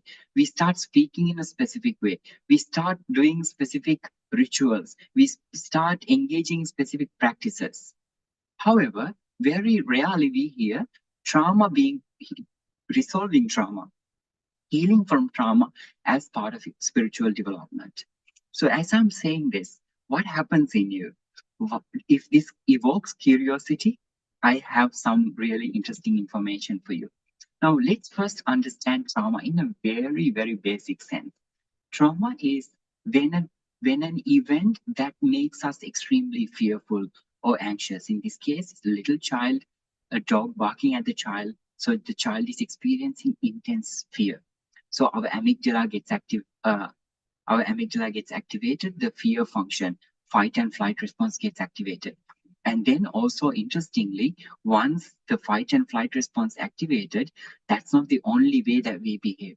Sometimes we freeze when we are very scared, right? So in this situation, let's imagine the child is traumatized by the dog and the child froze. And then what happens in our brain? We'll have coping mechanisms. We'll have protective mechanisms. So our brain changes accordingly, not just only psychologically or emotionally, but also physiologically. In other words, neurologically, our brain changes. So our brain structure changes, nervous system changes, and even at a DNA level, through epigenetics, we save this information within ourselves so that we can pass it on to our offsprings. And although science cannot directly explain, even our spirit, even our higher being of the intelligence, in a way changes. Our deeper consciousness changes in interesting ways. And then at a later stage of this boy has grown to be a man, and then he's walking down on the road. And then there's this other person who is walking a dog. And now this dog appears to be very scary to this person. We know that it's a trigger. So we have had a traumatic experience and our brain storage in our mind for safeguarding us. And then when the trigger becomes present, we get triggered, we call it, right? In other words, in science, we call it trauma response or the trauma symptom. And that's why sometimes grown people, even with a simple thing that we shouldn't be afraid of, create a very strong response. And the interesting thing about this is that a trauma response is unconscious. It's driven from our unconscious mind, in other words, the subcortical mind, so that we don't have direct control over it.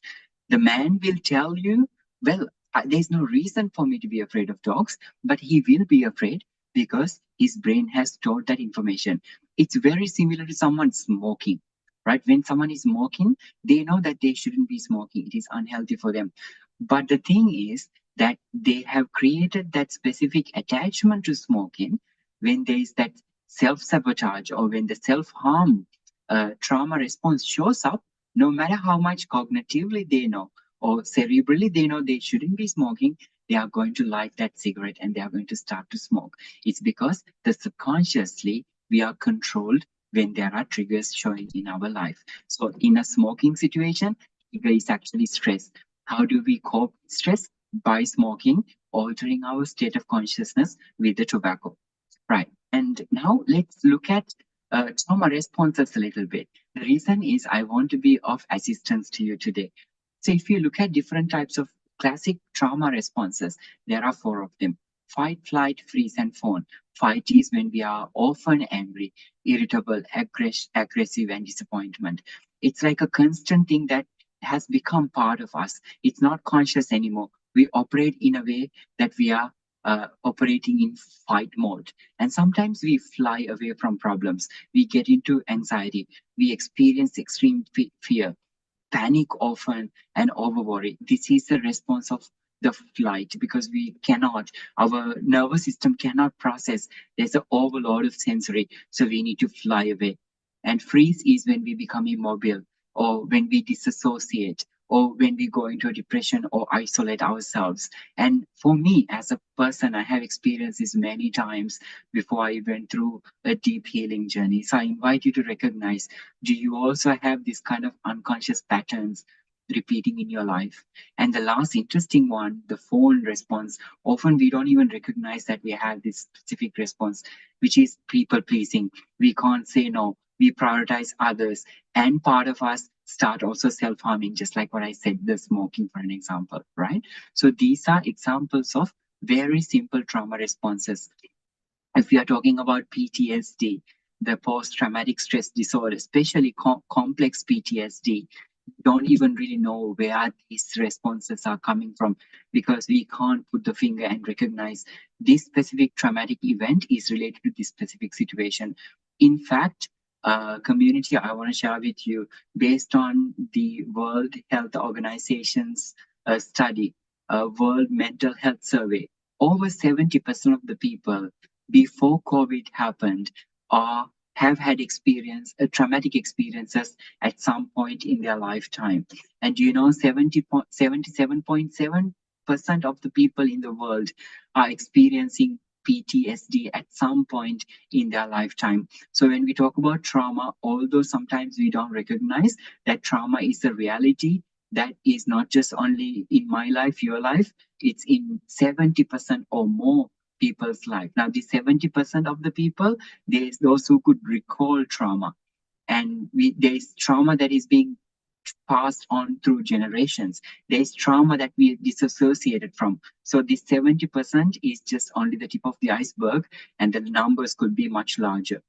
Right. So now, speaking of trauma, I am almost making it sound like that trauma is a bad thing. But let's really look at what trauma is at a deeper level. The reason why you see this little beautiful child is because imagine when a child was just born, the child doesn't know about this environment. One day, child brought one hand, the other hand he touched. Child realized, oh, this is me. The sense of self started being developed. And one day, child touched the fire. Child hit something, and there was a pain. And that pain created that awareness in our brain. Oh, the pain is indicating danger. When I am indicated with danger, it's important that I take a step back and do not engage in dangerous activities. So this is what trauma truly is. Trauma is truly trying to safeguard us by remembering those dangerous incidents and being able to react to them in a specific way, especially in a safeguarding manner, so that we are able to safeguard ourselves. So you are starting to recognize, although trauma in the normal sense is seen as something negative. If you really truly dig deep, you're recognizing trauma is actually a survival mechanism. It's very important. However, the sad thing is that if we were exposed to trauma on a regular basis, concurrent basis, as a child, growing up, as an adolescent, even as an adult, then the certain specific areas of our brain overworks. For an example, all the blood goes into our amygdala all the time. So the trauma is necessary when we are in the jungle. If we saw a snake, we become afraid and we run away from that. And that is important. But what if the snake is showing up at home? Maybe a specific perpetrator who is hurting a child, or a parent who is in substance abuse, or someone who is making you feel unsafe as a child. Now, if the child was exposed to this environment over a long period of time, then that fight-flight response, the trauma responses are activated all the time. That is not good for our nervous system. That is what creates a neurological damage, and also which affects our health, our energy, our spiritual development, and overall who we are as individuals. And that is why people who have been abused, who have experienced adverse childhood experiences, when they grow up, if they have experienced over 6 traumatic events or adverse childhood experiences, potentially if they didn't heal themselves soon enough, their life's expectancy can be reduced by 20 years. And I'm not saying this number just by my mind. This is a study that was conducted by Center for Disease Control and Prevention from the US with a study group of 17,000 people. So you're starting to recognize the role that trauma plays in our life. And then also, very importantly, now let's look at the neuroscience of trauma. Now, when we look at amygdala, which is the fear response, when we are going through a constant chronic trauma, chronic stress over a long period of time, we develop certain ways of behaving. Our amygdala develops a specific way of behaving. And the result is being hyperactive and having increased sensitivity and not being able to regulate our emotions. Hippocampus, which is responsible for learning, emotions, and forming memories, right? It literally reduces its volume. Imagine, it literally reduces its volume. The reason is, when we are in the fight and flight response, amygdala takes all the blood. It doesn't provide enough blood into hippocampus, for an example, which is our learning component. So learning area of the brain. Sometimes people who are going through traumatic experiences ask themselves, why can I not remember? Am I experiencing a learning disability? Why am I not be able to remember? Why am I not be able to process emotions? The reason is because we are not receiving the right amount of blood into that specific part of our brain. So we have impaired memory. We find it difficult to learn. We find it difficult to contextualize our environment and our relationships. And then we talk about prefrontal cortex earlier. Now, the prefrontal cortex also reduces its activities, which is our executive function, which enables us to make the right type of decisions, be able to navigate in this material reality. It put us in a place that we make wrong decisions and we cannot concentrate. Our emotional regulation is not good and we become impulsive easily. So you're starting to recognize these are just only 3 simple components trauma is affecting, right? Now, may I bring this back? Now, as you look at amygdala, hippocampus, and prefrontal cortex and their functions, you're recognizing direct connection to the trauma responses here. You're recognizing where they come from. And as you notice, amygdala and hippocampus, for an example, are areas of our brain that belong to our unconscious mind. So that is the reason why many of these specific trauma responses cannot be managed directly with our conscious mind. And then prefrontal cortex is directly controlled by amygdala and hippocampus, so we create that dysregulation. And then, you remember what we discussed earlier? We talk about sense of self, memory forming, fear response, executive functioning, decision making, controlling our stress, managing our heartbeat, managing our optimum blood flow. You're now starting to recognize that the very same areas that the meditation impact also is being impacted by the trauma that we experience. So you are making the connection now.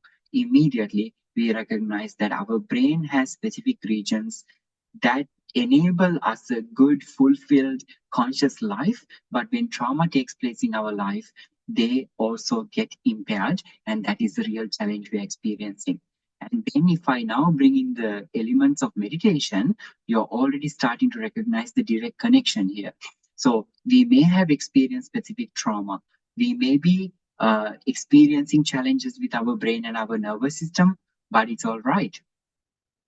A method like meditation enables us to re-regulate our nervous system, re-regulate our brain, and to impact exactly those areas which were negatively affected by trauma, healing it, enabling through healing. So I would like to say, trauma is like an invisible shadow, whispering and controlling you or ourselves, our every action. We don't even know. By the time we are 30 years old, we are programmed fully. We are fully conditioned. The way that we say, I don't like that. I don't like this. I only like this. I hate that person. I love this person. All of these things are already programmed. So in other words, imagine a shadow being right next to your ear, whispering and controlling you in life. Of course, that's a scary picture, right? But I want to invite you to think about how do we actually heal ourselves. If we talk about healing ourselves, it's important that we recognize we need to activate new neural paths, new neural networks in our brain. In other words, we need to increase the neuroplasticity of our brain so that we can re-regulate those specific regions in our brain, and then start healing. So what are some of the ways to really go beyond this control and then enable us to actually heal? Meditation, Kundalini, breathwork, psychedelics, these are all great possibilities that enable us to create a new neural networks. In other words, increase the neuroplasticity and enable our brain to remodel itself.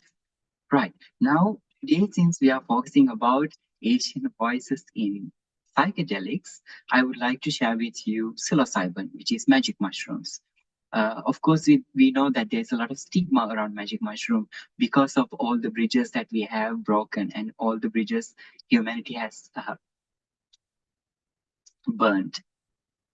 But if we step into this space and recognize where psilocybin or the magic mushrooms come from, they are just in our ecosystem.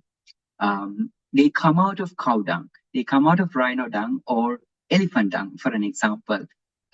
Beings or the animals that usually some of them we have domesticated, that they are just within our ecosystem. And some of these mushrooms just grow in the backyard of your homes. For an example, I live in Thailand, and it's a very common mushroom that we can find often here. And in fact, there are very specific mushrooms, very authentic to Thailand, for an example. Now, we need to ask the question, we are experiencing certain challenges in our life, and then there are plant medicine, there are sacred plant medicine that is right within our ecosystem. So let's understand a little bit about psilocybin. I believe that many of you are aware of them, but if you are new here in this space, when we ingest magic mushrooms, the compound in it, the psilocybin, breaks into psilocin. Psilocin molecule is very similar to certain chemicals that are in our brain. For an example, serotonin molecule. The serotonin receptors are able to perfectly fit in, or the psilocin can perfectly fit into serotonin molecules. And as that happens, something really interesting happens in our mind. Remember earlier we talked dissolving attachment or dissolving sense of self or dissolving ego. When we take psilocin, when our nervous system interacts with psilocin, it starts dissolving our sense of self. It starts dissolving our ego. And looking at it scientifically, we see there's specific parts of our brain regions that we call default mode network, which is literally sense of self. Now, when we have the our body induced with psilocybin, we are able to dissolve default mode network. Dissolving here means the functionality of the default mode network is reduced. Usually the default mode network is responsible for maintaining our sanity in the world, being able to operate in this world in a sensible manner. Now, when we intake psilocybin, it enables us to dissolve this specific region. So it releases the control it's holding across all regions of the brain.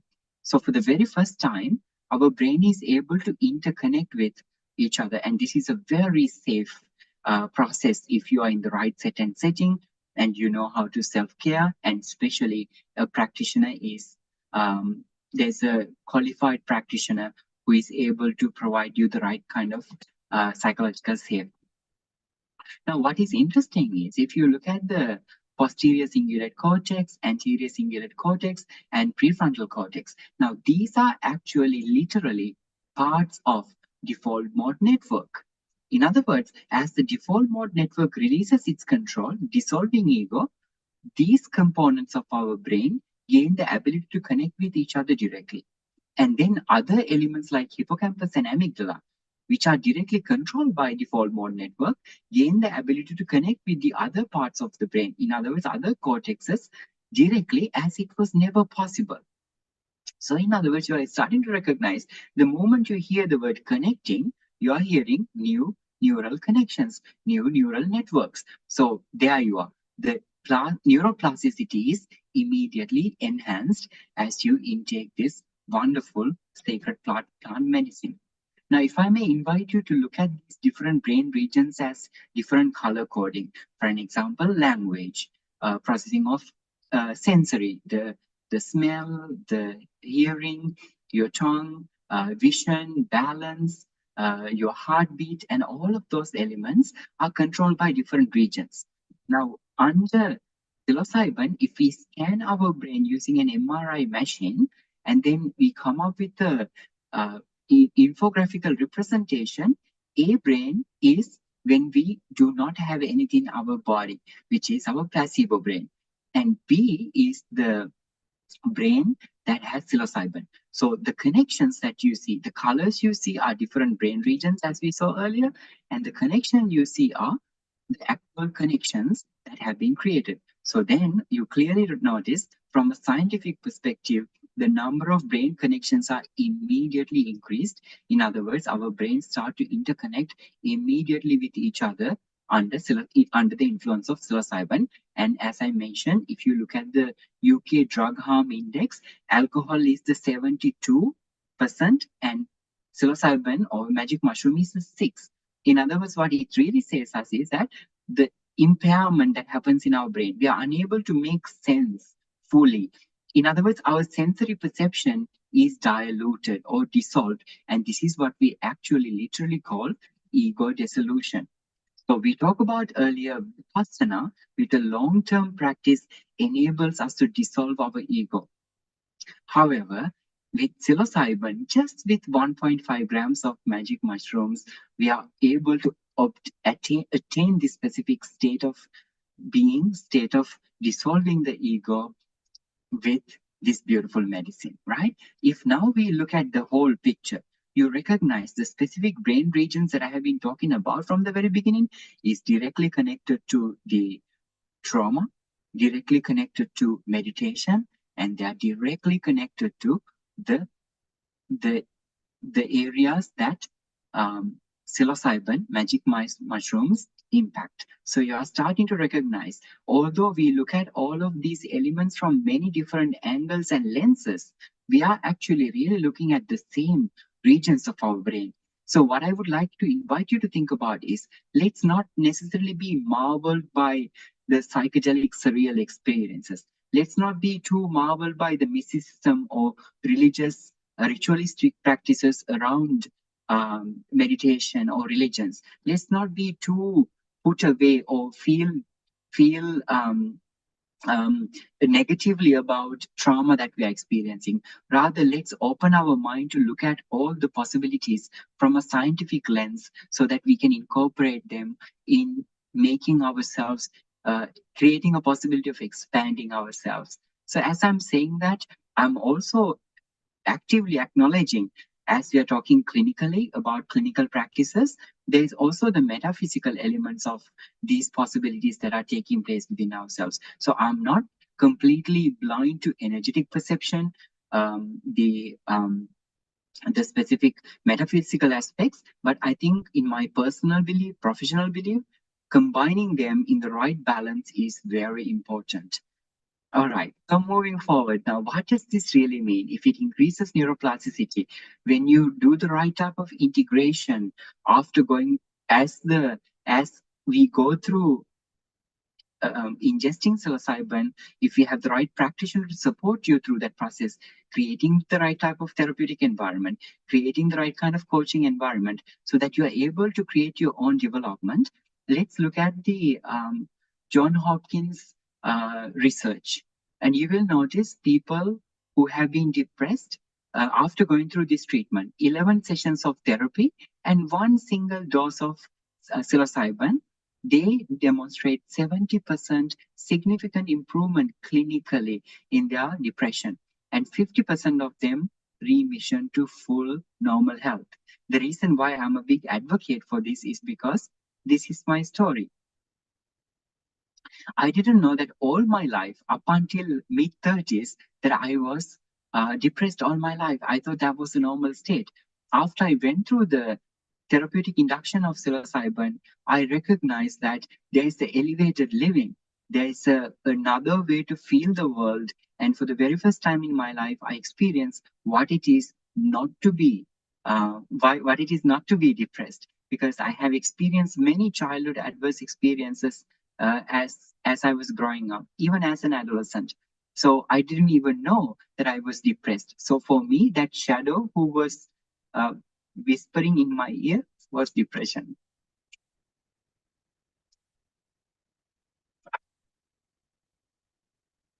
The cancer study. After 6 months of cancer study, the follow-up shows us that 80% of the people have reduced the chronic fear and the anxiety around. And 67% of the people say that is the 5 most spiritually meaningful experience. And then 70% of the people say it's the top 5 meaningful experience in their life.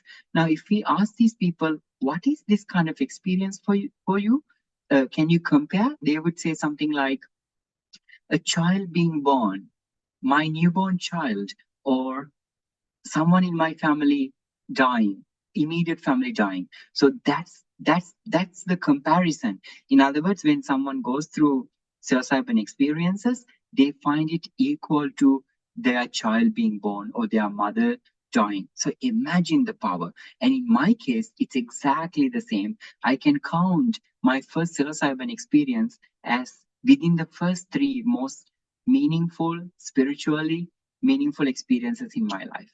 Now, these are about people who are experiencing difficulties and challenges in life. But how about the healthy adults, maybe like you? Do you know that 50% of the people who go through this experience, healthy adults say that it's the most personally meaningful experience. And over 80% of the people say that it's the most meaningful spiritual experience. And even the people who didn't think it's necessarily spiritually meaningful say that after the experience, about 90% of them say it enhanced their life, their relationships, mood regulation, having a positive outlook about life, and so on. All right. So with that, we are starting to recognize that there is immense power in increasing the neuroplasticity when we integrate psilocybin in the right way, or many other safe psychedelic plant substances, even certain synthetic substances. It increases the neuroplasticity in our brain. And how I would like to address it like this: think about your brain like a snow mountain. Once or twice a sled goes down, a person climbs ups and down. We like to stick to that path because that path feels safe. Our brain operates exactly like that. When something happened to us, we remember the trigger and we respond to it in a very specific way. And this is a specific neural network functioning in a specific way and almost becoming permanent. And what psilocybin, for an example, does is enabling us to take a step back and look at that bigger snow mountain. It's almost like the new snowfall, recognizing that we have stick to specific pathways all the time.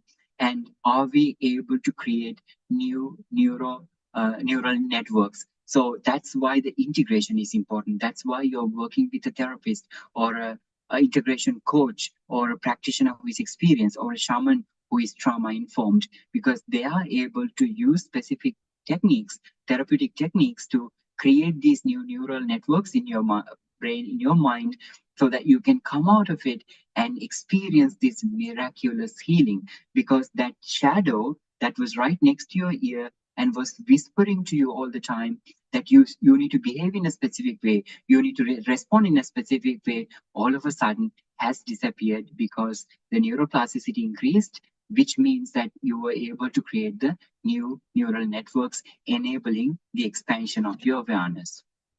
So here we are, going in the full circle. This is what I meant by creating true transformation, enabling us to expand our consciousness, enabling us to realize, recognize bigger realities, enabling us to go beyond what we know about this reality, look at it from non-ego involved perspective. Without our sense of self, when we experience who we truly are, it enables us to recognize that we are nothing but a true, connected, interesting entity. We are nothing but nothingness, interestingly. So when we are able to bring in different perspectives, like Asian perspective, Asian culture, Asian wisdom, ancient wisdom in this case, and bring in science and recognize who we truly are through a trauma lens, and then bring in psychedelic, not just psychedelics, psychedelic integration, we are able to create immensely powerful transformation in our lives. So I would like to leave you with this one last quote from one of my beloved teachers, Roland Griffith, who passed away last year.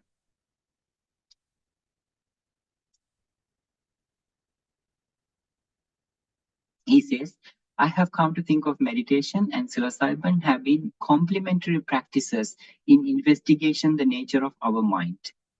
In fact, neuroimaging studies show that they produce similar changes in the brain regions related to sense of self. And that's what we have been looking at this whole time, right? We looked at the trauma affect the same areas, psilocybin affects the same areas, meditation affects the same areas, and it creates development as we create the increased neuroplasticity. And he also continues to say, well, if meditation represents the true cause of the investigation of the mind, true cause, pay attention to that. He says psilocybin surely represents the crash course. Crash course. If I were to put this into layman's terms, what this truly means is that when one has been meditating for, like professional meditators, over 20, 30 years, and when they were given the opportunity to experience a psychedelic integration session, they come out of it and say that it is immensely powerful, that they didn't even thought that this kind of experiences could be possible, even though they have been meditating over many, many years. All right, so community, thank you so very much for being here. I really appreciate your presence, and also I would like to thank Eric and the organization who bring us together and allowing us a space to share our voices, and especially from Asia. And if you would like to get in touch, feel free to find our details. My name is Fernando Hetiadra, and I am very excited for how these voices are continuing to bridge gaps and create new bridges and enable healing across the world, so that we all can create a healed earth. Thank you.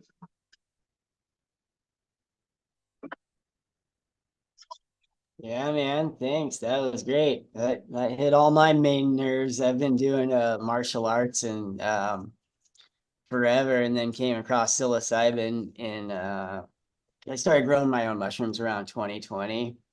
And yeah, I had some great breakthroughs, but it wasn't until I started like incorporating like meditation and martial arts like into my mushroom journeys that I really started to go to some like magical places. So yeah, I've been there too. And like I was able to like heal some trauma as well with psilocybin. Yeah. Very All touching. right. Cool, man. Thanks for putting that whole thing together. Thank you, Rick. Thank you, everyone. Yep. I'm not sure who we have on next. Does anyone know? Does anyone know who the 5 a.m. is? Nobody knows, huh? Oh boy. Well, thank you everybody for coming. That was great. I enjoyed that presentation. Does anybody have anything else they would like to say? That what we all just saw?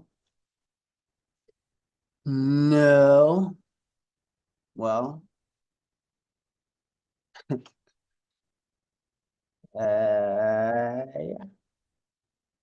Not sure what to say now. Thanks for showing up. I am gonna take just like a 3-minute bio break and I will be back in just a second. Then Crystal, are you up at 5? Oh, hold on one sec. I'm sorry. I took off sorry, I did the stupid security thing. Oh wait, you should be able to. Oh, can you unmute yourself now? No. Hold on. Yeah, see here. Okay, here, let's try this one. Sorry. There you go. Okay, I think if you click on that thing, you should. Are you able to unmute?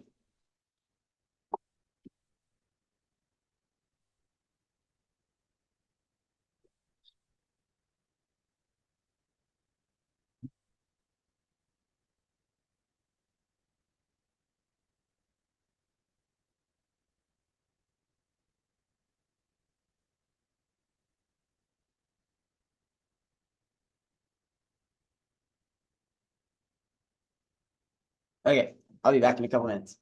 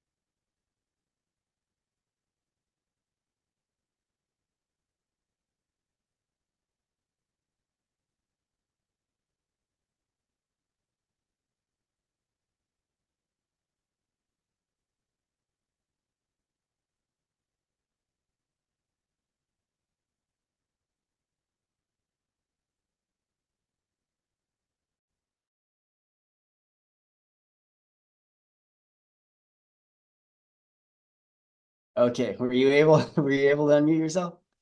Or do I still have to mess around with the buttons? Sorry, they messed around with all the security settings earlier. So Hey, Rick, are you talking to me? yeah, okay, there you are. All Okay. right. Yeah, Okay. I was on earlier and I couldn't hear anything, so I had to leave and come back in. And I had no context. And I was like, is he talking to me? I feel Oh, like, right. Yeah, I saw you. I saw you come and go for a second. Well, cool. okay. Are you up at 5? I am actually on the East Coast, so it's almost 8 a.m. or Oh, 8 wow. a.m. on the Cool. dot. Where on the Yeah. East Coast are you? I'm in Savannah, Georgia. Oh, wow. Cool. Where are Well, you on the West Coast? I'm in Seattle. Okay. So Yeah. you're up early. Yeah, I've been up all night. I've been doing the night shifts. I've been on since 12 a.m. Well, I've, been popping in and out throughout the time, and I saw that Leo was still here, and I was like, there's no way Leo's like doing this 24 hours. So it's nice to see that there's a whole community of support. Yeah, for sure. Well, thank you for being here. I guess if you Thanks. want to take it away, it's all yours. Sure. Well, thank you everyone for being here. I don't know how many people are actually here, uh, but that's fine. It's not really here what I'm here for. Well, let's see. We'll start from right now. So, hi everyone. Oh, hi, I see a little heart. Anita, nice to see you. My name's Crystal Palacio. I am in Savannah, Georgia, and I am a retired US Army veteran who has been using psychedelic assisted ceremonies and plant medicine and all of these different organizations that have been working to drive that movement here in America. I've been so blessed and lucky to be able to participate in a lot of those types of things. And it's been about 2 years, oh my gosh, 4 years? What year is this? I'm sorry. I also have an 8-month-old baby who got me up at midnight and 3 and 4. So I'm here with, and I'm just now getting my coffee. So uh, bear with me. So that's the season I'm in right now, is new motherhood. And I'm so blessed and honored and thankful to be able to have had a lot of time for my healing journey from when I medically retired in this space, because what I've learned in ceremony, in community, and throughout the years along the ups and downs and spirals of what that journey looks like is that it's actually not all about you. I think a guide I was working with was telling me that we all like to think that our pain, our trauma, our joys, everything is personal. And especially when you're dealing with like complex PTSD and all of these other different acronyms that the DSM will bestow upon you, you just start to identify yourself as these things. And they started to like peel back the layers and actually try to figure out what was going on. You start to realize that your pain isn't personal. Like you start to realize the intergenerational issues that, oh, this didn't start and end with me. This is something that's maybe been passed on throughout my lineage, throughout my family. And then outside even of the family context, there's the whole societal issue, right? So it's like, what is the environment that led to these types of this container to have these factors come into play? And because it's the Asian Voices thing, I found out about this event through the Asian Psychedelic Collective. They have a great signal group and everyone's always popping in and sharing so many great events. And I saw this pop on and I was like, okay, I'm not a doctor. I don't have the letters after my name, and I don't have like a thriving business. I'm in my mother era, just trying to make it through the day. But I kept on seeing them pop in, like, okay, we have a couple more openings. And one of the things I've also learned along the way is just the beauty of just showing up, of just saying yes, of following that lead. And so that's what I did. There's so much going on here in the States in the psychedelic movement, and the veteran population has really been pushed and leaned upon to kind of get some of those things through legislation. It's a lot of the studies, a lot of the money and funding, and that type of momentum has been through that stage. But one of the things that I've noticed, some of my female veteran peers have noticed, is that it's good or bad, it's always typically a white man narrative. And as I've started to work through different veteran nonprofits, and you notice that, oh, I'm still just like the only female, or I'm still just the only minority here. And then you finally meet like another one, and you kind of like magnets, you're like, oh, this person gets what it feels like to kind of be othered.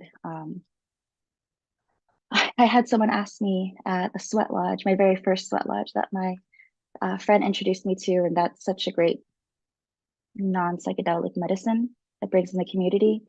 She said, they asked me, what was it like to be in the military? And it's such like a broad question, and I didn't really know how to answer it. And then I said, it's like an entire macrocosm and a microcosm. And my friend's like, that's like one of the best answers I've ever heard to like try to describe it. It's just like trying to ask someone, what's it like to be an American, or what's it like to be a male? There's, so many different factors. But one of the things that I've noticed is, there are these different archetypes, not even where you come from, your lineage or whatnot. And unfortunately, for like the veteran military kind of trajectory, it is a life of extremes. It is all volunteer force. Although some people come into it not having really good options. So especially within the immigrant community, a lot of times people join because they don't have families with trust funds or generational wealth, and they're like, hey, this is my way to have like upward mobility, to maybe get an education, to get training. A lot of people are coming in because, well, back in the day, patriotism. And so it's really interesting to see the shift.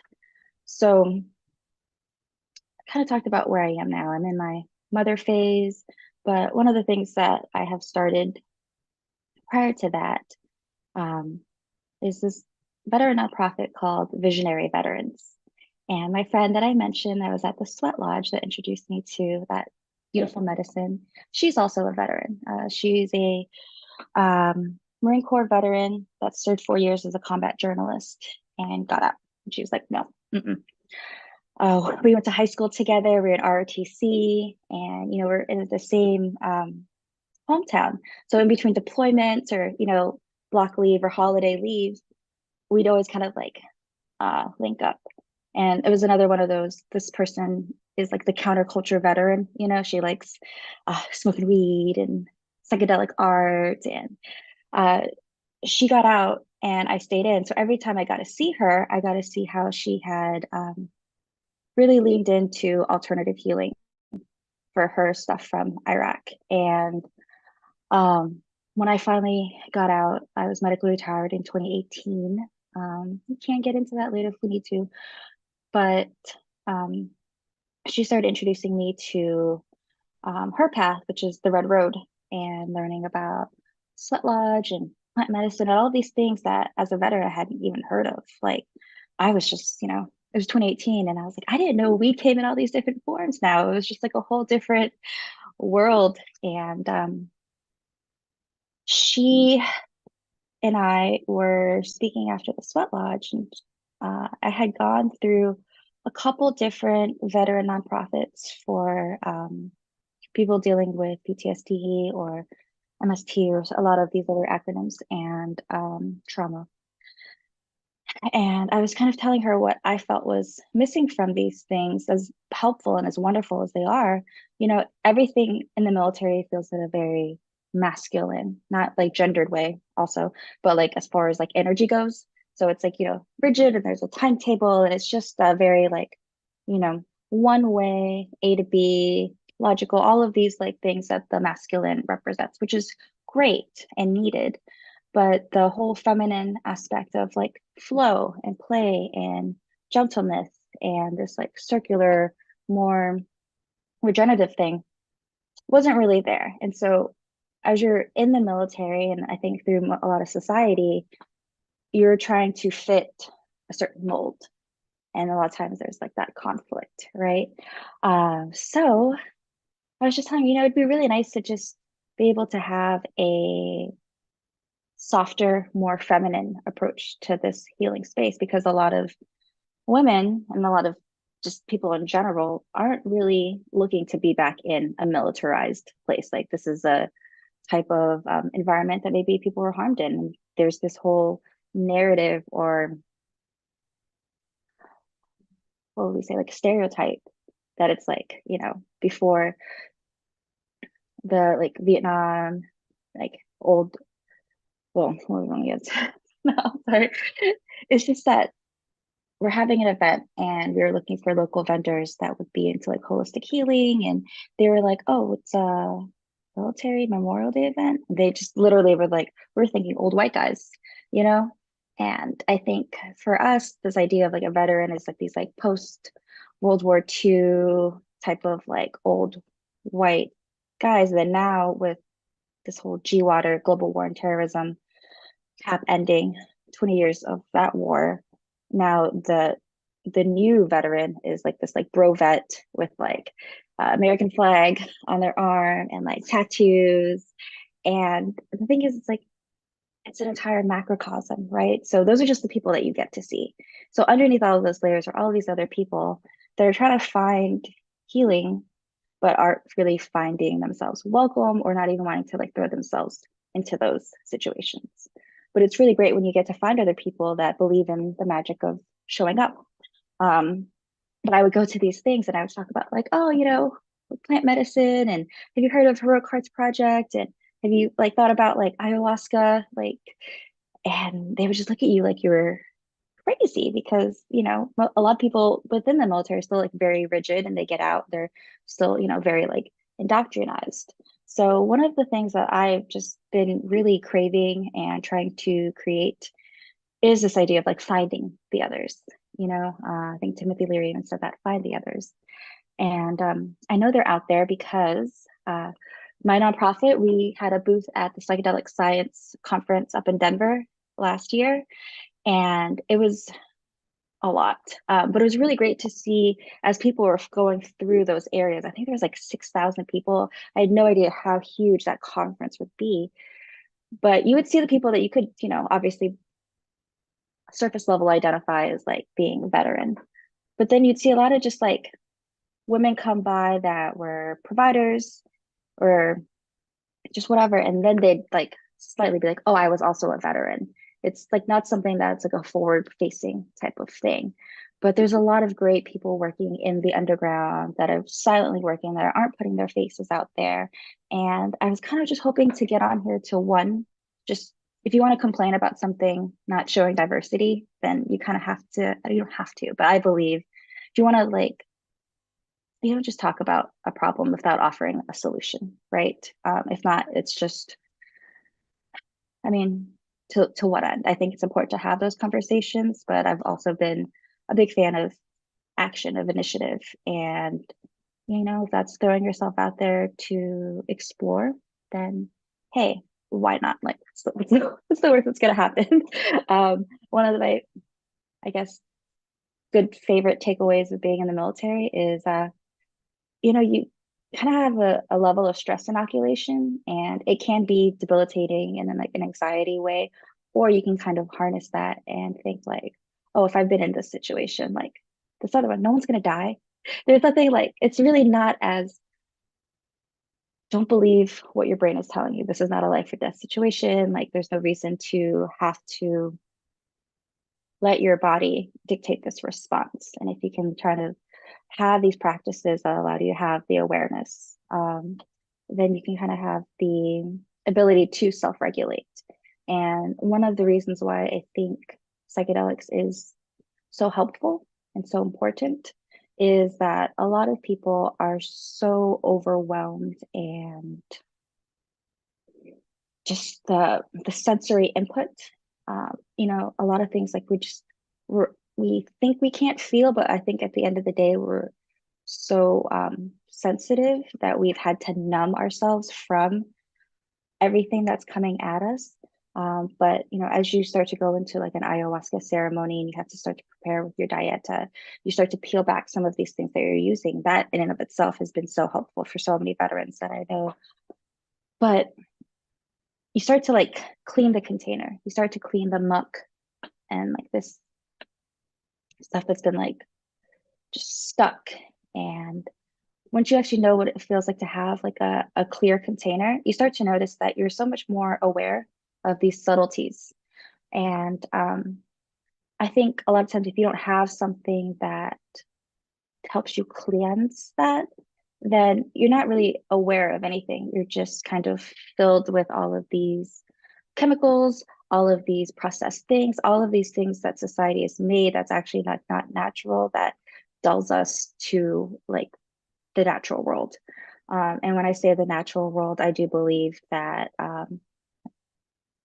the things that happen within a psychedelic journey, whether that's a man-made or synthetic, it gives you a glimpse into the natural world. It's just the natural world that we don't have the perception to see. So I think of, like peeling back a veil and being like, oh, wow, you see the life in a leaf, right? You see sacred geometry or fractals within the sky, all of these things that you wouldn't normally see on your own. But once you start to like kind of peel back a layer, and especially for people who have been through, very high intense situations, a lot of trauma, a lot of things. And let's be honest, a lot of people that join the military do have very high ACEs scores, or adult adverse childhood effects experiences. So there's this whole talk about, veterans having trauma, but I think there's things that have led people to even before their experience in the military, and that will just perpetuate it. And I think probably one of the reasons why people seek that experience within the military, to like prove to themselves that, I am not what this thing has happened to me, or to get out of a situation, or to just, have a calling for something that kind of pulls you to something more. And I think that all of this healing is possible without a psychedelic. And I don't think that a psychedelic is for everyone. But I will say that sometimes you just need like something big. Sometimes you need to pull out the big guns when there are like big experiences, because if not, you're never going to be able to have those layers pulled back and to have that perspective. And my feeling is that once you have the perspective, like it's something that feeling of interconnectedness, of like oneness, of everything that is all right, and this part and feeling that you are part of everything, and that no matter what's going on, there's still like this like inner peace, all of these like things, and like unity consciousness or transcendental Christ consciousness, whatever you want to call it. There's nothing that can replace direct experience. So you can read these books, you can hear testimonials, but until you yourself are in that seat, then you get to know. And unfortunately, it's a really sad statement to say that a lot of people just don't know what it feels like to feel loved, to feel accepted, and to be at peace with that. And I feel that this is my theory. I feel like I'm just talking to you, Rick. This is cool. So this is my theory, Rick. There is a story about the 4-minute mile back in the day, and this all goes into collective consciousness and like morphic resonance, where no one really thought it was possible to break the 4-minute mile. Everyone had tried, and they'd all get so close, until one day one person did. And then the weird thing that happened after that, so all these years this thing was never possible, and all of a sudden people started doing it. And I think it's this idea that once you know what something is like, once you know that something is possible, like once that energy, that idea is out there in the collective, they're like, oh shit, like this is possible, this is what this feels like, then it shifts everything. And so if you have never felt so loved or connected, or this idea that, I mean, like most of us, that there is life teeming all around us, and it's not just in this like physical form, if you don't have that direct experience, then you're just not going to know. So it's kind of like trying to tell someone like, oh, well, what's it like to be in love, or what's it like to have a baby, or lose a loved one. And I feel that like once you know, that's when like then you have that experience. And hopefully not everyone has that experience in their journeys, right? But if you do, the work then in integration becomes, what do you do with that? And so I've seen like businesses come and still within this like construct of, all right, well, I've had this, now let's monetize it, right? Like people try to then, have one experience and then say like, hey, I'm this expert or whatever it is. I think that's still very much, once again, into that masculine, extractive, like kind of way. And before my first ceremony, I was reading a book called Consciousness Medicine. And actually, no, and she had mentioned, I think it was in that book, this idea of the heroine's journey. So within the psychedelic world, you keep hearing about like a hero's journey, a heroic dose, right? Joseph Campbell's like myth that, you have to go out, slay the dragon, and then come back. But I've never actually heard this idea of a heroine's journey until right before my second ceremony in Mexico. And this idea of a heroine's journey isn't going out, slaying the dragon, but it's actually going down into the depths. And I really resonated with that because it just felt, once again, counterculture, subculture, this idea of everyone's like going out trying to do this, like, what does it feel like to actually go in deeper? And that's where I mention this idea of, and it's interesting once you start to set your intentions, how like these synchronicities and these themes start to really come into play. And so that idea that you need to go deeper and within, so return down to yourself, into your womb, into the earth, into that like darkness. And that darkness isn't like a bad thing, you need that to like have the light. And the guide had mentioned this idea that our pain isn't personal. And so a lot of my journey in that ceremony was about, going towards like the root of these issues, towards lineage. And that's when I started to think about how I need to do this healing, not just for myself, but to like, I want to start a family. And so it's like, how am I going to break these cycles for like the next generation? And once again, it's not about telling or having someone read something or whatever. It's a direct experience, and you need to be able to embody these things. So like I did my dive because I needed that direct experience so I could embody it. And then the work becomes embodying that.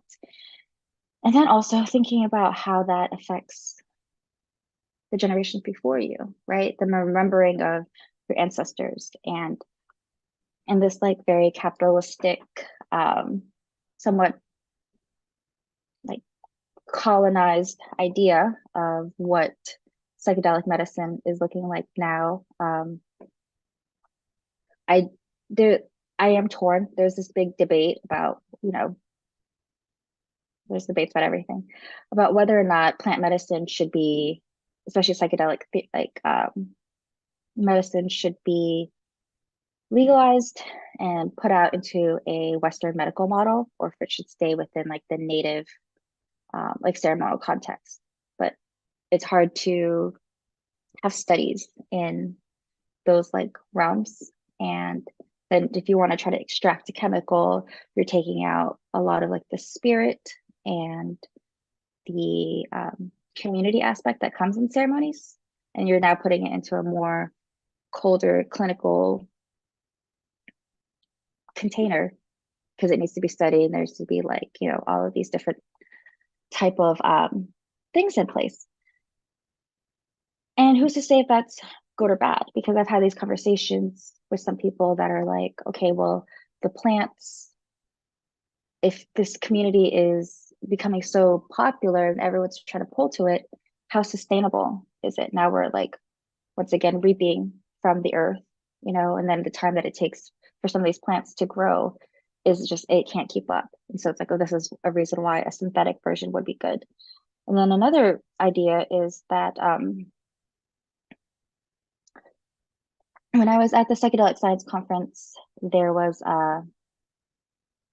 at the closing ceremony, there was a interruption, a demonstration, a warning, if you will, from Indigenous leaders that actually stuff what was going on, because you think of like just a giant theater, and they took to the stage. They pretty much got the keynote speaker off, and there was a little bit back and forth, and finally he gave them the stage to speak. And these native spiritual leaders were giving a warning out, to saying like, hey, we're not saying stop the progress, but maybe slow down, like think about what you're doing, because these plants have a spirit, and what you're doing is well, they didn't say that, but from different conversations, these are my own words, that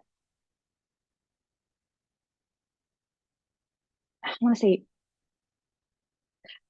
I have a friend that went to Colombia, and she did a ceremony, and she's Colombian. And she was very protective over, like, this is my culture's medicine, and all of these people are coming in and extracting it. And she would say they're raping this medicine, and they're prostituting it. And I know that's like kind of like strong language. I don't want to like say it like that, like, oh, they're raping this medicine, because I think everything comes down to the intention. But what happened is that these leaders were saying, hey, be careful of what you're doing with peyote and ayahuasca and all of these different things, because these once sacred medicines before, like tobacco, like coca, if you start to use it in this different context, look at what happened. It then becomes like the dose becomes the cure, or the dose becomes the poison, right? And then how you use it. So tobacco was actually a very sacred, very powerful, but then like medicine. And then, we co-opted it. We turned it into something that's not, we put money into it, and now it causes lung cancer. Same thing like coca, it's this whole cocaine drug trade, thing. It's just, it's, if you start to look at even the marijuana or cannabis culture, right? Like, what are we doing to like the spirit of like Mary Jane?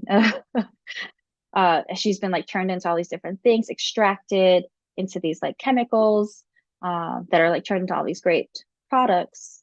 But then the THC levels like super high, CBD levels are like lower. And then now, there's all of these things about people getting into more psychosis, just because it's not in its like natural form. And so I believe that people should have the free will and the ability to explore their consciousness in any way that they want to. But I also do believe that the current paradigm of consciousness of people that, want to just make money off of things are going to exploit that. And then the culture, if you're not conscious to see where you're getting pulled in, it's just going to like turn you back into that. And so, we've seen it with tobacco, cocaine, coca, cannabis, and then now what's going to happen with psilocybin, peyote, ayahuasca, ibogaine, all of these different things. And I don't think that it's fair to just say, hey, these amazing medicines should just be for this group of people, or hey, no one can use this, or if we're going to be able to use it, it must be like extracted and then put into this model where it's inaccessible and a lot of people can't afford to have it.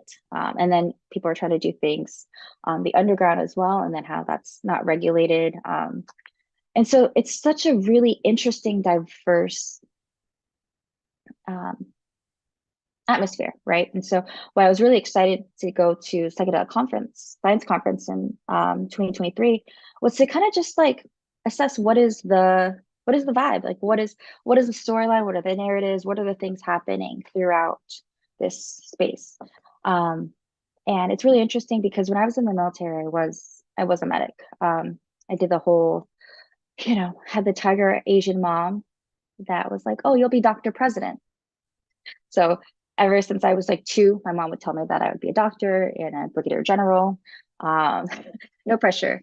And then she was like, oh, you're going to go to like a military academy. It's really weird because a lot of people think that parents wouldn't want their children to join the military, or especially their daughters. But my mom loved the military. I also think that it comes from like being in the Philippines, where there was a huge military base, and they, you know, had like a really great US American, or an American like Filipino relationship. So yeah, I was always just, my father was in the military, my brother joined the military, my sister's husband, he was in the military, my uncle's in the military. Like there's this huge military presence. I joined the military, and now my husband is active duty military. And so to be able to see it from all of the just different perspectives of like being a child, of being someone that was in, and now being the spouse of someone, it's kind of ironic because, you know, I thought I got out, and I'm still kind of in because I still have to move where they want us to, and all of these types of things. Pardon me. Copy. But when I was in the military, I was very much so in my masculine. I was very much so into like I needed science. And as I was going through my medical retirement, I was doing all of this research to find ways to fix me. That's when I started to hear about ayahuasca, about MAPS, and multidisciplinary associated psychedelic studies. And I was like, okay, this really fascinates me that they're able to show that there's something that's actually a little bit more effective than just pharmaceuticals. So I started going into that deep dive. So it really was the science aspect that brought me in. But as I started to have my own personal experiences, it was really more of the spirit and the subtle body and the culture and the community aspect that has really started to lay hold and make me feel, I don't know, that is still like a missing piece in the mainstream medicalized aspect. And I understand there's going to be different routes and roles, and that's, I think, needed. But I feel that I can't speak to my experience and share a narrative that I don't fully like parse out, right? And so should, you know, psychedelics just be in a medical context in America, where then, you know, it's just, here's a way that insurance can write it off, and then it's $5,000 for people to come in. You know, should be decriminalized so everyone can get it, and then you have no idea what you're getting. It's really, really interesting to me. My own personal view is I had my experiences several years ago in a, like, you know, the macro dose through a ceremonial context overseas because it wasn't legal here. And honestly, I don't think I would want to be in that space in any other way. But once again, you only know what you know. I want to have. Time? What was it called? Hey, Rita, I think you are unmuted. Do you have a question? Oh, yeah. No, what was the Yeah. name of the you just mentioned? It was called of the drug you just mentioned. I missed Which, it. a You said couple. you went to try something in. Oh, I tried a bunch of things in places. So the Oh, that you just trip. mentioned the name of a psychedelic. I'm sorry. Sorry, I must have misheard. No Okay. worries. Was it ayahuasca? No, I thought you mentioned you just like traveled to some place to try out something, but I think I probably misheard you. If you must have been talking about something else. Sorry, No worries. dude, I've been up like all night. No worries. Yeah, do you want to hear about groggy. that? What are your questions on that? Yeah. Oh, well, let's see. Now that I've got your yeah, no, I did a lot of what are your thoughts on like meditation, like and incorporating that into like psychedelia? Yes. I'm a huge meditator. I actually had a good meditation practice going before I even got into any of my psychedelic journeys. And huge caveat here, I used to recreationally use psychedelics. And so most of the things I'm talking about now is in an intentional like ceremonial healing type of like space. So yeah, I got a grant to be able to learn transcendental meditation for free through a veteran nonprofit. So when I was talking about, you know, being able to like learn different tools, and Right.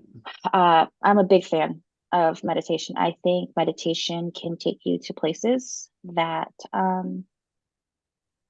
psychedelics can without even having to take a substance.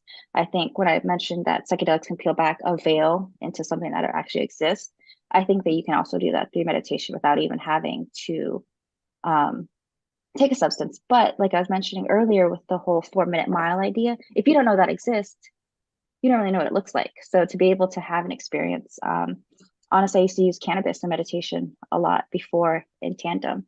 I noticed once again, as we talk about how different medicines are being co-opted, and then, you know, if you are watching something, how like they can kind of like pull you to want to like buy this, and it becomes this idea of like spiritual materialism. And I try to get like pretty self-aware, sometimes a little meta. And I'm like, okay. And I'll like write a note in my journal before that was like, okay, if you're going to smoke, no screens. Because I actually have an addiction background as well. And when I got out of the military, I went through rehab for alcohol. But one of the things that I started to key in, meditation helped a lot on that too, is just to be aware of my patterns. And then it's like, oh, this addiction pattern can just go to a different substance, right? And then so I was like, oh no, this is medicine. This is what I need to do to deal with my PTSD and my anxiety. But then it's like, what's the actual source of it? Where is it coming from? What's the consciousness of this medicine? And I noticed as I was starting to meditate with cannabis and trying to like get in touch with that spirit, the message that I was getting was kind of the same thing that my friend had with ayahuasca in Colombia, where it's like, you're raping and prostituting this like spirit of this thing, right? It's not in its like actual form. Here it is like turned into all these things, cold pressed and turned into this oil that is then, you know, all these like harsh chemicals. And then what happens to that device? It gets like thrown away, right? And it's like, so it's like, okay, here I am, I'm getting in touch with the cosmos, you know, you feel like you're connected and you're grounded and you're like, you get it. And then it's like, well, what are you actually doing? You know, you're just actually a cog in this like capitalistic machine. And, you know, it was really hard to try to get out of like the cannabis route, and to really try to use that with like a ceremonial, like, All right. like conscious effort. So like meditation really helped me with that. And now I can get to places with meditation where I did with cannabis without anything. But also, you know, microdosing and like meditation. And I think it's just, to me, ultimately, when it comes to psychedelics or any kind of plant medicine or spirit or any of those things, I think at the end of the day, in my own personal opinion, it all comes down to consciousness, right? And I think meditation is a really great, powerful, and often overlooked tool because it is free, right? Like you don't need anything. So let's like tell people that you need to buy a bunch of stuff or learn a bunch of stuff or do all this thing. How hard and it's super hard to just sit in your shit. Just hear your mind. Right. So we're gonna avoid everything. We're gonna avoid everything that's gonna say that. But it's been such powerful medicine to just, instead of trying to control your mind, be like, what is coming up? And to kind of peel back those layers and like, why? And like, can I sit with that? Do I have the capacity to deal with that? And then what do you do with once you see that, right? And so I think journaling, an art practice, community, all of those things are really like helpful within the whole holistic realm of like healing and integration. I'm glad What do you want? said that. I've been practicing meditation since like probably around like 2009 or something, and like it's extremely hard. Like I compare it to like learning how to play guitar, right? Like when people tell me, they're like, "Oh, I tried meditation, and you know, it wasn't really my thing." That's what, like, I imagine someone like picking up a guitar for the first time and wanting to play like some like Freebird. I mean, like, oh, I couldn't play. You know, guitar wasn't my thing, but like you only picked it up once, dude. And like you get, you know, like for me, it's like I had to start at like these little baby steps, right? And kind of like work my way up to learning how to play songs, I guess, if we're still using that metaphor. But Oh my like, God, and more power to you, because I have a guitar that's been sitting in my closet for over a decade, and I have not shit. brought myself down to, actually like learn how to use it. So yeah. Well, that's how meditation was for me, anyways. But yeah, no, I don't think it's talked about enough, like how hard it is. I think there's like a lot of it's like such a huge part of like, oh, I'm so enlightened. I do this meditation, like everyone wants to walk around like I meditate and go, connect with all this, yeah, and energies and stuff. And it's just like, "Ah, dude, it's actually Okay, really I hard." will. All right, Rick. When I first started meditating, it was like, I don't know if you ever seen Game of Thrones. Have you seen Game of Thrones? Uh-huh. Yeah. The last scene where she like just pretty much destroys the entire Just village with her burns dragons the that's on right. fire. Hmm. That's how it felt like in my head, where it's Right. just like, pardon me, this like rage. If you just have to sit, and it was just like, this Yeah. like fire breathing dragon, that was just like laying waste to Right. everything. And I would just get so upset. I'm like, I don't understand how people talk about meditation, because Yeah. I just want to scream. And so I think it is helpful to be able to, like I mentioned, if you have something else that can help you try to get to a state, to have proper training, and to have like kind of someone to like talk through. But now there's like so many great guided meditations. There's so much like free stuff out in the world. But I'm a really big proponent of some of the best things, the most helpful things aren't actually exotic or expensive. It's just the Right. most basic of put your feet in the grass, close your Yeah. eyes, like very simple things, but no one makes money off of that, right? Right. So, but yeah, trust me, meditation is very hard, but also aren't the best things that are hard also the most rewarding. And I think that, like you were saying with guitar, right? Everything's hard when you first do it, but it's just the coming back to it, to have like that devotion, that Yeah. curiosity. Um, I think with meditation, the most important thing that I would tell one of my friends is, or just anyone that we've like had in like our retreats, is that it's the coming back. It's not you just like sit down and it's going to be like super connected and enlightened. It's you have your thought, you see where it goes, and then you realize that you're off on this other thought, and then you come back. And I think it's that Right. coming back that is like the practice. Yeah. Yeah. Yeah. Started doing martial arts and stuff too. I did go through a phase where I kind of like was engaging in some like spiritual superiority. Like at one point Hmm. it did kind of like go to my head in a way where like, I'm so enlightened and stuff. And then like Buddhism kept me off of like hard drugs for like almost 3 years. So it was just like such a Congratulations. cosmic bitch slap to like end up back on heroin again after me. Like I thought I fixed this with the Buddhism. What am I doing back here again? And so it's like, Yeah. I had to kind of Yeah. up my game a little bit too. Psilocybin's kept Exactly. me off of heroin for almost 5 years though. So that's that one seems to be sticking. That one actually feels like really solid. Oh, And but you know I what? Congratulations. And thank you so much for sharing that with me. This whole concept of like addiction is something that is very, very near and dear to my heart, because I've had to deal with it. And then it sucks when you start to see like the cycles, and it is hard. Like, dude, to have like 3 years. I also right, want to say that like these substances didn't keep you off of it. You did. right, yeah. No, I was doing karate and like everything. And yeah, it's I love martial art. right, That's right. so cool that what kind did you do? So I did Kempo karate for a couple of years, and then I got into like straight MMA. It was a lot cheaper. Like I could do Muay Thai and like Jiu-Jitsu for like the same price and go a few nights a week. So I started like going to both Muay Thai kickboxing and Jiu-Jitsu classes. I Hmm. actually got a gold medal in 2015 for the beginners, whatever, 150 pounders or whatever, what in a Jiu-Jitsu tournament. And then now I just kind of like just do my own thing in my little home dojo just to keep polished up, I guess. And it's a Yeah. perishable skill. Like if you don't practice it, you're gonna lose it. So I really try to keep up on it. And so, I, you know, I think that's amazing. I also I started doing tempo when I was young before I joined the right. military. I did Pailam Shwapa Tempo Kung Fu Yeah. for all the way up to brown belt.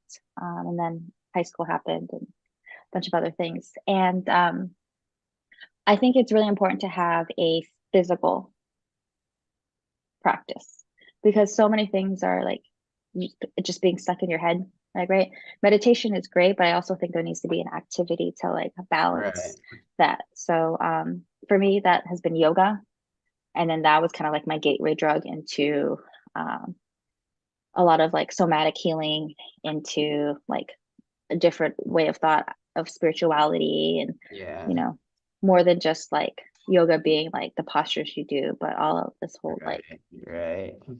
entire system. And yeah, I think that having a physical embodiment is also part of that feminine, not like gender, but like an energy of like being in your body, because I think a lot of things are just very like in your head. And if you're just stuck in your head, that's how, you know, you're not really connected. And to get into your heart, to get into like your body, just like really get where your feet are. Right. Yeah. So I think I never even thought about martial arts as that practice. So thanks for bringing that up. Yeah. I was Yeah.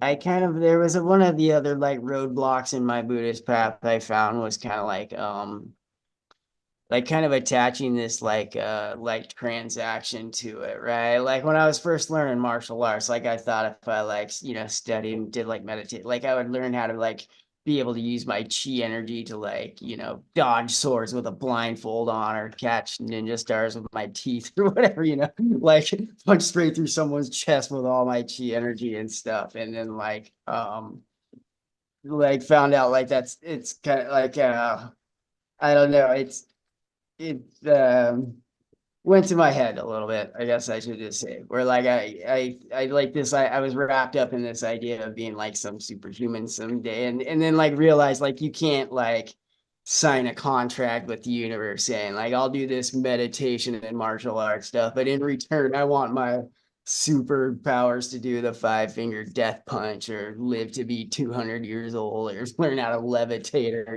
what I mean, like I realized like putting these expectations on it was like Right. a form of attachment that ended up holding my Buddhist path up. That's exactly what I was just thinking of, was like the attachment piece. Right. There's a really good book by a Buddhist teacher, and it's called Cutting Through Spiritual Attachment. And it was really helpful for me in a lot of my integration ways, because I think a lot of times if you go and have these like mystical experiences, one of the things that happens within that falls off the integration is to have a framework that makes sense to you. And that's why I really do like have this like passion for learning in Buddhism. Like that's the like magnet that kind of pulls me, because it's like the more that I learn, I'm like, oh, I saw this in my journey. That makes sense to me. There's like this like scaffolding, there's this framework that kind of makes sense. And in Cutting Through Spiritual Materialism, and I was reading that through one of my integration processes, it really made sense, because sometimes you think, like you're mentioning too, that spiritual ego of like, how many journeys have you had? Like, did you do this? Did you do that? And it becomes like this like ladder of like check marks, right? And it's like, what kind of crystals do you have? Or what kind of like mala are you wearing? And all of these things to kind of like show like how spiritual you are and how enlightened you are, and all of these outward things. And then to be able to kind of cut through that. And one of my favorite ideas through integration through life in general is this concept of like the sacred mundane, right?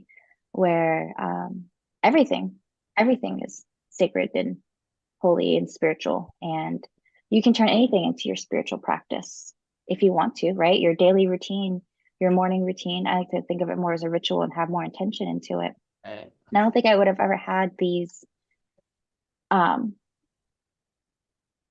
ideas if it wasn't for having the glimpse behind the veil that psychedelics provided for me. And I think it's super important to have that community around you, that framework, these different embodiment practices. And I think that if you're trying to think that it's like, oh, this one thing, right? A lot of like sales pitches would be like, oh, try this one thing and then your life will change. And it's not, you know, it's so many different little pieces and it's so different to everyone else. But yeah, there are these archetypes around it. And I think that a movement, embodiment practice, a meditation practice, but overall, I really believe that community is the biggest medicine because, you know, we can't just do this on our own because our pain isn't personal. Yeah.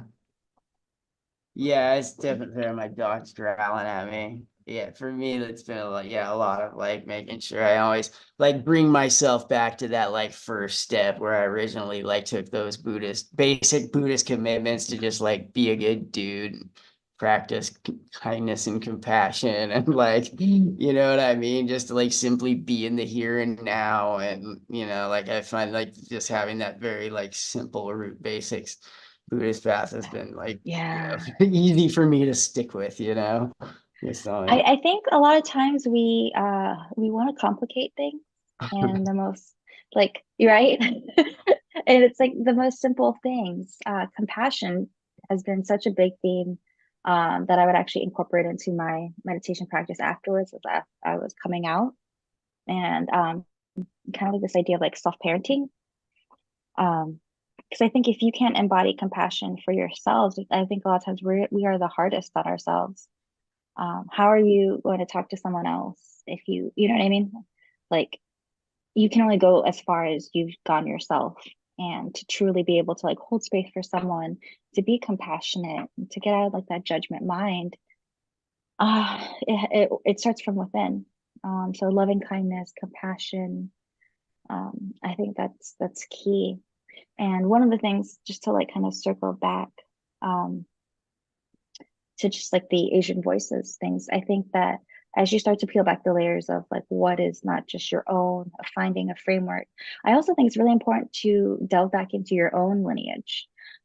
This idea, I also heard this from a medicine man when I was up in Denver for the Psychedelic Science Conference, is that we're all indigenous to somewhere, right? Yeah. So it's like, what are your roots? What is your lineage looking like?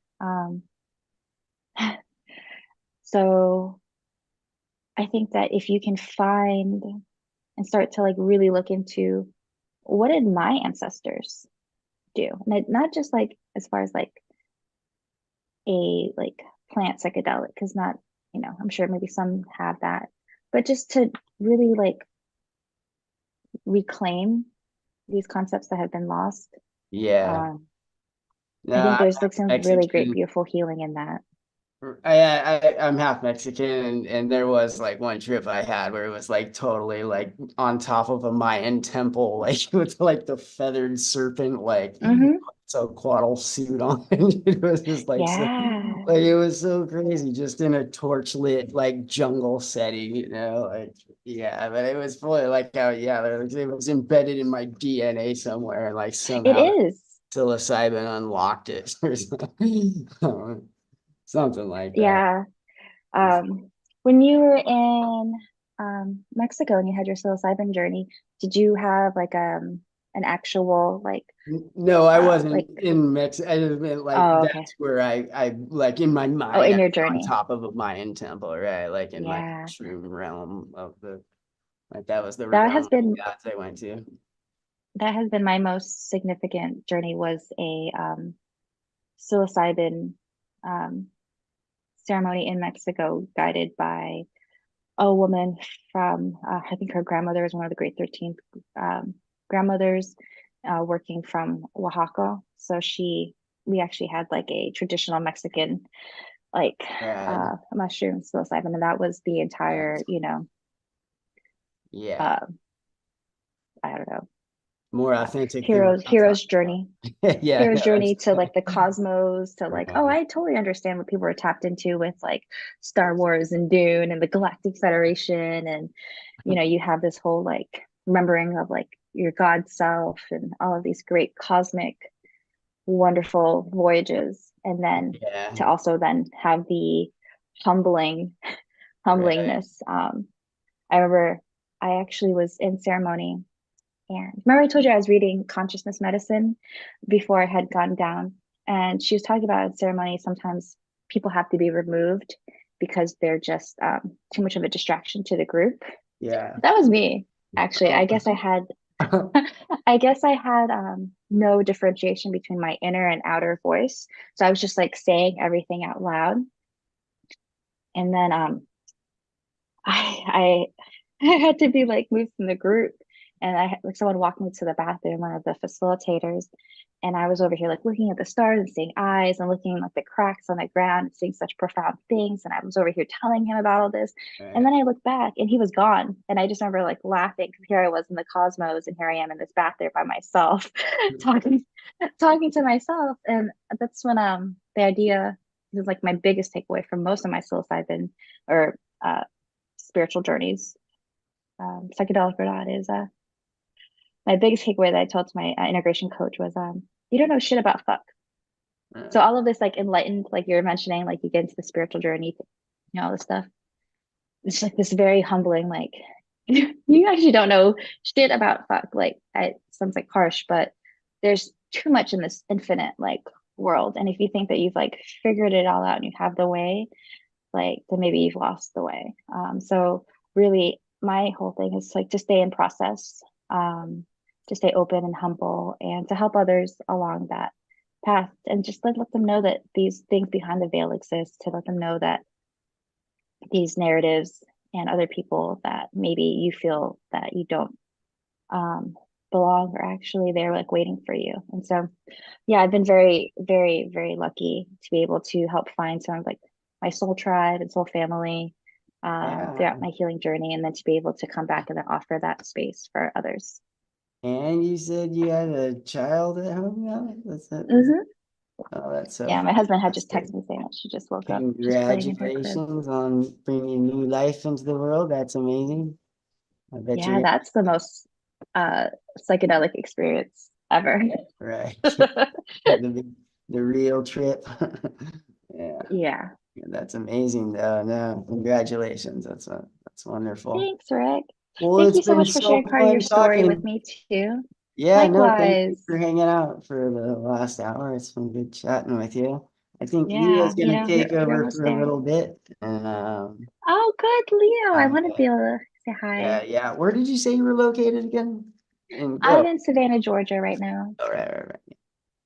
Well, if you wanted to leave some like contact information in the chat or something. Oh, sure. Yeah, I'll put it in Get here. in touch and say hi. Hi, Leo. Good morning. Dude, there was like 25 people showed up at 5 a.m. to hear this one guy. Like his whole crew showed up. Yeah, it's pretty crazy. And then they all left again, right when he did. But it was, What was the 5 a.m. talk about? it's some guy's organization for psychedelic Buddhism and trauma, and so. Oh, wonderful. Cool. Yeah, no, I mean, it was a cool talk. I was just surprised by how many people showed up. All right. Yeah, I had popped on. Yeah, it was kind of cool. I was digging it. But cool. Well, thank you so much again for hanging out. And Rick. Hi, Leo. Good morning. Hi. I'm just coming back to the community and seeing what's up. I see that. I know we're at our 6 a.m. hour mark, I believe. I'm not sure who's next. I'm gonna go put on a pot of coffee real quick. Okay, right on. Anita, I believe, is our next moderator, but I'm not sure if she's here. Oh, she's here. So, Anita, it's your hour. Take it away. Let us know if you need anything. Is it possible that I can share? Will that work, or do I need permissions? I'm just gonna make you a co-host, and you should be able to do whatever you want that way. Okay.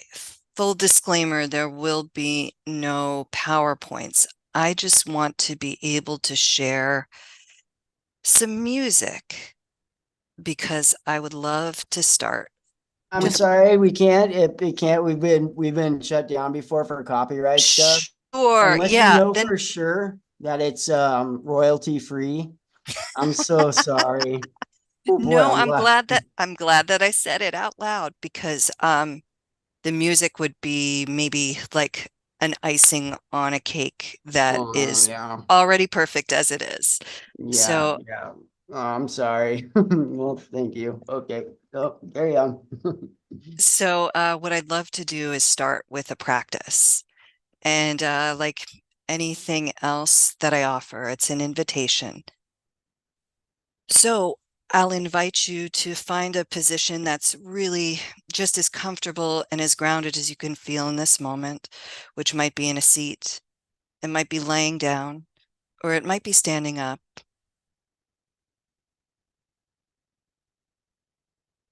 And then I'll invite you to take a nice full deep breath in through the nose. Pause, and then release the breath. Good. Another nice full deep breath in through the nose and find pause. And then you can release that breath with a sigh. Last one like that, a full deep breath in through the nose. Pause. And then you can release. You start to relax the body and mind. You can start to begin this process by feeling into the sensations that might make you aware that you're in a physical body. This might be pressure or connection between the body and floor or chair. It might be the connection, body and body, hand to arm or leg or belly, shifting out of the thinking mind and into the feeling body.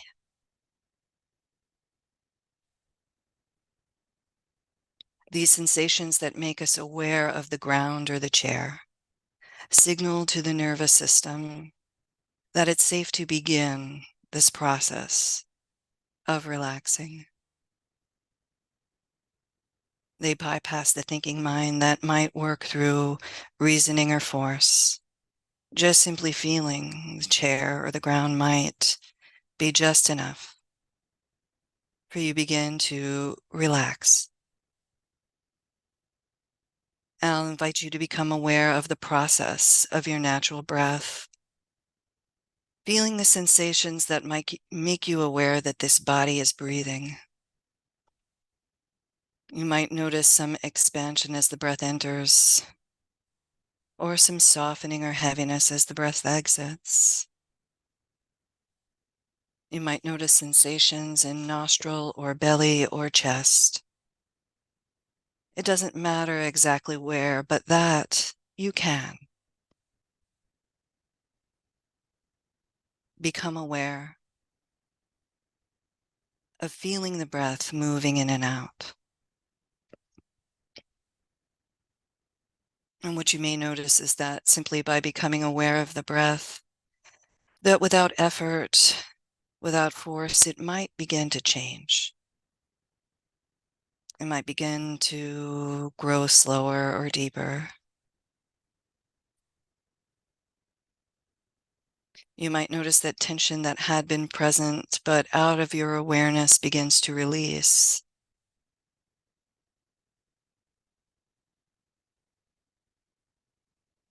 You might notice that thoughts had already been passing through your awareness, but in slowing down, you can notice that they're there and make a gentle and conscious effort to move back to what you feel in your body.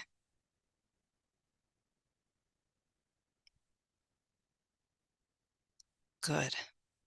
Now I'll invite you to become aware of this experience of verticality, tuning into this awareness that you have a vertical access from the feet all the way up to the head or tailbone to crown. And maybe noticing the path of the breath moving up and down on this axis. Inviting the perception of the dignity and uprightness of the spine. Inviting the experience of resting in that inherent dignity that you belong, here that you can take up vertical space and rest in this inherent dignity, which you had nothing to do to earn.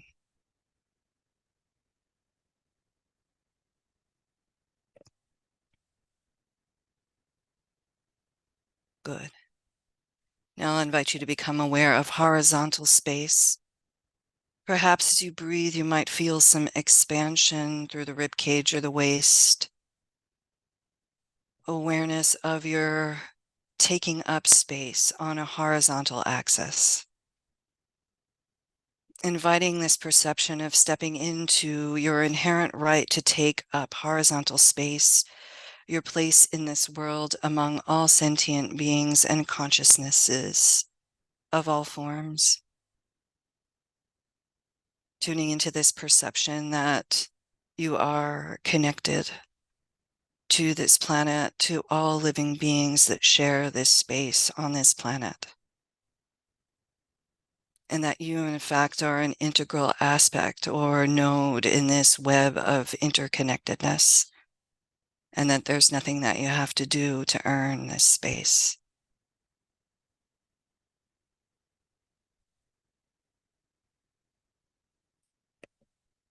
And I'll invite you to become aware of the space behind you.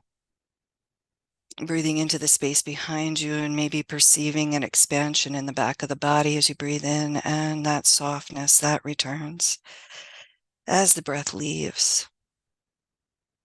Inviting in this perception of all that is behind you. All of those past experiences that have shaped this now moment for you as you show up exactly as you do. Acknowledging behind you that there is a personal history and also lineages. Lineages that are formed by DNA or even lineages of thought, of influence, of inspiration that stand behind you. And knowing that behind you, in your personal history and in the lineages that are behind you, there are struggles and challenges that have shaped how you show up in this moment. And there's also resilience and activism and grace and compassion and understanding, higher thought and bodies of knowledge. There have been so-called mistakes that have grown and transformed into greater knowing. Inviting in this possibility of understanding that you are one body, one mind, one being on a long lineage of development that transcends a single experience lifetime.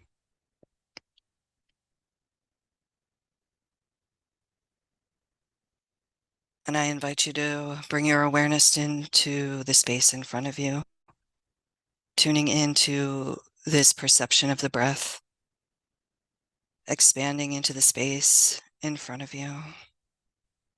Your inhales drawing in that space in front of you, and your exhales returning something, the breath being changed, having moved through you. And honoring this space before us, this space of possibility, this space of not yet known yet. That experience of knowing that some sort of future will be constructed or experienced, but as of yet, it's not been created, not been experienced yet. And that this, what we carry or we bring in from our vertical space or our horizontal space and those lineages that support us behind us, allow us to, with mindful awareness, contribute to vision to what comes next, what we co-create together in this space.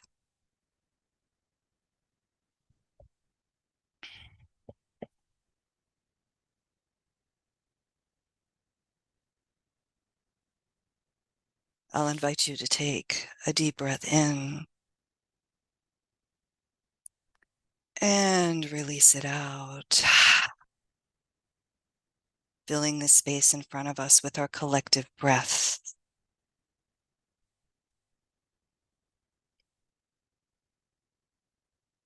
And taking a moment to just sit in quiet, honoring how you show up in this moment and what's coming up for you right now.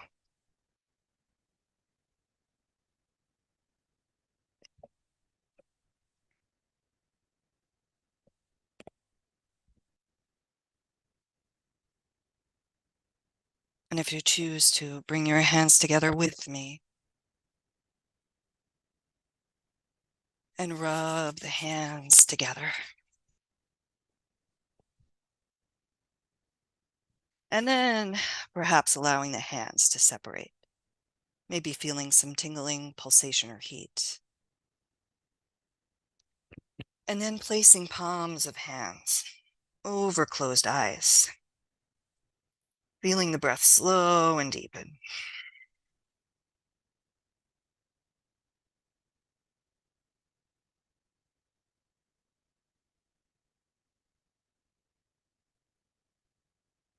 Palms meeting again and thumbs to heart.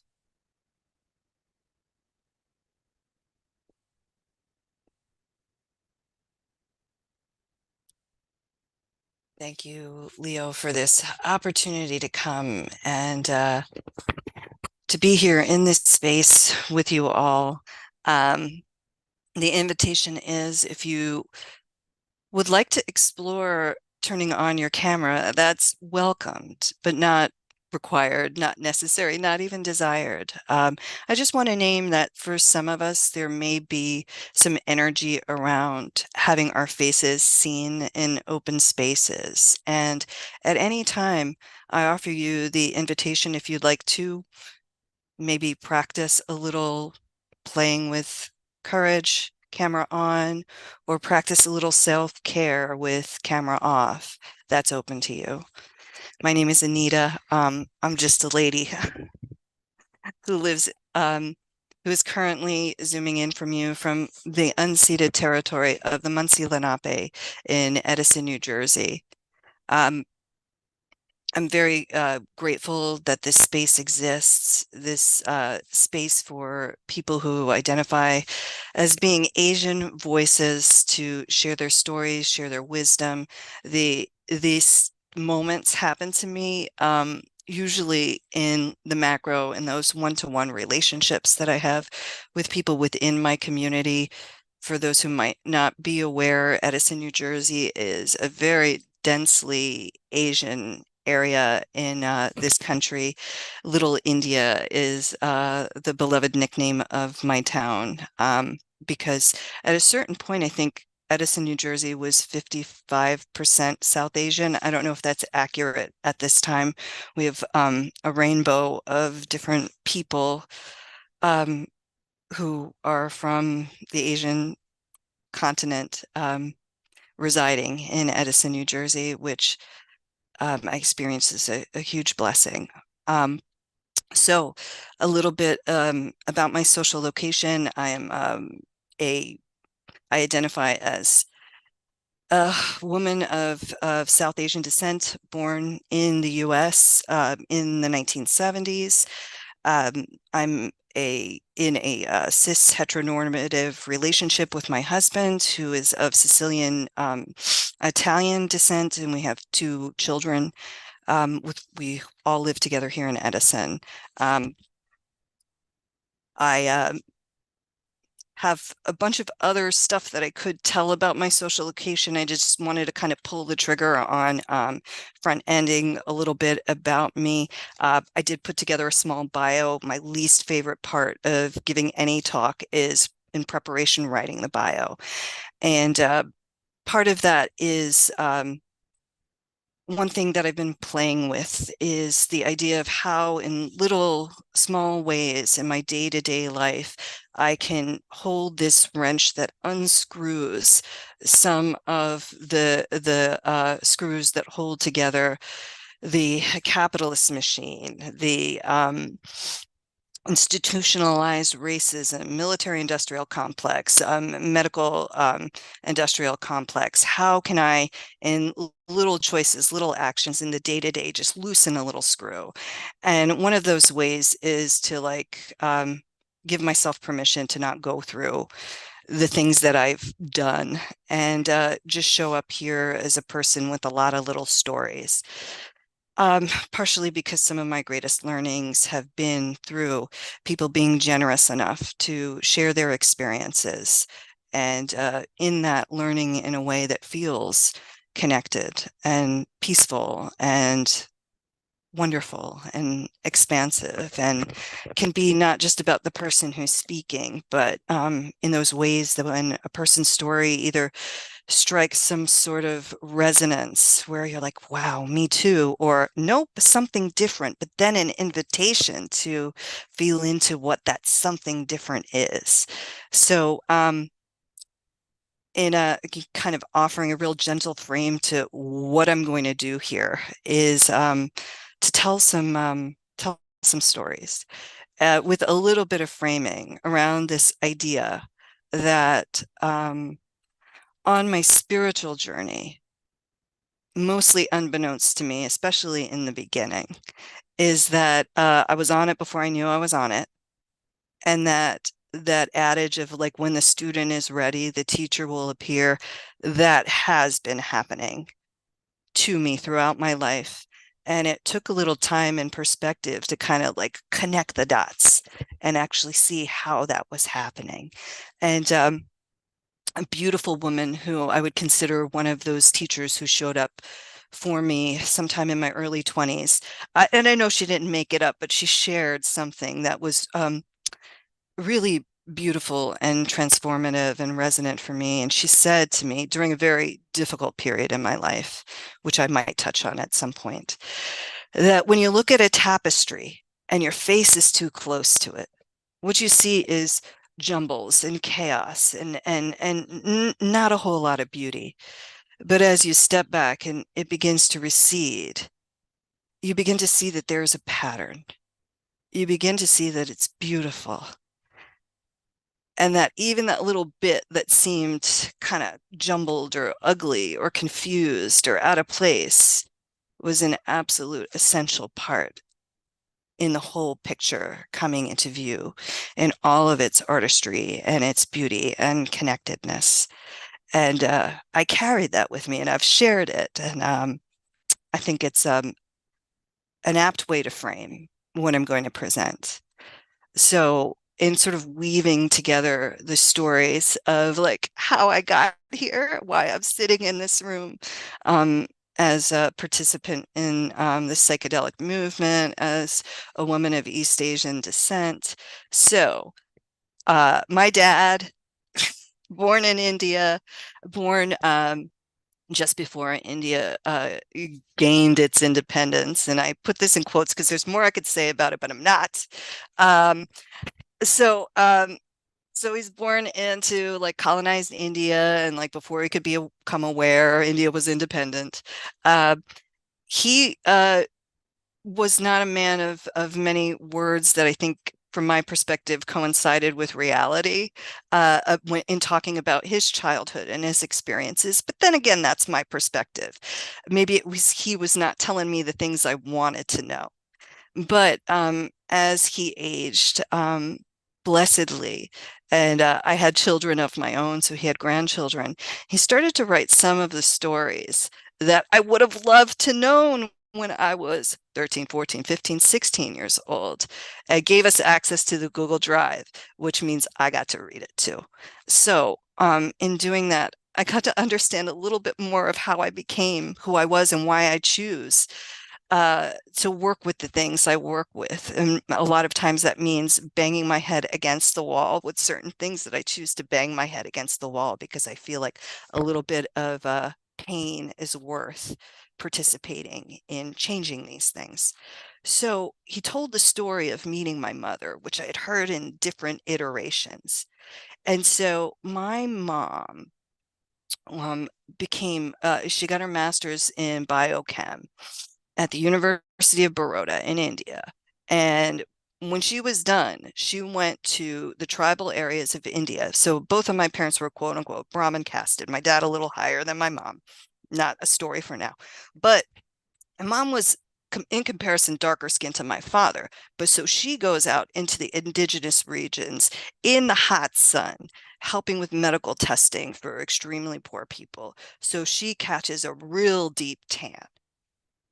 She goes to meet my dad in his village, and on that day, he's cutting mangoes with no shirt on in the kitchen with his mother. And there's a woman who's coming to meet him.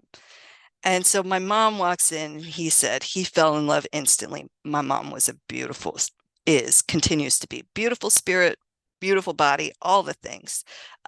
Very dark. Okay. So they go out, they hit it off. They go on some dates. This is like days, not months, not weeks, not years of courtship, days. And so they come to the decision together that they're going to get married. And so my dad was actually getting his master's in I think it's at the University of Arkansas or Mississippi. So he's back in India for a visit to like meet women to get married to. With the plan of coming back to the US. And so he says, let's do it. Let's get married. What do you say, engagement for a year, and I finish my master's or finish my whatever, and then we come back and we get married. My mom starts crying, and she says, it's because I'm dark. And my father could not bear it. And he said, let's get married now.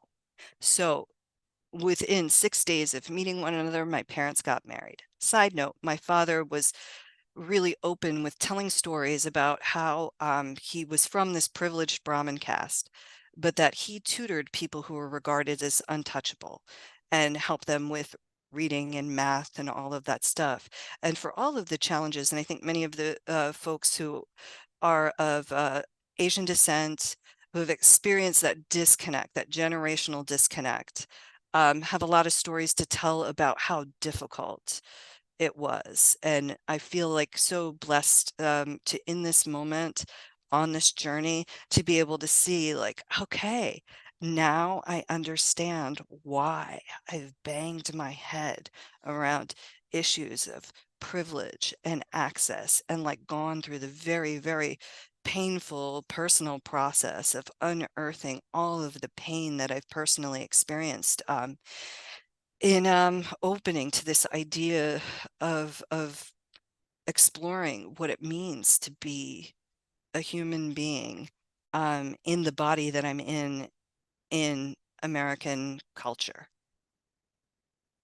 in the looming shadow of white supremacy. So that is how I begin this story, is that's what comes behind me, or one of the aspects of what comes behind me. So I usually do start with another story, which is a tangent at this point, but I feel like it's worth bringing up now. So this was in May of last year, and I was with a group of burgeoning psychedelic therapist practitioners of many disciplines, and we were doing some eco-psychology meditative exercises. Okay, so we're out. There's trees, there's grass, sun, and this was in Colorado, mountains. And so we had an assignment to be with a partner and to mindfully look at something from a very large perspective, a big tree or a mountain from a distance. And also to look at something really small, really zoom in and close up in a really mindful state. Okay. So when I took a look really closely at the grass, okay, I had a very psychedelic experience communing in that space. I saw blades of grass, varying patterns, little tiny threads of tan, either dying or developing blades of grass, and little ants crawling all over the place. And then little bugs that were smaller than the ants, and little bugs that were smaller than the bugs that were smaller than the little ants. And just like all of these little details in this little tiny little square of grass. And I thought, wow, life is everywhere. And so I'm having this big experience with this tiny little piece of grass. And then I thought, oh my God, I'm a murderer. Every time I step on this grass, I'm committing mass murder on all of this extremely beautiful life that's teeming everywhere, right? Killer, right? And I was like, oh my gosh. And this is like the beauty of the psychedelic mindset. I did not have a heroic dose of mushrooms, nothing like that. I was out there in nature amongst people with a focused intention and an open heart.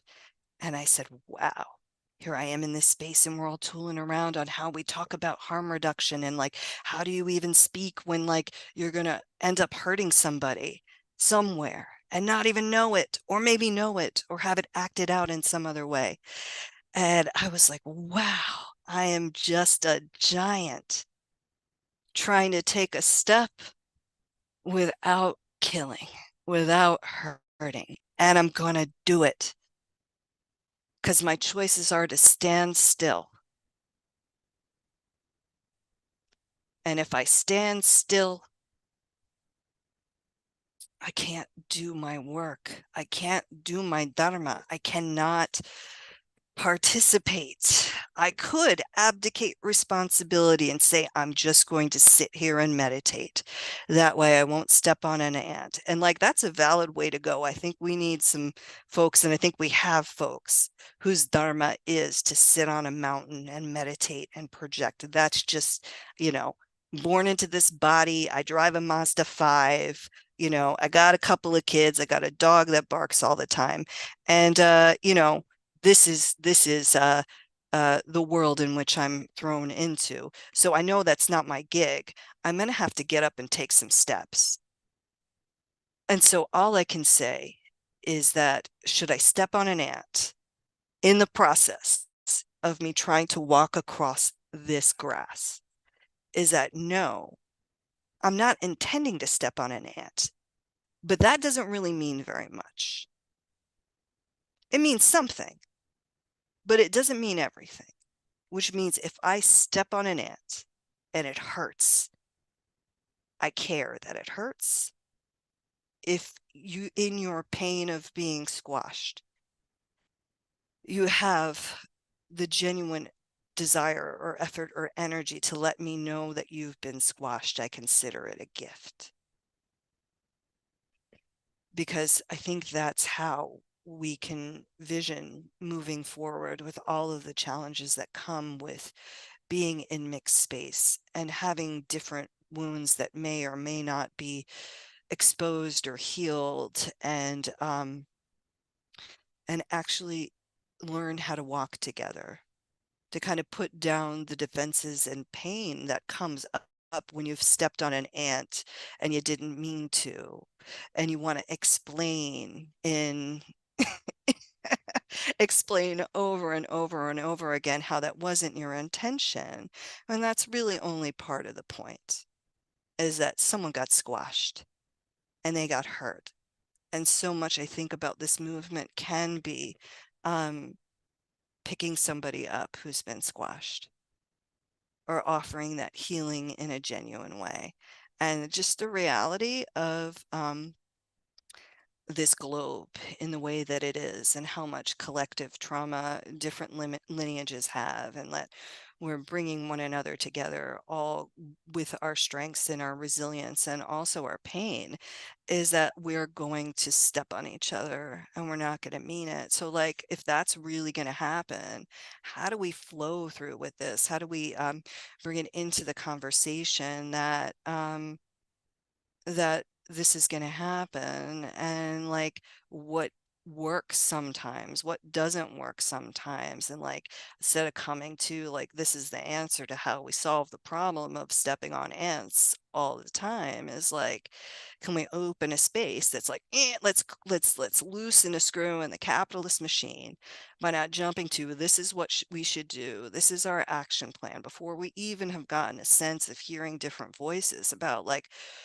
what it's like to be squashed, like what is it like, and what do you need when you are squashed, and like what has helped you when you have been squashed. So again, I come here with not so much solutions, but like a willingness to say and to do the best that I can to have this translate into the way that I respond to people, and the way that I show up is like being willing to just be like, yeah, I am so very sorry for what I did that hurt you.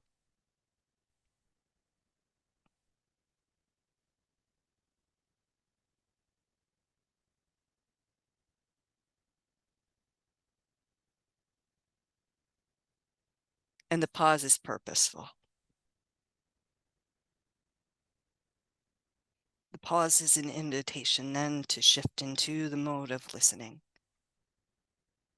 of deep listening, and maybe within my own nervous system state, honoring real quickly the parts of me that are feeling guilt or shame, so that I can show up from a place of compassion and take in what it is that person who might graciously be open to sharing about the impact of what it is that I've done or what it is that I've said. So I guess, this was a little bit of tangent to kind of frame the space, but like the invitation is there, of course, with compassion, and like maybe it won't play out here. Maybe somebody might have a feeling and they're like, this is something that I'd like to unpack, because it seems like this lady might be sincere. You can get in touch with me if it's not something that feels safe and bringing up in collective space. And I can put information up in the chat if anybody does feel called to reach out to me in the near future, later on, if something about me, what I'm doing, resonates with you, what I'm saying, the stories that I share. So, Leo, would you like to share something? Yeah, I mean, I don't know what I want to share exactly. I don't know. I feel so weepy just because I'm super emotional right now. So if I just start bawling, like, please bear with me. But so I moved to India when I was 7, and I turned 8 when I arrived in India. And it was very disruptive to me because my mom moved us around a lot. So moving to India was actually very traumatic for me. And I began going to an international school, and it was with a lot of rich kids, and my parents weren't rich. They just were attending school there, and I don't know if they got a scholarship or got my grandparents to pay or whatever, but just the assault on my senses, like I just remember the hot leather of the seats in Bombay, because it was still called Bombay at that point. And then we moved to Bangalore, and we just resided in maybe Bombay for a couple of days, but my parents were not like the best parents, like, so I would just say, neglected us a lot. And I just remember like walking home from school one day, and I thought I was walking next to like an old man that was hunched over, because there's like beggars and just people in the street all the time. And my parents would let us like run the streets, and we would be barefoot and running around in like latrines that were open and stuff. Like, I mean, it's just, my parents were just very neglectful. But I remember that one day that I thought it was an old man that was next to me as we were walking home, and it was a monkey, and literally it was like a big monkey, and he was like right beside me, and I just thought he was an old man. And I just remember this moment of just kind of being like, fuck, like I could just be eaten up by this monkey. I mean, it could just attack me at any second. And we went to an arranged marriage like ceremony when I was a kid, like out in the country somewhere. And I just remember like these concepts of coming to me as a child, like about Indian culture that was like so mysterious and so deep and so rich. And like the earth itself was so rich and so red. And, just it was such an amazing experience to be there. But I feel like having to come to terms with things like women killing themselves, when their husbands die, like throwing themselves on the funeral pyre, like my dad was in a play at the school they were at, and it was about a woman who killed herself. She on the funeral pyre for her husband. When he died, she killed herself. And it was really hard for me as a child at 8 to understand, like asking my mom, like, why is the lady killing herself? Like, why is the lady killing herself? And I just feel like India for me is such a bizarre, like weird thing, because you see so many women in STEM come out of India, but yet at the same time, women are often treated, poorly in some sexist ways. But then Indira Gandhi got into power, and it's like, and you see so many like mathematicians and scientists, and I don't know. I just remember as a child, though, that Sheila was this lady that lived below us. And I remember she let me wear her red sari like one day for school for like an event or something. And I came home and I had dragged it in the dirt. And I remember her shaming me.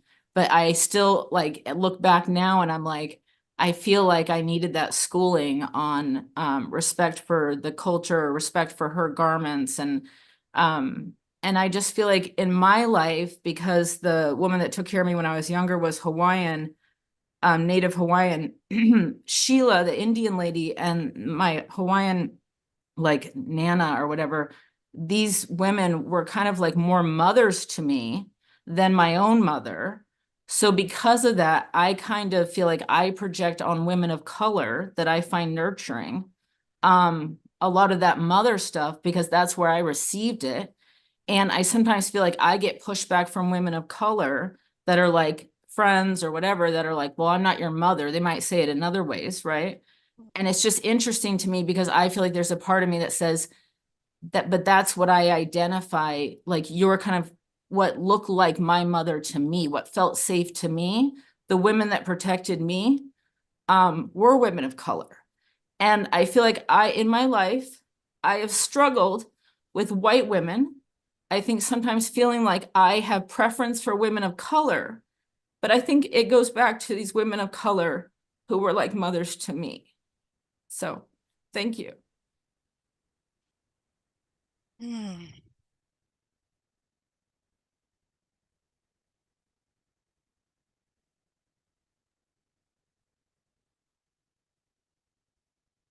I'm just taking a moment to really drink that in, Leo, and because so much comes up as I'm like really like kind of tuning in and hearing your words, and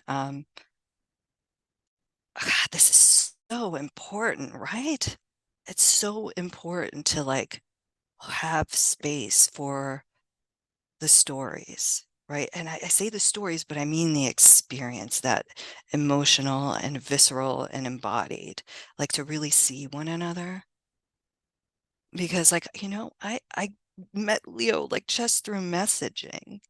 And I'm like, this is interesting. I'm like, okay, so there's this Asian voices thing. And I'm like, okay, so the organizer, I was like, okay, I don't know anything about her.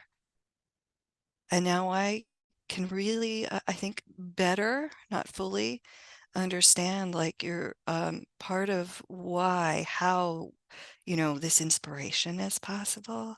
And like even more grateful to be in this space. And like for you to give me this gift of understanding you better and making this space so much more personally, like in a felt way, meaningful for me to be here now. And I want to sit just a little bit more to let it settle, because there were so many things that were popping up in terms of like little possible ways to kind of carry your words forward. Let's see where.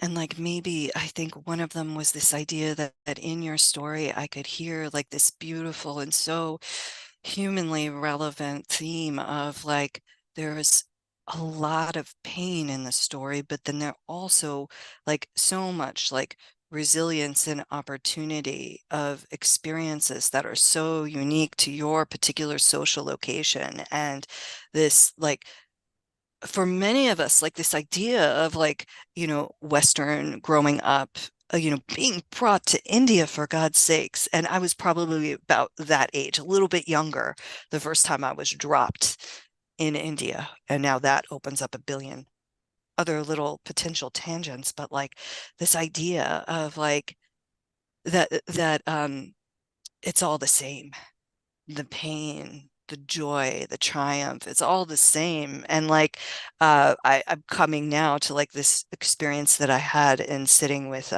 Bufo Alivarius somewhat recently for me.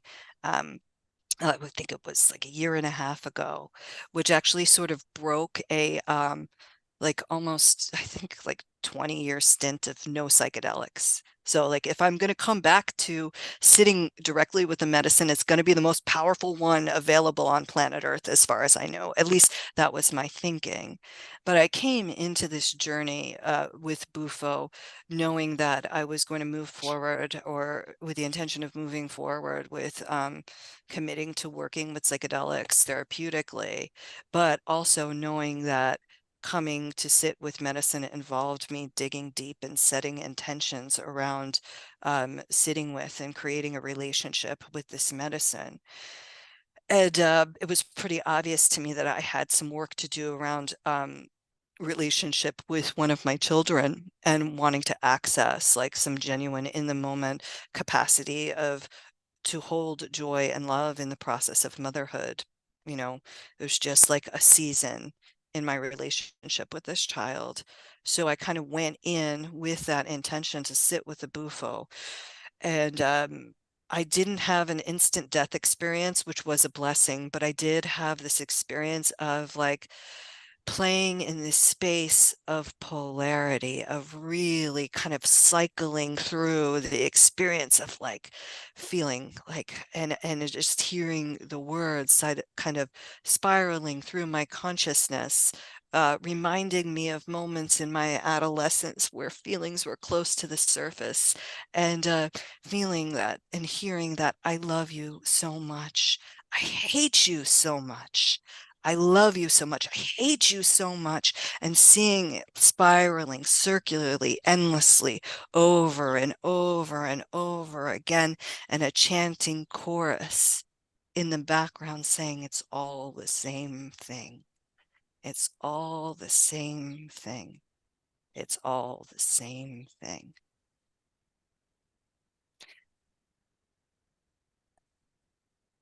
And in that place, sitting with medicine in that way, sitting with a medicinal teacher that came in an ingestible form, I had a similar experience that I've had towards through other times in sitting with psychedelics over the span of 32 years, where I was like, I'm back. I remember this place. I remember this place.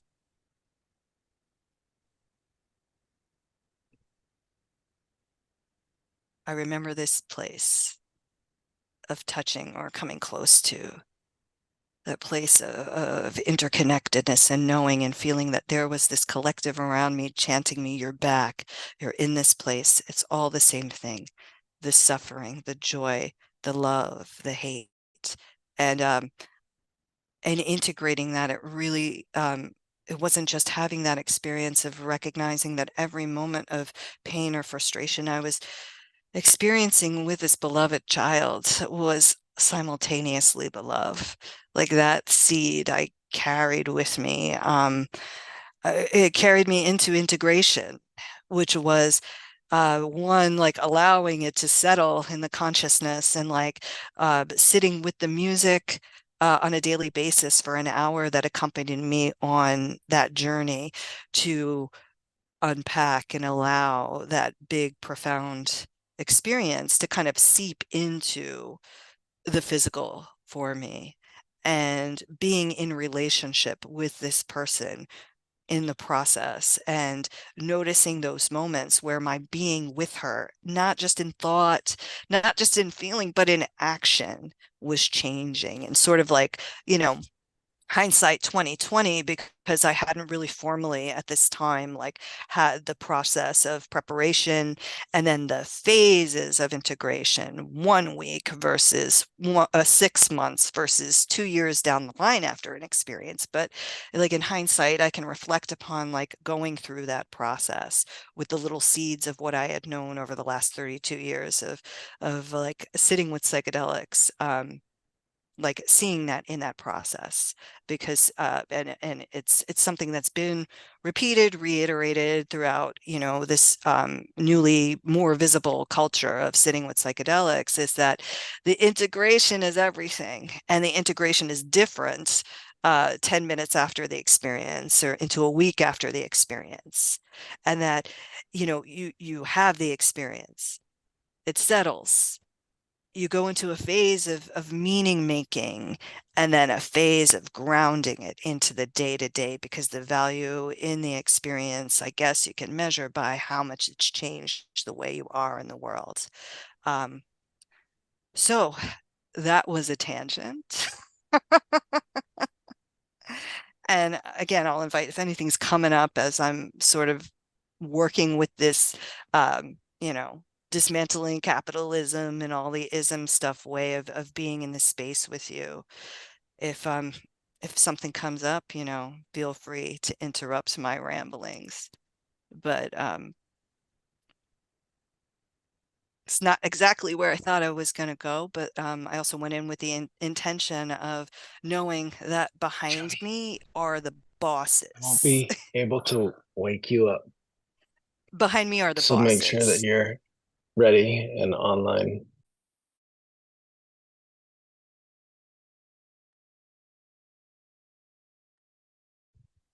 Okay, I'm back. All right. So before sitting here intentionally, I was like, all right, guys, I'm going to be like a ball of like supercharged up nervous system unless you all decide where we're going.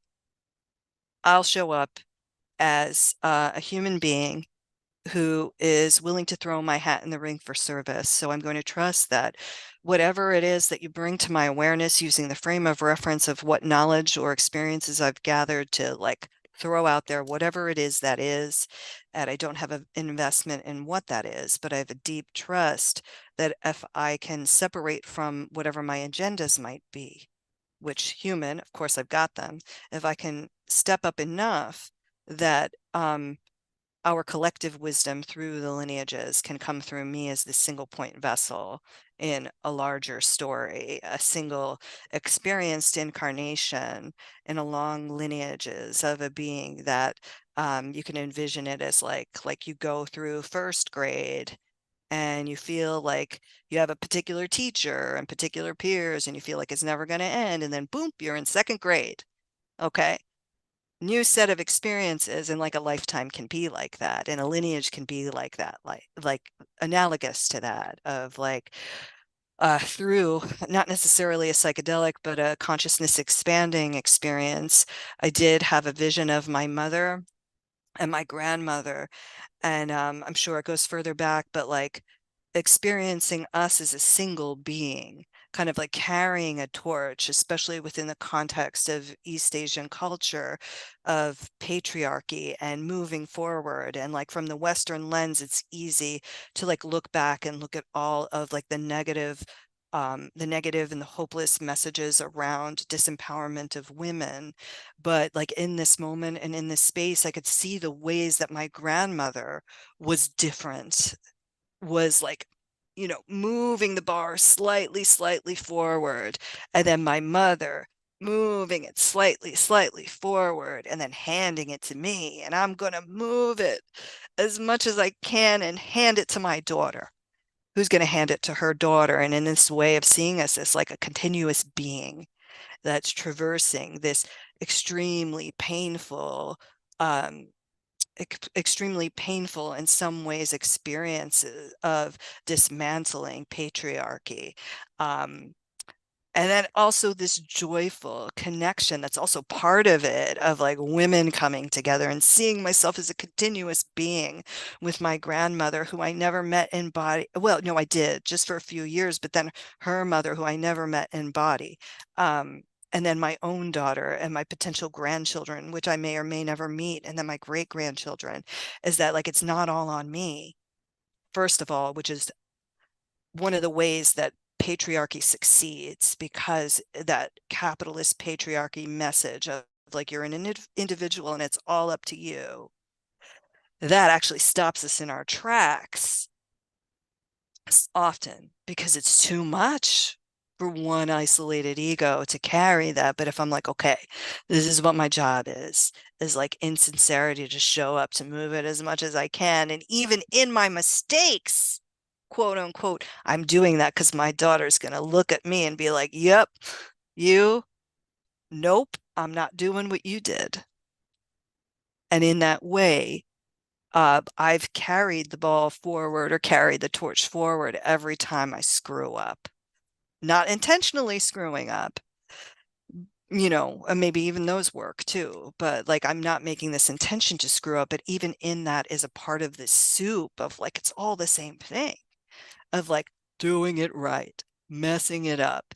It's all a potential for us to kind of move through this process of bigger picture, participating in, collaborating in, finding glimpses of this oneness and of us doing this together, even though the messages of the machine in ways that are unconscious, subconscious, whatever consciousness tell us that we're alone over and over and over again.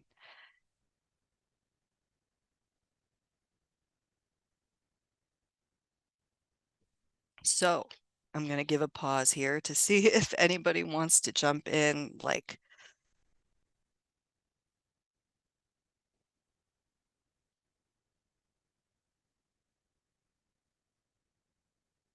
and so with this and like kind of taking this different approach from what I could have done, which is that being harsh on myself to put together a PowerPoint or talking points on why I belong here, why I deserve a spot in a psychedelic space to be talking about my little human stuff that I'm playing around with and kind of moving into just showing up as another person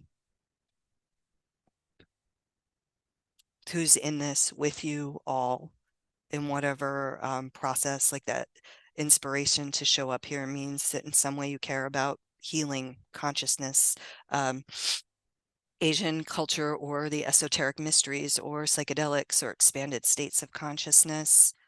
We're all here.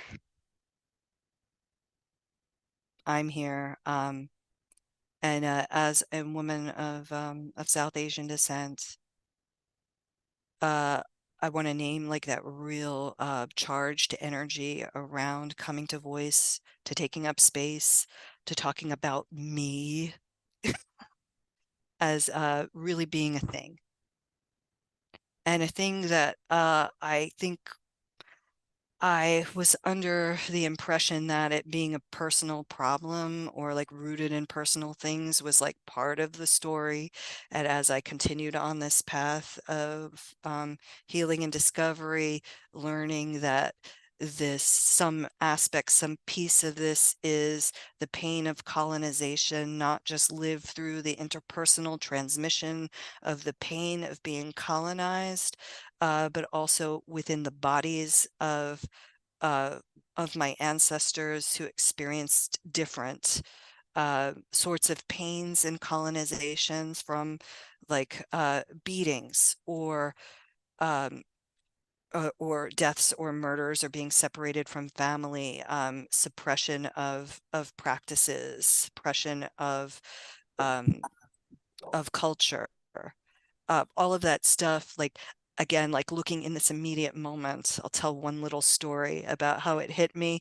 I was in a soup, again, another meeting of other folks who are on that facilitation of healing path. And I had an incident where somebody had said something that really was harmful and racist, actually interacted me in a way that she was unaware the person was unaware of how harmful what she had done was. So there was this group that was facilitating was conscious and they were aware, and someone else brought this to the attention of the quote unquote adults in the room.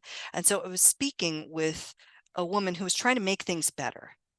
And she was trying to arrange a meeting, and my nervous system was not ready to confront. I had already done a lot of work around experiencing microaggressions. I was like, I mean, I ate, slept, and breathed this process of rupture and repair, and how it's different when it comes to internalized racism or overt racism when it comes to rupture and repair in like non-bodied of cultured spheres. And I was like, I want to take a little more time and space before I'm forced into a situation of feeling like I need to accept an apology. And so I really felt like I had no genuine option to say no to this meeting. And I brought that to voice. And like that was really difficult for me to do. And so this isn't even a punchline. Punchline was the person who I was talking to said, well, I'm off to lunch in just a couple of moments. And without thinking about it, my body shot up and I was standing at attention and almost bowing and ready to walk away. And she said to me, she mirrored me. This was a good therapist, like beyond good therapist. She said, you didn't have to get up just then. She recognized that my gesture, my body was like I was dismissing myself. My service was no longer required. And I was like, this colonialism, it's not just in my lineage, it's in my body right now.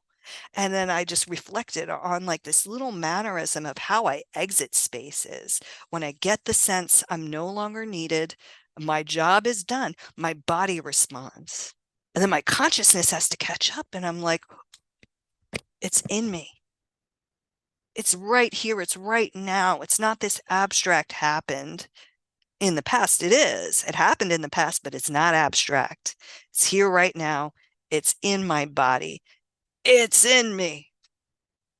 So, good. I got 3 minutes left. So, and the thing about being silenced for many years and observing and practicing, in this beautiful lineage, I say like I was made for this psychedelic movement because of all of the things that have interested me over the last 47 years. And like I got a lot, I think, to share. And like but I also have this real big force of colonizer that's like sit down and shut up under threat of bodily harm that I'm working with. So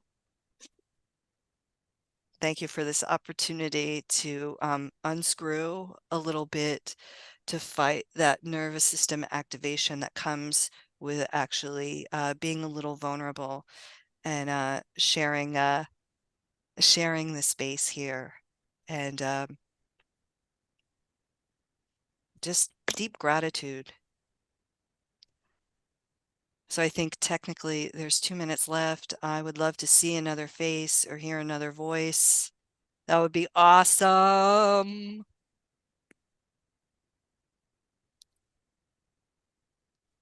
I don't know if I can unmute people, but I'm seeing a face. I don't know if there's any voice behind that face. I see another face. That's awesome. I don't know if I'm muted or not. Can you hear me? You are unmuted. I can hear you. I just tuned in and literally just kind of heard the last little bit about your standing up and the recognition that you had regarding the mirroring and kind of rapport that the person you were working with was sending back to you, and just the way that you encapsulated those thoughts and those observations about your bodily reactions and everything, and then having to allow your consciousness to catch up with them. That is such a true thing, and it's such an interesting process to watch some of those trauma responses unwind even a little bit, to provide even like a little narrow window of agency. And I just wanted to thank you for your again, just tuning in for the last little few minutes, just kind of almost on accident as I'm up this morning. But just wanted to thank you for that concise way of saying it, because I think the more that people can recognize that they're not alone in that sequence of events, and the more expansion of the language of advocacy that people can develop, is going to be key in continuing to create all of the kinds of groundwork for this movement to maintain the legitimacy that it's established. So thank you. And that tapestry is lovely. Thank you.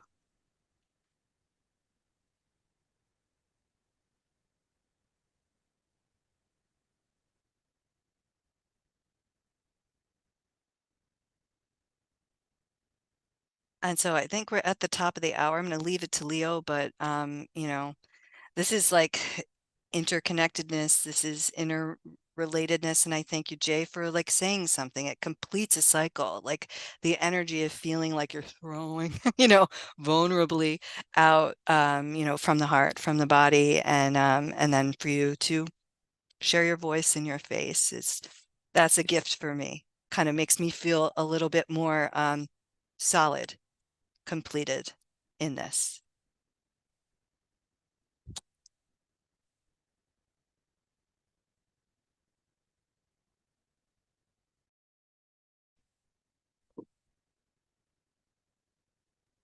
Hey, okay, so thank you so much. And just want to say thank you to Anita.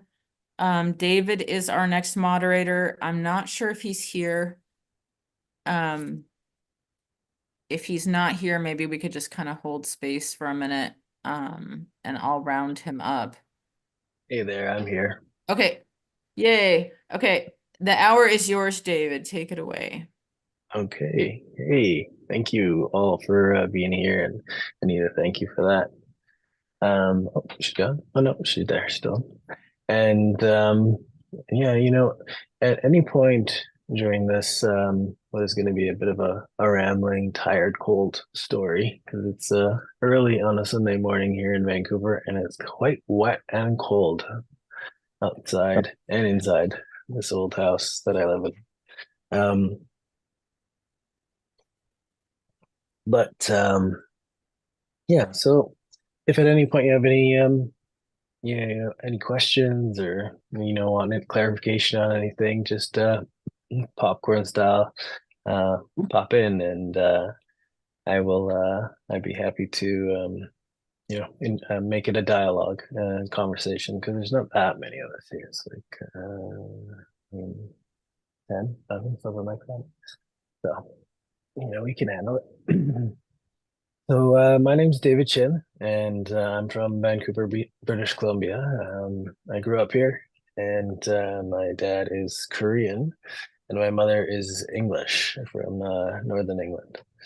And that's my lineage, kind of Celtic and Korean.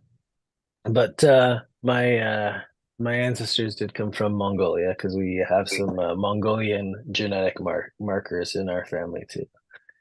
So I sort of claim a little bit of genetic Mongolian, at least, or Mongolian ancestry as well. So that's my Asian-ness, and I think that's important, prefacing that in these spaces that are new, and also that are not, that are not new in many ways. But my regular job is that I'm an actor and an artist, and my and my I lost my train of thought there for a second.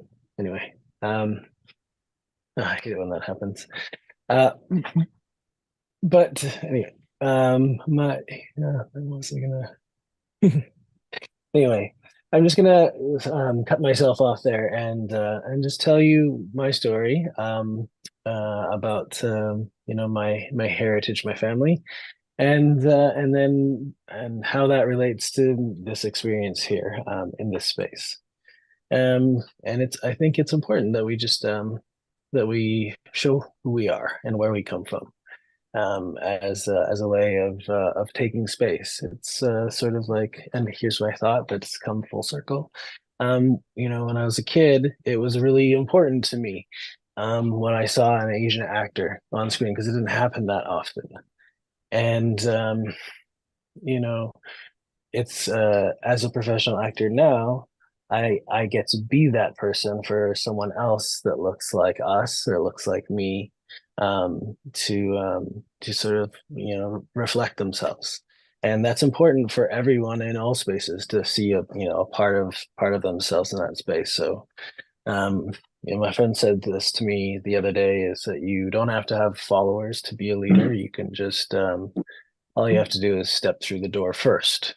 Just go first, and that way you leave the door a little bit more open for the next person. So these little bits of our piece of our identity that we bring with us in the world are important, and we need to honor our lineages too, because we're all built on things that came before us.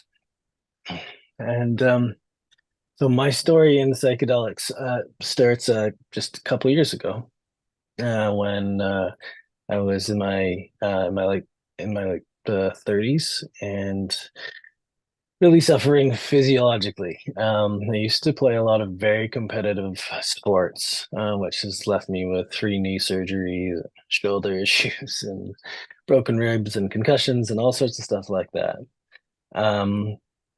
Which has been incredibly painful, and throughout the last decade, really, of my life, and has been prescribed a lot of painkillers, and to the point where most people wouldn't be able to operate. But I have become so highly tolerant of that, having been on pharmaceutical painkillers since like the age of 16, when I first tore my quadricep playing soccer.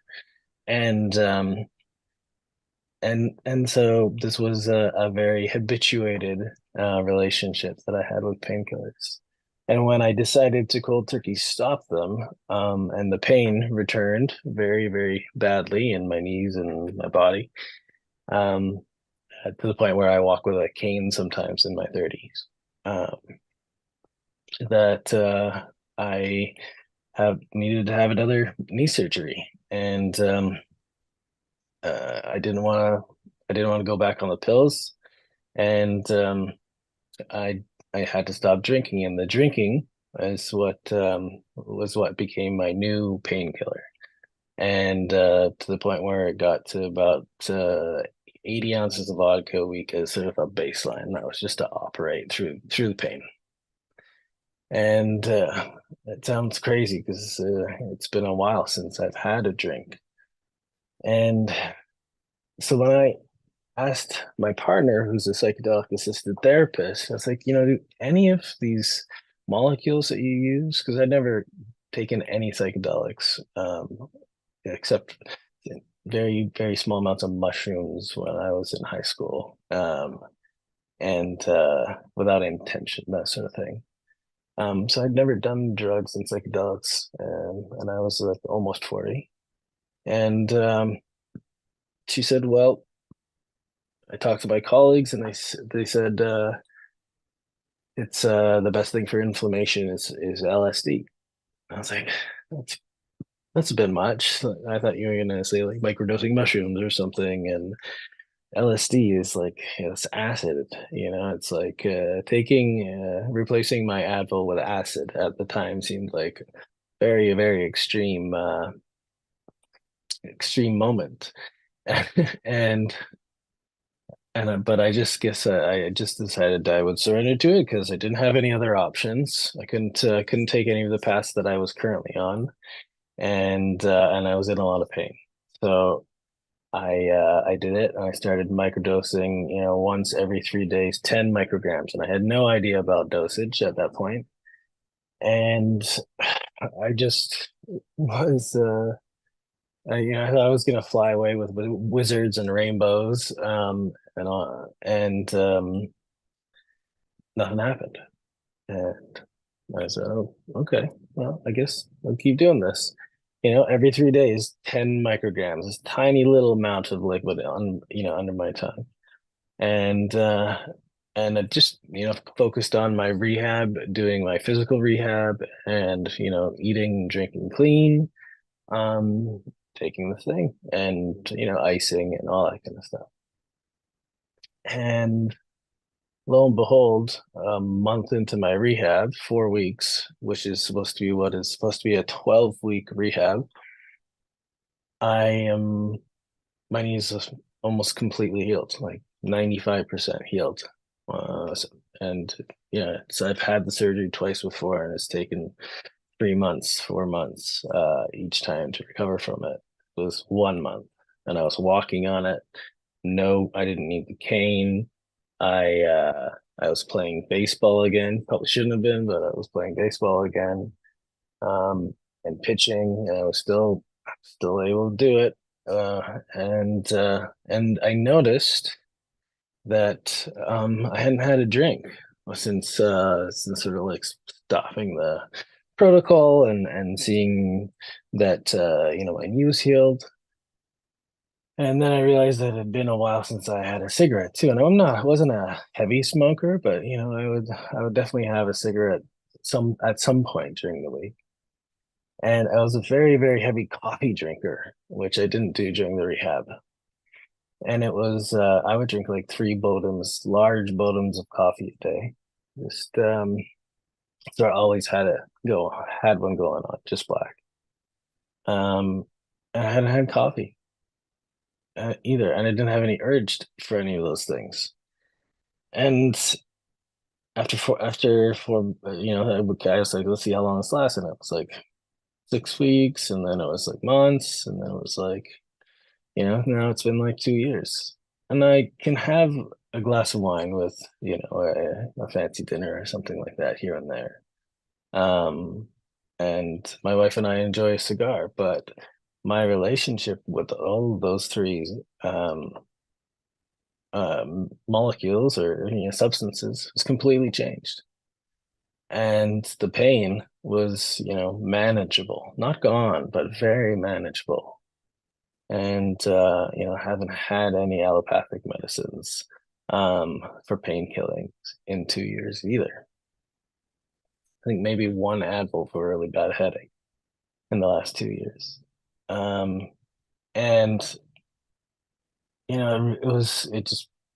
it blew my mind. I was like, how is this possible? Like, that makes no sense to the way things have been controlled and portrayed in the media and my knowledge of it. And I was like, okay, well, if that's what that can do, and maybe I should, be introduced to these other experiences.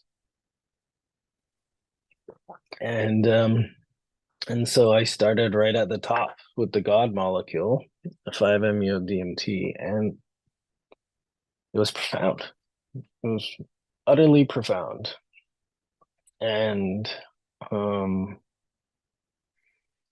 I just came back thinking, well, this LSD and mushroom psilocybin microdosing, has its limitations because you can't keep going with it because you build up a tolerance to both of those things.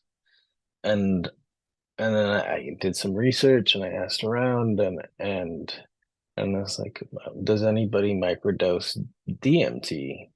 And didn't really seem that many people were doing that. And that's not to say that people aren't, just didn't seem to be like a very commonplace thing. And so I thought, like, well, what would a microdose of the God molecule be? And I thought, well, because if I could microdose that profound experience on a daily basis, like a little support here and there, like a microdose, that would be pretty amazing. Because how do we integrate God into our lives, meeting God in universal divinity and oneness? How do we integrate that into our lives in a practical way? And I'm really about practicalities in these things because it's all fine and dandy to have this huge spiritual awakening and, maybe go on a pilgrimage for a little while around the spiritual places of the world. But in the end, you still have to come, back to yourself. And it's it's easy for it to be also sort of spiritual tourism, if we're not doing the work and we're not able to sort of download these huge, full release size downloads, and sometimes, whiteout downloads, which are, in some ways arguably not that useful because there's nothing to bring back to integrate. And so, yeah. So to sort of make it more meaningful in not only a daily practice that could be integrated with mindfulness practices, and breath work, and even like community prayer, whatever it is, sound bath, these what we call them light wands, these 5-MeO DMT vape cartridges. They can be dialed into the precise formulations for what is not a sub-perceptive, but we call it a low relational effective dose, and that's because it's sort of the least amount of the molecule necessary for you to have an effective relationship with it, an effective dosage, because you are having a relationship with this molecule that has its own personality, and that also in many ways, and this may seem a little esoteric, but in the synthesis or extraction process of DMT, it seems to be very susceptible. The quality of the product seems to be very susceptible to the energetic influences of its creators. And anyone that's experienced with DMT will tell you that certain people's creations, whether they're syntheses or extractions, they have that person's flavor.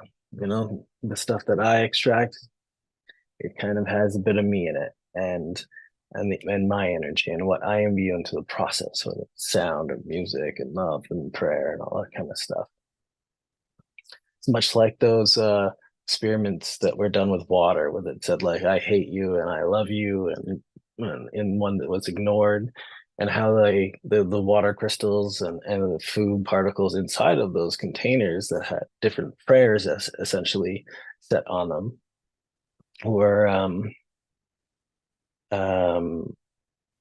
affected energetically on a molecular level by prayer, by energy, by frequency. And so I find it fascinating. I'm kind of rambling now. But I find it fascinating that we can have all of these nuances in just the molecules themselves. And what I've been learning is that there are many different sort of strains or flavors, if you will, of 5-MeO DMT that, as I said, sort of have the essence of their creators in them. And that is essentially the only real difference, because we're talking about something that is molecularly identical to a greater degree. And so how can something that is so identical have such a different experience? Much in the same way that like a cheap tequila, might have one experience to be a little harsher as opposed to like the finest mezcal that's been aged for 10 years. And so there are those differences as well. And you can feel them in the medicine, which is fascinating. So based on these sort of like different feelings, we've since the first creation of that first vape pen, we've been able to create several more that have different experiences. And based on this one thing, this product, this novel delivery of low dose 5-MeO DMT, which we found the best ratio is like 1 to 10, which is sort of about 10 micrograms per second of inhale. And there's 100 milligrams of 5-MeO DMT in each vape cartridge. So not a huge amount, but enough that a 3 to 5 second inhale of this pen will sort of put your brain waves into a theta state, so a theta delta state where you are sort of like feel like you've been meditating for an hour, for example. And it's so in that way it could sort of be like a cheat code for meditation or for deepening your practice, which you can argue is good or bad, but I think it's neither here nor there. It's just what works and what helps for different people. And at the same time, not only does it have all of these properties, but it's also an anti-inflammatory. It's an it helps with the anti-addiction. As well. It helps with depression, anxiety, and I'm not making any like wide ranging medical claims here. These are just anecdotal, and there are some clinical trials beginning with 5-MeO DMT, and certainly there's a lot of clinical trials for NN-DMT, which has been deeply studied, by Rick Strassman and now again by Chris Timmerman. And then going back 100 years, a Hungarian chemist whose name escapes me at the moment, but I'll look that up and post it. Or if anyone knows his name, just post a link about his experiments with DMT. But that was almost 100 years ago. And it's great for headaches. It's great for inflammation, cluster headaches, migraines, all sorts of applications there, seizures, and as well. So neurological conditions that can be treated with DMT. Well, of course, it sounds kind of extreme because DMT is like the crazy thing, right? That's like the one where you see aliens and go to different dimensions and meet entities and gestures and stuff. And that's kind of a weird thing to be microdosing in a therapeutic way. But when you when you take even NN-DMT down, and now it's not as strong, obviously, as 5-MeO DMT in terms of its sort of the power of it. It's no less powerful in its experience on a full embrace of NN-DMT or 5-MeO DMT is a big thing.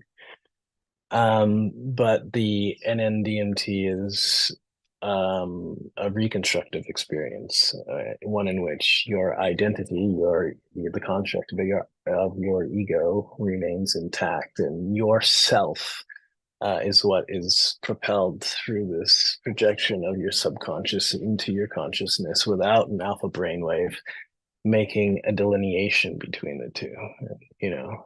So there's like, for example, when you close your eyes, you see black. And that's because you have alpha brainwaves blocking the infinite potential of your subconscious. And what this does is it lifts that veil, and then you start hallucinating, seeing your own thoughts literally, or your own imagination, which in some ways is seeing your own thoughts and feelings. Imagination is not just thought. It's definitely there's something somatic about it. So a real sort of balance between mind and body in that manifestation. But so it's weird to think that you could microdose it. And so sort of convincing people that this is not not unsafe, that you're not going to blast off in the middle of the day microdosing.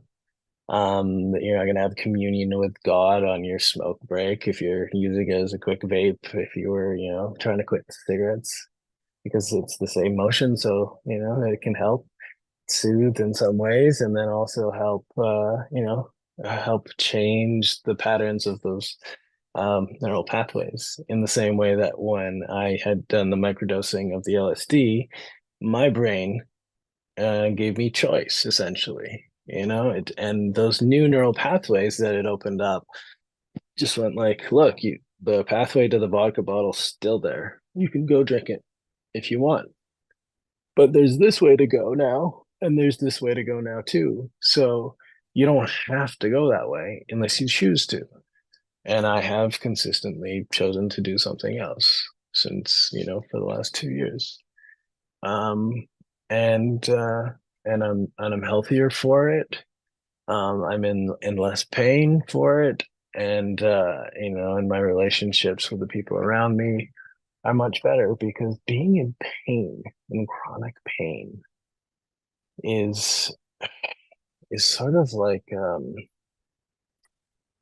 it's being in a blur, like a slightly angry, um, kind of almost hungover blur, because you just can't deal with the things in your life that come along. And anyway, the LSD saved me from that.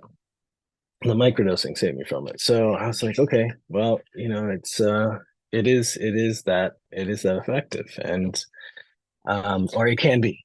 Let's say it can be. It may be. Not all medicines are for every person. But we found some different discoveries with our experimentations in making blends and using different sort of strains, if you will.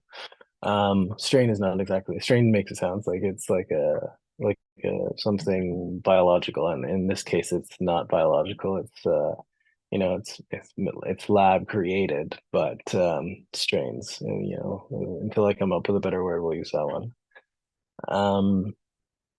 And just finding these different molecules, and sort of learning and differentiating with them. It's really fun to create new tools. So the first one, which was based on like a darker 5-MeO DMT, which is a lower quality grade, and this is essentially because the market isn't fully educated, and I certainly wasn't, about the different kinds and the different grades, if you will, of DMT.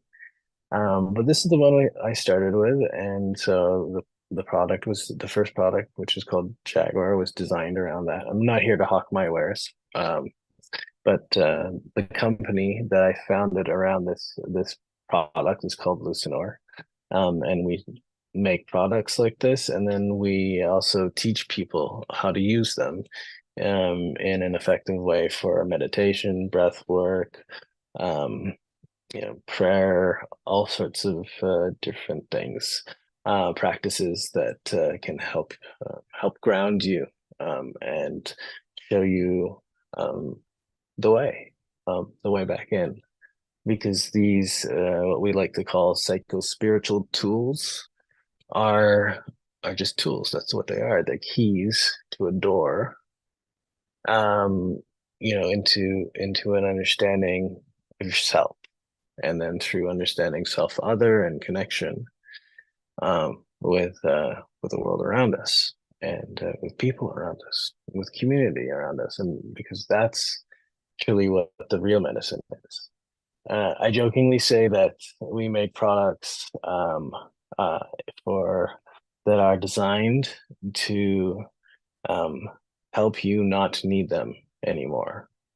And so essentially it's the worst business model ever, because once you've used some of these products, they're so effective in remodeling, if you will, your brain's neural pathways, neural corridors, neural map,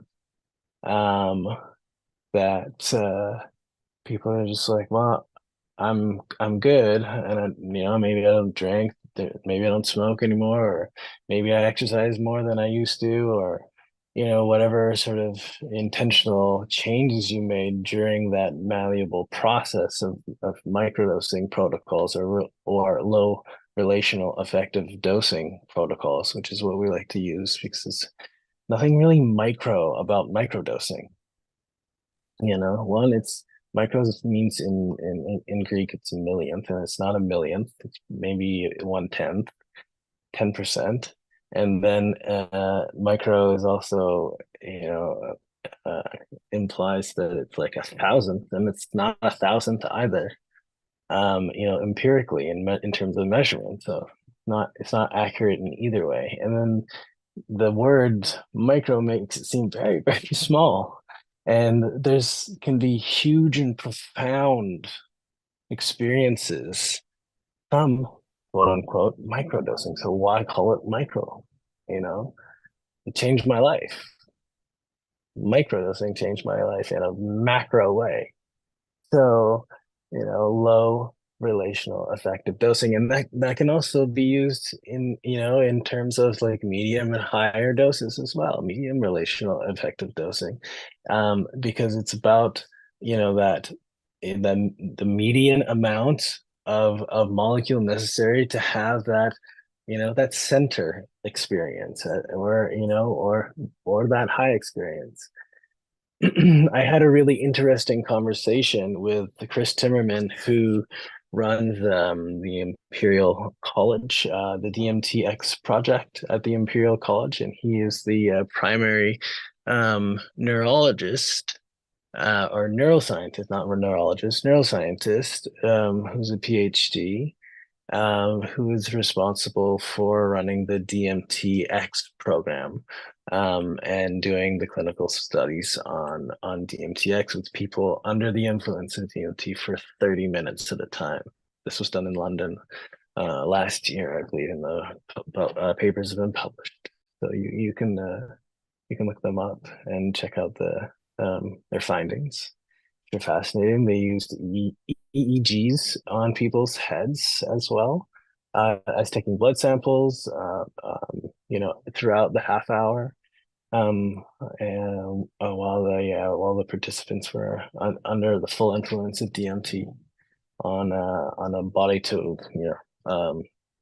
body weight to molecule ratio that was individualized for each person. And Chris, anyway, has now begun his studies because that the study's now complete, along with the fMRI study that went with it. Some fascinating information and about brain waves and like the different types of brain waves that are stimulated by DMT and DMT experiences and shared DMT experiences and all that kind of stuff.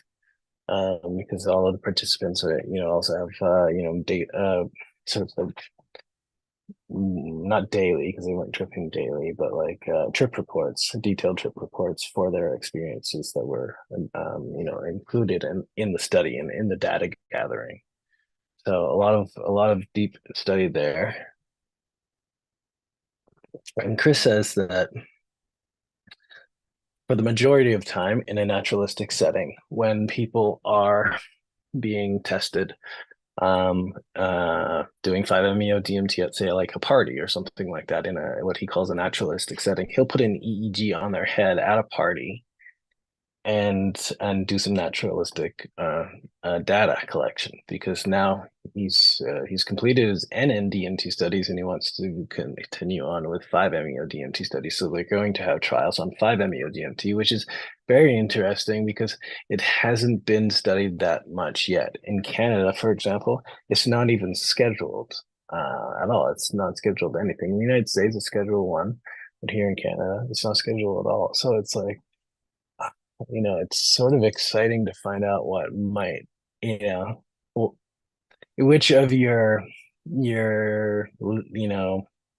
leanings or beliefs or like observations of benefits of this molecule stand up to clinical and empirical studies, and you know, and if they're reinforced or not, and you know, how much of this is actually placebo, or how much of this is so individualistic that it's difficult to be studied. But we'll see, I guess, is the answer. But I find it really fascinating. And he's like he's like, in a naturalistic setting, the majority of people that are being dosed with either bufo, which is the straight 5-MeO, the straight venom from the 5-MeO, from the Bufo alvarius frog in the Sonoran Desert, in Colorado. And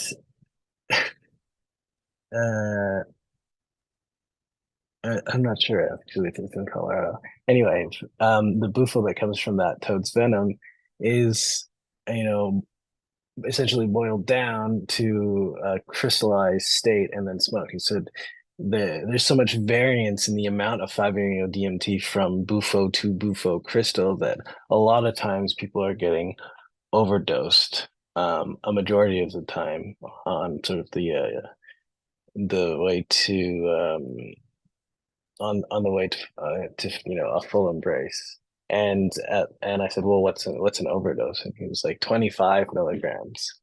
And I was like, wow, that's a lot. He's like, yeah, sometimes up to 30. And I was like, that seems like a lot, because you know, my personal experience, you know,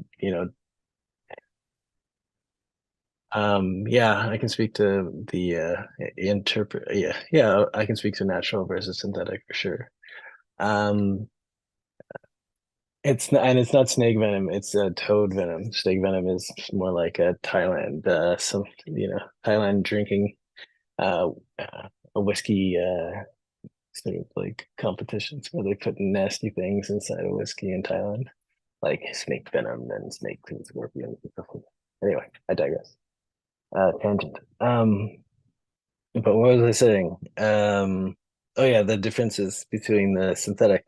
And so, and then even in a synthesized version of the molecule, in a lot of times people are still dosing too heavily. And it's very easy to do if you don't have precise measuring tools, because like 10 milligrams is like a tiny little pinhead full of powder that could fit, you know, maybe 25 times on your fingernail. So it's not a very dense, it's not a very dense whatchamacallit, material as well. Anyway, so like, you know, it's unless you know the dosage precisely, it's an issue. And he's saying that most of the people that are still in naturalistic settings being overdosed, and so whiting out, and sort of taking you to the absolute ultimate, you know, deconstructive experience, as opposed to the NNDMT experience, where you're, you know, ripped into the universe and, you know, have a conversation with God or divinity of your own understanding. And then and sometimes can be very visual, and sometimes not at all for some people. But the newer strains that I've noticed that are of a higher purity, they tend to be more visual. Anyway, yeah, so that's sort of like my backwards story of my way into psychedelics. And they've been profoundly life-changing for me. And you know, it's been fun building community around the protocols for the products that we've created. And the protocols are more important than the products, because you can really microdose on anything. And you know, if you want to be if you know, want to figure out how to do it yourself, it's not super difficult to do. You can do it. It's just time consuming. And you know, I've already made 1,000 mistakes that you'll make along the way from now to, you know, making your own microdose or low relational dose pens. It's not that hard, but there are mistakes and there are ways to make it better. And I've done all that legwork, which is not nothing. It took me 8 months to figure out the prototype. So it's a lot of work and time go into these things, even though it seems like a very simple finished product. But I guess that's that's a mark of any decent design, is that you can't always see the effort and the elegance. Actually, I like that saying. I can't always see the effort in the elegance. Yeah. Anyway, I digress again. I'm also a bit of a writer, and along with being an actor and a painter. So, but art is something that I think is important to imbue in everything that we do. Sort of the same way that it's important for us to imbue the essence of who we are, our lineage, into what we do. Tell our own stories, and that's why things are changing now in the world, because people, Hollywood is not telling everyone's story, or their interpretations, or their whitewashed interpretations of their stories, or just stolen stories, straight up stolen stories. And people are telling their own story, and it's more meaningful that way. And so that's what we do. We imbue a little bit of us into what we do. So we sort of have an Asian feeling to some of our products and designs, and we definitely in our psilocybin products and 4-ACO products, we mix traditional Chinese medicine into them that support different outcomes. So a little bit more, novel, differentiated forms of low relational effective dosing or microdosing, and a little more intentional, a little more like thinking about how we can, use less and do more. Because when you're mixing synergistic adaptogens with psychedelics, everything becomes more effective. Like everything seems to synergistically be more healing or more soothing to what it is that those herbs normally soothe, whether or in what conditions they engender. Like we follow the Chinese medicine design of like the elements of and of the seasons. And so there's we have for example microdose psilocybin products, and they're for one for each season, and they have different outcomes. And the first one sort of like airway opening and antihistamine, supporting one for spring, and then for summer it's more energetic, and also helping you with inflammation, because people tend to be a little bit more active in summer. And then in fall we have one that's all about immune support, and everyone's getting sick again, and the flu season and all that kind of stuff. And then winter we have one that's for mood stabilization, because people are getting sad syndrome, at least in Vancouver they are, with the 8-month winters of rain and darkness. And and then and so we sort of infused some Asianness and some of us and into what we do. And I say us because my wife and partner in life, and my ally in business, who's a psychedelic assisted therapist and a brilliant woman, double master's degree, Joni Poon. She'll be speaking next. She is a music therapist as well as a registered clinical counselor. And of course, I consult with her on the creation of these different things. And she, volunteers her time to develop protocols around these things that don't have protocols yet. So that they can be used effectively in clinical settings or in therapeutic settings, and mainly, of course, above ground practitioners focus on integration and preparation.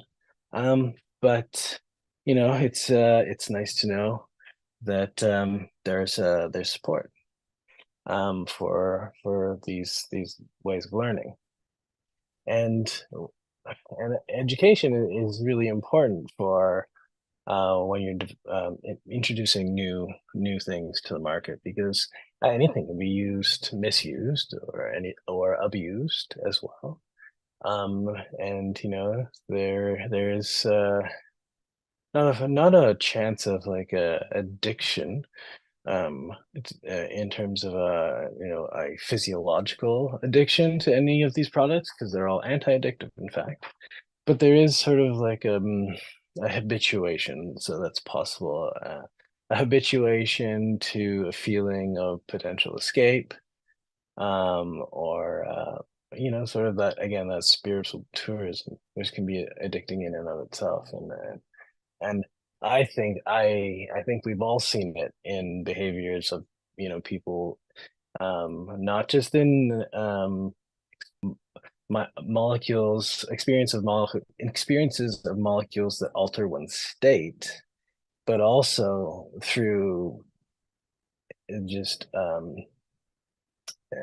endogenous experiences. And you see people going from healing circle to sound bath to ayahuasca retreat to this to that to the other. And so yeah. Oh, okay. Yeah, let's just mute Doxy. And yeah, and then so they come back to what was I saying? They come back to all of these different like healing experiences, and they're just constantly seeking, and that's the same sort of like self-soothing behavior that we see in sometimes when spiritualism replaces the other sort of addiction, if you will, in your life. And so we have to be mindful to be using these tools, these psycho-spiritual tools, in an intentional way. And so we've been doing workshops. Joni is a brilliant facilitator, moderator of educational workshops and educational experiences. And so I, with listeners, provide the product at these workshops, and we teach protocols that can be used with meditation, breath work. We've done workshops around sexuality. We've done workshops in nature, and just getting people in touch with themselves, and then showing them that very, very little amounts of this product, one pen has 100 doses in it. So essentially, you don't need to buy them very often. And like I said, many people don't come back because they're like, I'm good. Like I don't, my friend the other day, I got a text message saying, your microdose LSD thing made me quit drinking. And I was like, and he's like, is that a thing? Is that a real thing? Or is that just coincidence? He's like, true or fact? And I was like, well, yeah, that happens. And I said to him, he's a comedian, and comedians are kind of dark people. So he says, the LSD made me quit drinking. And I said, well, are you still funny? Because let's get things straight. Your darkness and sadness is what fuels your drinking, and your drinking and your suffering is what fuels your comedy, your very, very dark comedy, which is my entertainment. And so let's just, let's get our priorities in order. And he's like, it's okay. My in-laws are still trash. I have lots of material. And I said, okay. I said to him, I would reframe that thinking. Yeah, he's a funny guy, John. John Gagnon, if you ever get a chance to see him live, go see him. John Gagnon, brilliant comedian. So like if you I said to him, I said, I would reframe that statement, LSD made me quit drinking, to the LSD gave me neuroplasticity, granted my brain neuroplasticity, and allowed new patterns of behavior to be reinforced by opening up new pathways, potential pathways. And I said, the LSD didn't make you stop drinking, stop binge drinking. The LSD gave you the choice to choose whether you wanted to binge drink or not. And you consistently, for the last however much amount of time, have chosen not to. And we really want to emphasize that because we really want to put the power back into the hands of the people in terms of their autonomy with these microdosing products, with these low relational dosing products. And and it may seem a little bit like threatening to the established, if you will, like priest class of practitioners. But in many ways, this has happened in many times, in many iterations of these sorts of constructs, human constructs, within societies and histories, is that something happens like the printing press, or Martin Luther's ideas about not needing the church as much, and not needing the church to have your own communion with God. And in the same way, sort of giving that access directly to people, it can shake the boat a little bit.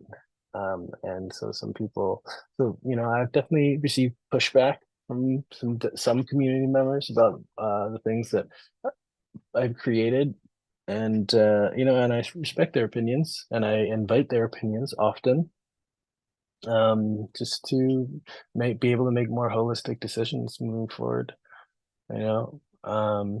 One time tried, in making a new product, something that was a ratio between NN DMT and 5-MeO DMT, in the effort to create one of our new products called Presence, which has both in it. And sort of has like a stretching feeling to it when you try it.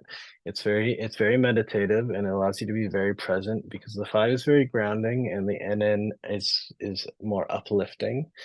Sort of as it's like that very tiny, faint feel of being pulled into a higher dimension by the NN, and then that really grounding feeling of the 5. It's really, really beautiful.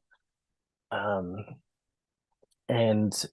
in finding that specific ratio that we offer, then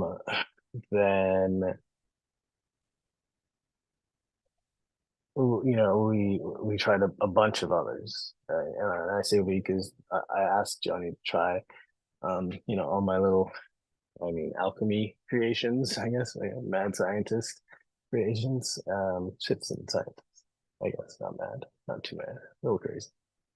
But I was distracting myself again. Oh yeah, the microdoses. In making them, we found one that was just like really, really nice ratio.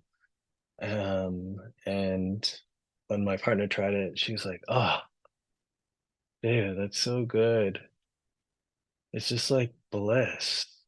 And I immediately went, "Oh, we definitely can't sell that." And she was like, what? And it's like, you can't sell people bliss and then expect them not to want more.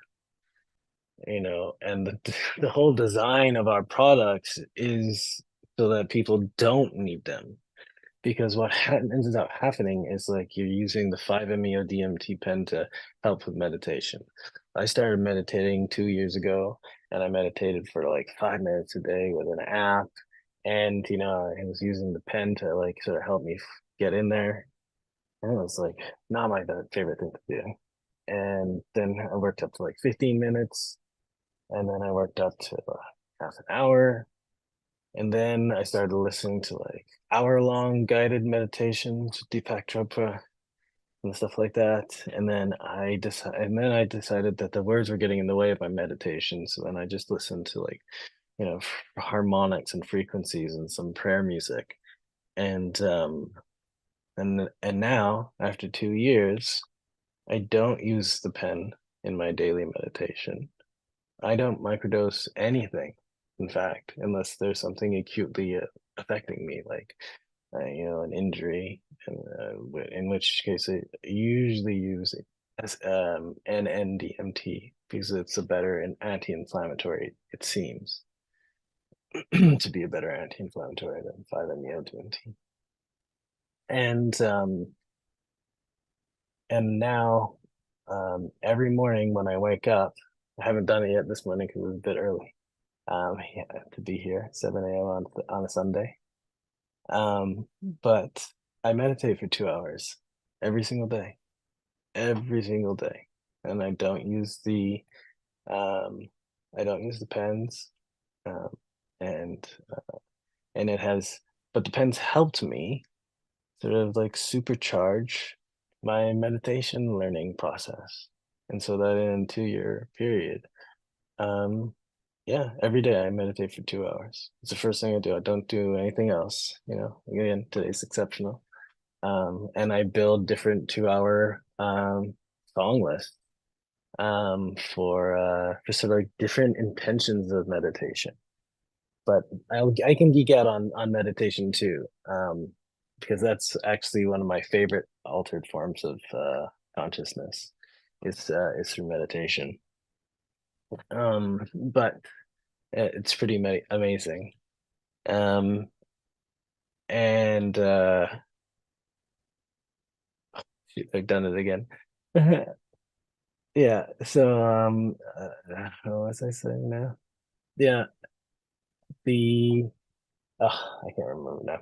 Anyway, so that's been my experience with psychedelics over a fairly short period of time. I have now made it a mission to sort of expand my knowledge of psychedelics through experience. So I'm working my way through the list and, figuring out what could be effective and figuring out those things that I enjoy. Because I think a big part of this whole psychedelics thing too, that's really important to me, apart from imbuing yourself and your identity into your work, into what you do, and to be respectful of others. And I don't really want to talk too much about the politics of whiteness in psychedelics, because it's a long conversation that I'm sure a lot of people have had today. And Anita before me was speaking to it as well. So it's like I feel like that message has been hammered home. Yeah, it's still a white space, and no, it's not the end of the world. And yes, we can evolve and change in a positive way that's not extractive. But culturally or in any way, really, this can be a situation that adds to enriching all aspects of life. I think these psychedelics can be used for many different applications, not just healing. And I think healing is important, but it's really just like the tip of the iceberg when it comes to, I don't know how to get those messages back. All right, guys. But when I see them pop up, then they disappear and I don't know how to get them back. So if I missed your question, I apologize. I can't see it. I'm using my phone because my laptop's really old and the camera's not very good. But yeah, and so that's just been my experience, and yeah, and I'm learning every day. And recently it's fun because now people are coming to me to Lucinor. Chris Timmerman's going to be on our podcast, which is called Hot Pot, and it's stirring the pot on Asian and BIPOC mental health and wellness.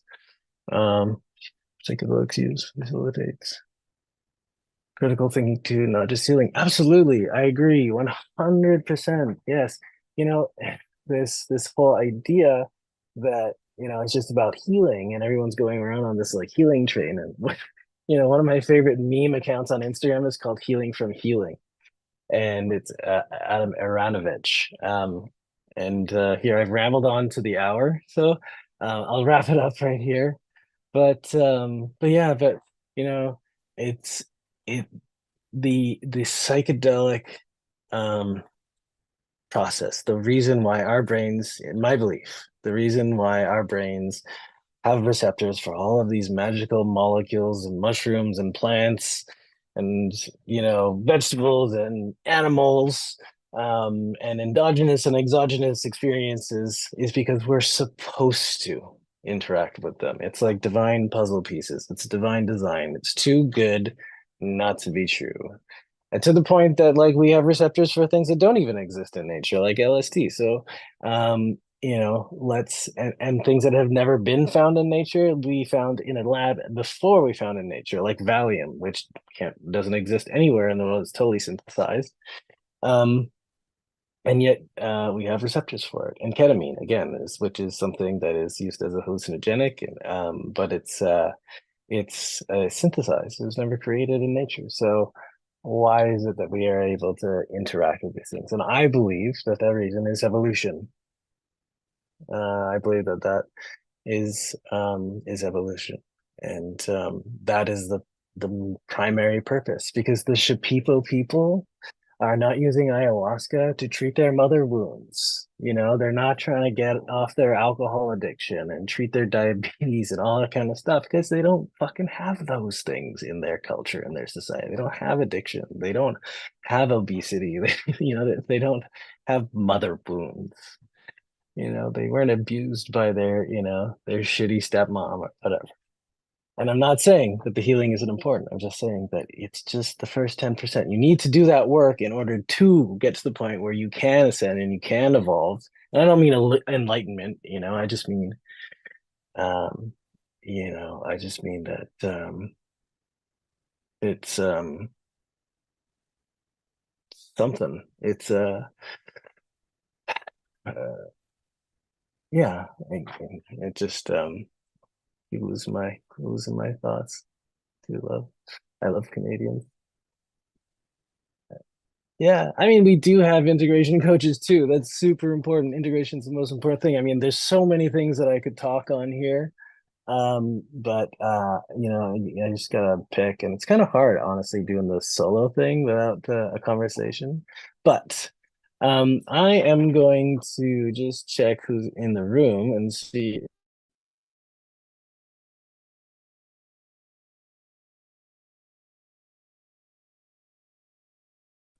I'm in the room, and I'll jump in real quick and just say that I really appreciate your, again, like the relational dose. How do you phrase that? What's the phrase you're using? Yeah, it's Joni's invention. Full credit to my wife on this one. It's low relational effective dosing. So she calls it the RED protocol, relational effective dosing.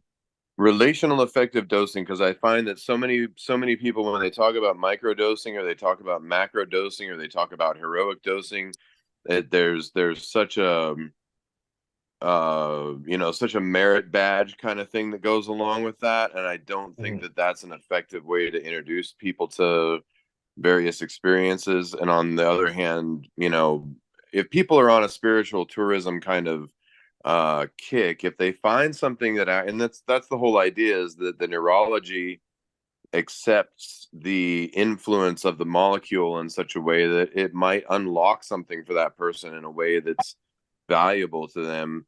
And at the same time, a lot of these experiences can be quite challenging.